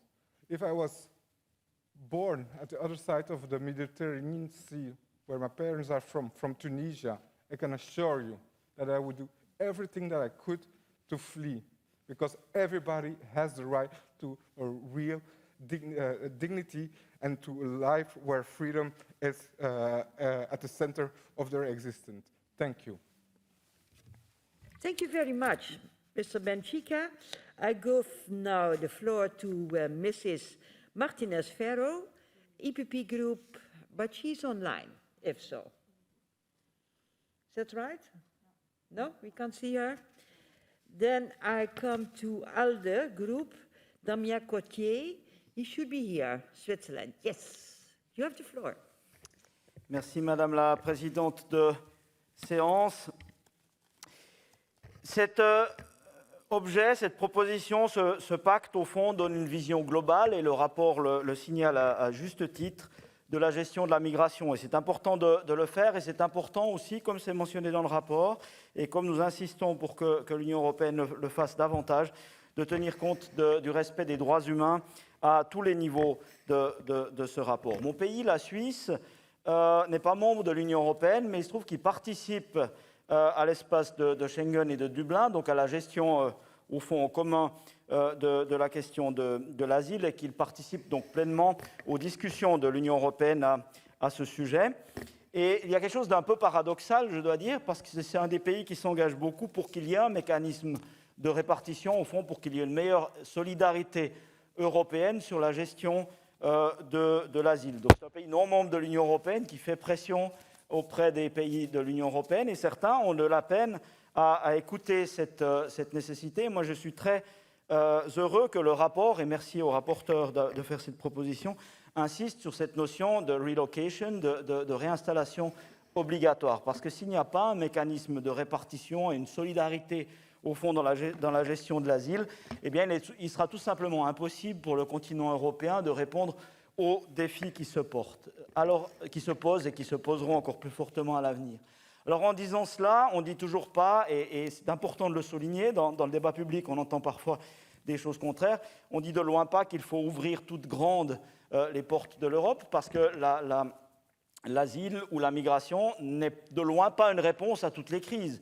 La meilleure réponse est souvent et presque toujours d'agir et d'aider sur place, parce que la plupart des personnes qui s'enfuient ne souhaitent pas, la plupart du temps, quitter leur pays ou quitter leur famille, mais souhaitent avoir une meilleure vie ou être simplement en capacité de vivre sans menace là où ils se trouvent. Et là aussi, ce n'est pas le pacte des migrations qui répond en tant que tel, mais c'est une vision globale de la migration qu'il faut avoir, et c'est absolument indispensable que l'ensemble de nos pays aient aussi ça à l'esprit. Et ça veut dire quoi? Ça veut dire qu'il faut des réponses politiques aux crises politiques dans ce monde, parce que ce qu'on voit dans l'ensemble de la planète, c'est une augmentation du nombre de crises sans qu'il y ait de réponse politique, et puis après une autre crise vient, et à chaque fois elles ont des conséquences migratoires. Donc il faut un engagement politique fort de nos États, et ça va ensemble avec cet engagement dans le domaine de la gestion migratoire. Et il faut aussi un engagement humanitaire fort. Et ici, permettez-moi de dire un mot sur l'Afghanistan. La situation est catastrophique sur le plan humanitaire, et les Nations Unies l'ont dit très clairement, nos États, les donateurs, ne font pas assez. Et si nous ne faisons pas assez, nous serons coupables d'avoir laissé la situation se dégrader, et donc d'évoluer d'une crise humanitaire en une crise migratoire qui peut prendre des proportions considérable. Donc là aussi, il faut agir, et il faut agir davantage qu'aujourd'hui. Je vous remercie, Madame la Présidente. Merci beaucoup, Monsieur Cotier. And now I have Pablo Hispan from Spain. Is he in the room? No, I don't see him. Then I have Alexander Poche. No. Then I come to George Lucaidis online. Not yet. Then I come to Mrs. Salma Zahid from Canada, observer. She's online. Okay. Vous avez la parole. French speaking, I think. Hello. Yes, come in. Good afternoon. Dear colleagues, Thank you to the rapporteur and the members of the Committee on Migration, Refugees, and Displaced Persons for their report entitled European Union Pact on Migration and Asylum, a Human Rights Perspective. As chair of Canada's House of Commons Standing Committee on Citizenship and Immigration, I would like to focus my remarks on children, which were one of the 5 focus areas of the report, and share Canada's policies regarding unaccompanied and separated children. Like many member states, Canada's treatment of unaccompanied and separated children reflects its obligations under several international and domestic legal texts, which includes the following: the United Nations Convention relating to the status of refugees and its protocol, the UN Convention on the Rights of the Child, the Global Compact on Refugees and the Global Compact for Safe, Orderly, and Regular Migration, and the Immigration and Refugee Protection Act, as well as the Immigration and the Refugee Protection Regulations. Under Canadian law, as in international law, an individual under the age of 18 years old is considered a minor, and for domestic migration purposes, children are recognized as dependents up to the age of 22. The Convention on the Rights of the Child enshrines the principle of the best interests of the child and guides states in their immigration policies. These policies are expected to consider the vulnerabilities faced by unaccompanied and separated children on the move. This principle is also a foundational element in the Global Compacts. Canada treats children as vulnerable and expedites their cases accordingly, ensuring that the resolution of their cases, such as resettlement, for example, is in their best interests. Overall, Canadian decision makers must take into account factors related to the child's best interests. These include the child's age, how well they are established in Canada, the impact on the child's education, as well as any medical issues or special needs. Canada's preferred solution for most unaccompanied and separated child refugee is to reunite them with their immediate family or place them with their extended family. In November 2017, Canada also issued new directives to the Canada Border Service Agency to keep migrant children out of detention as much as possible. Since then, when the minors are housed or detained, the Canada Border Services Agency ensures that they have access to services like healthcare and programs that include outdoor and indoor recreation. If they are in detention for more than 7 days, they are provided with educational programming. As part of our national immigration detention framework, Canada is committed to reducing the number of children and other vulnerable persons in immigration detention and to finding alternatives. I hope Canada's best practices and lessons learned on unaccompanied and separated children can inform today's debate. Thank you, Madam Speaker. Thank you very much. And you are also the last speaker in this debate, because I must interrupt the list of speakers. The speeches of members on the speakers list who have been physically or remotely present during the debate, but have not been able to speak, there are not so many, they may give their speech to the table office for publication in the official report. I remind colleagues that the texts are to be submitted in typescript or electronical, if possible, no later than 4 hours after the list of speakers is interrupted. And now I would like to call Mr. Goncharenko, who is the rapporteur, to reply to the debate. You have 3 minutes. Thank you very much, Madam Chair, and thanks to all of you for your comments. Thank you, Commissioner Johansson, for your intervention and comments, and thanks for ensuring us that this report will be used by European Commission and by European Union, and for high estimation of our work. Thank you. Also, I would like to say special thanks to Monsieur Fournier et Madame Tris. Je saluais l'initiative du Parlement français d'organiser la conférence sur migration. C'est très important, et spécialement maintenant quand la France préside à l'Union européenne. Thank you, Mr. Cotier, for your also very rightful words about crisis management, which we need to do, not to have millions of refugees here in our continent. That's why such things as Afghanistan crisis, possible new wave of intervention of Russia against Ukraine, which can cause millions of refugees, is so important for us to discuss, to not only to watch at it, but to work to prevent it. Special thanks also to Mr. Howell from the United Kingdom. I absolutely agree that defense of human rights is our job. We will do it, and Commissioner Johansson heard it and also agreed on this. So thanks again to everybody, and I would like to thank our experts, Ms. Elspeth Gilt and Ms. Nicolette Busuttil, for provided legal analysis of the pact, which is essential contribution to our work. Special thanks to the Secretariat of our Migration Committee, and special thanks to Olga Kostenko for big work which was done. So I'm very much happy that this report caused so interesting debates in our Assembly.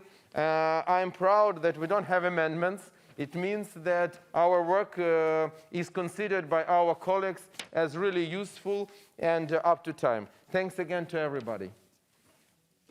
Thanks very much, Monsieur le Rapporteur. And now I would ask the chair, the new elected chair, congratulations, Mr. Roussopoulos, ask if he wants to have the floor. You also have 3 minutes. Thank you, Madam President. You're welcome. Dear colleagues, this report is very important for our committee and for me as the new chair, and thank you for your congratulations, and as a Greek parliamentarian. I would like to thank Mr. Oleksiy Goncharenko for his substantial work on this report. Yes, the European Commission has a very difficult task to create a legislative framework for effective migration management in Europe. We all agree that we need to improve the current situation of humanitarian response in Europe and to ensure effective protections of the rights of migrants. And as a Greek, I want to reiterate that Greece and other Mediterranean countries are awaiting from our EU partners a genuine responsibility and solidarity in the relocation of migrants. All persons arriving and seeking asylum should be eligible for relocation under the solidarity contributions, including those who have been directed into an asylum procedure at the border. And let's be honest, we can't consider as a solidarity contribution the support a member state provides through Frontex. I agree with our rapporteur that the present proposals of the Pact need substantial revision. In particular, its parts regarding the asylum procedure, solidarity and protection of vulnerable persons. For us in this Assembly, representing 47 European countries, the main concern of the Pact is the reply to the following question. Does this Pact guarantee basic human rights to refugees and other persons entitled to protection? And I believe that our report gives a clear reply. Not yet. The COVID-19 pandemic amplified our concerns. Thousands of asylum seekers were blocked in Greek camps despite our calls for relocation. The virus attacked migrants and the staff of the camps. Unfortunately, the current situation fuels xenophobia and discrimination among the local population. It affects not only our economy, in particular tourism, but social life in general. The Pact should help release the pressure from our countries.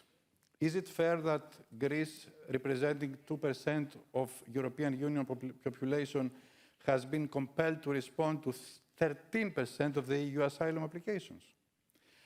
We await for the new Pact the effective solutions to our problems, and not more complicated procedures. And I think that our report is a good reminder to all of us that in our policy and legislative documents, we shall be guided by the main principles of non-discrimination, security, and justice. And let me add solidarity again, as Commissioner Johansson pointed a little bit earlier. Let's hope that the final pact will deliver such results as well. I encourage you, dear colleagues, to support the draft resolution. Thank you, Madam President. Thank you very much. The debate is now closed, and we go now to the vote on the resolution, draft resolution. The Committee on Migration, Refugees and Displaced Persons has presented a draft resolution, document 15438, to which no amendments have been tabled. So we can now proceed to the vote on the draft resolution. And I can open the vote. Is it open? Okay. I get a sign when we have to close it.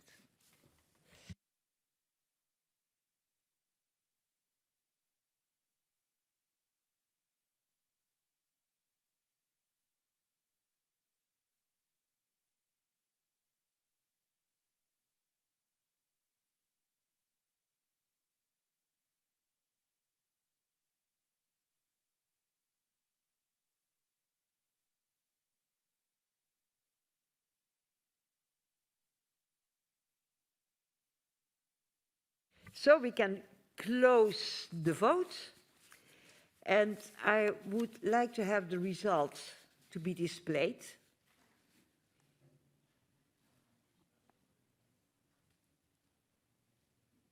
So, the resolution is accepted. Congratulations to the rapporteur and the committee.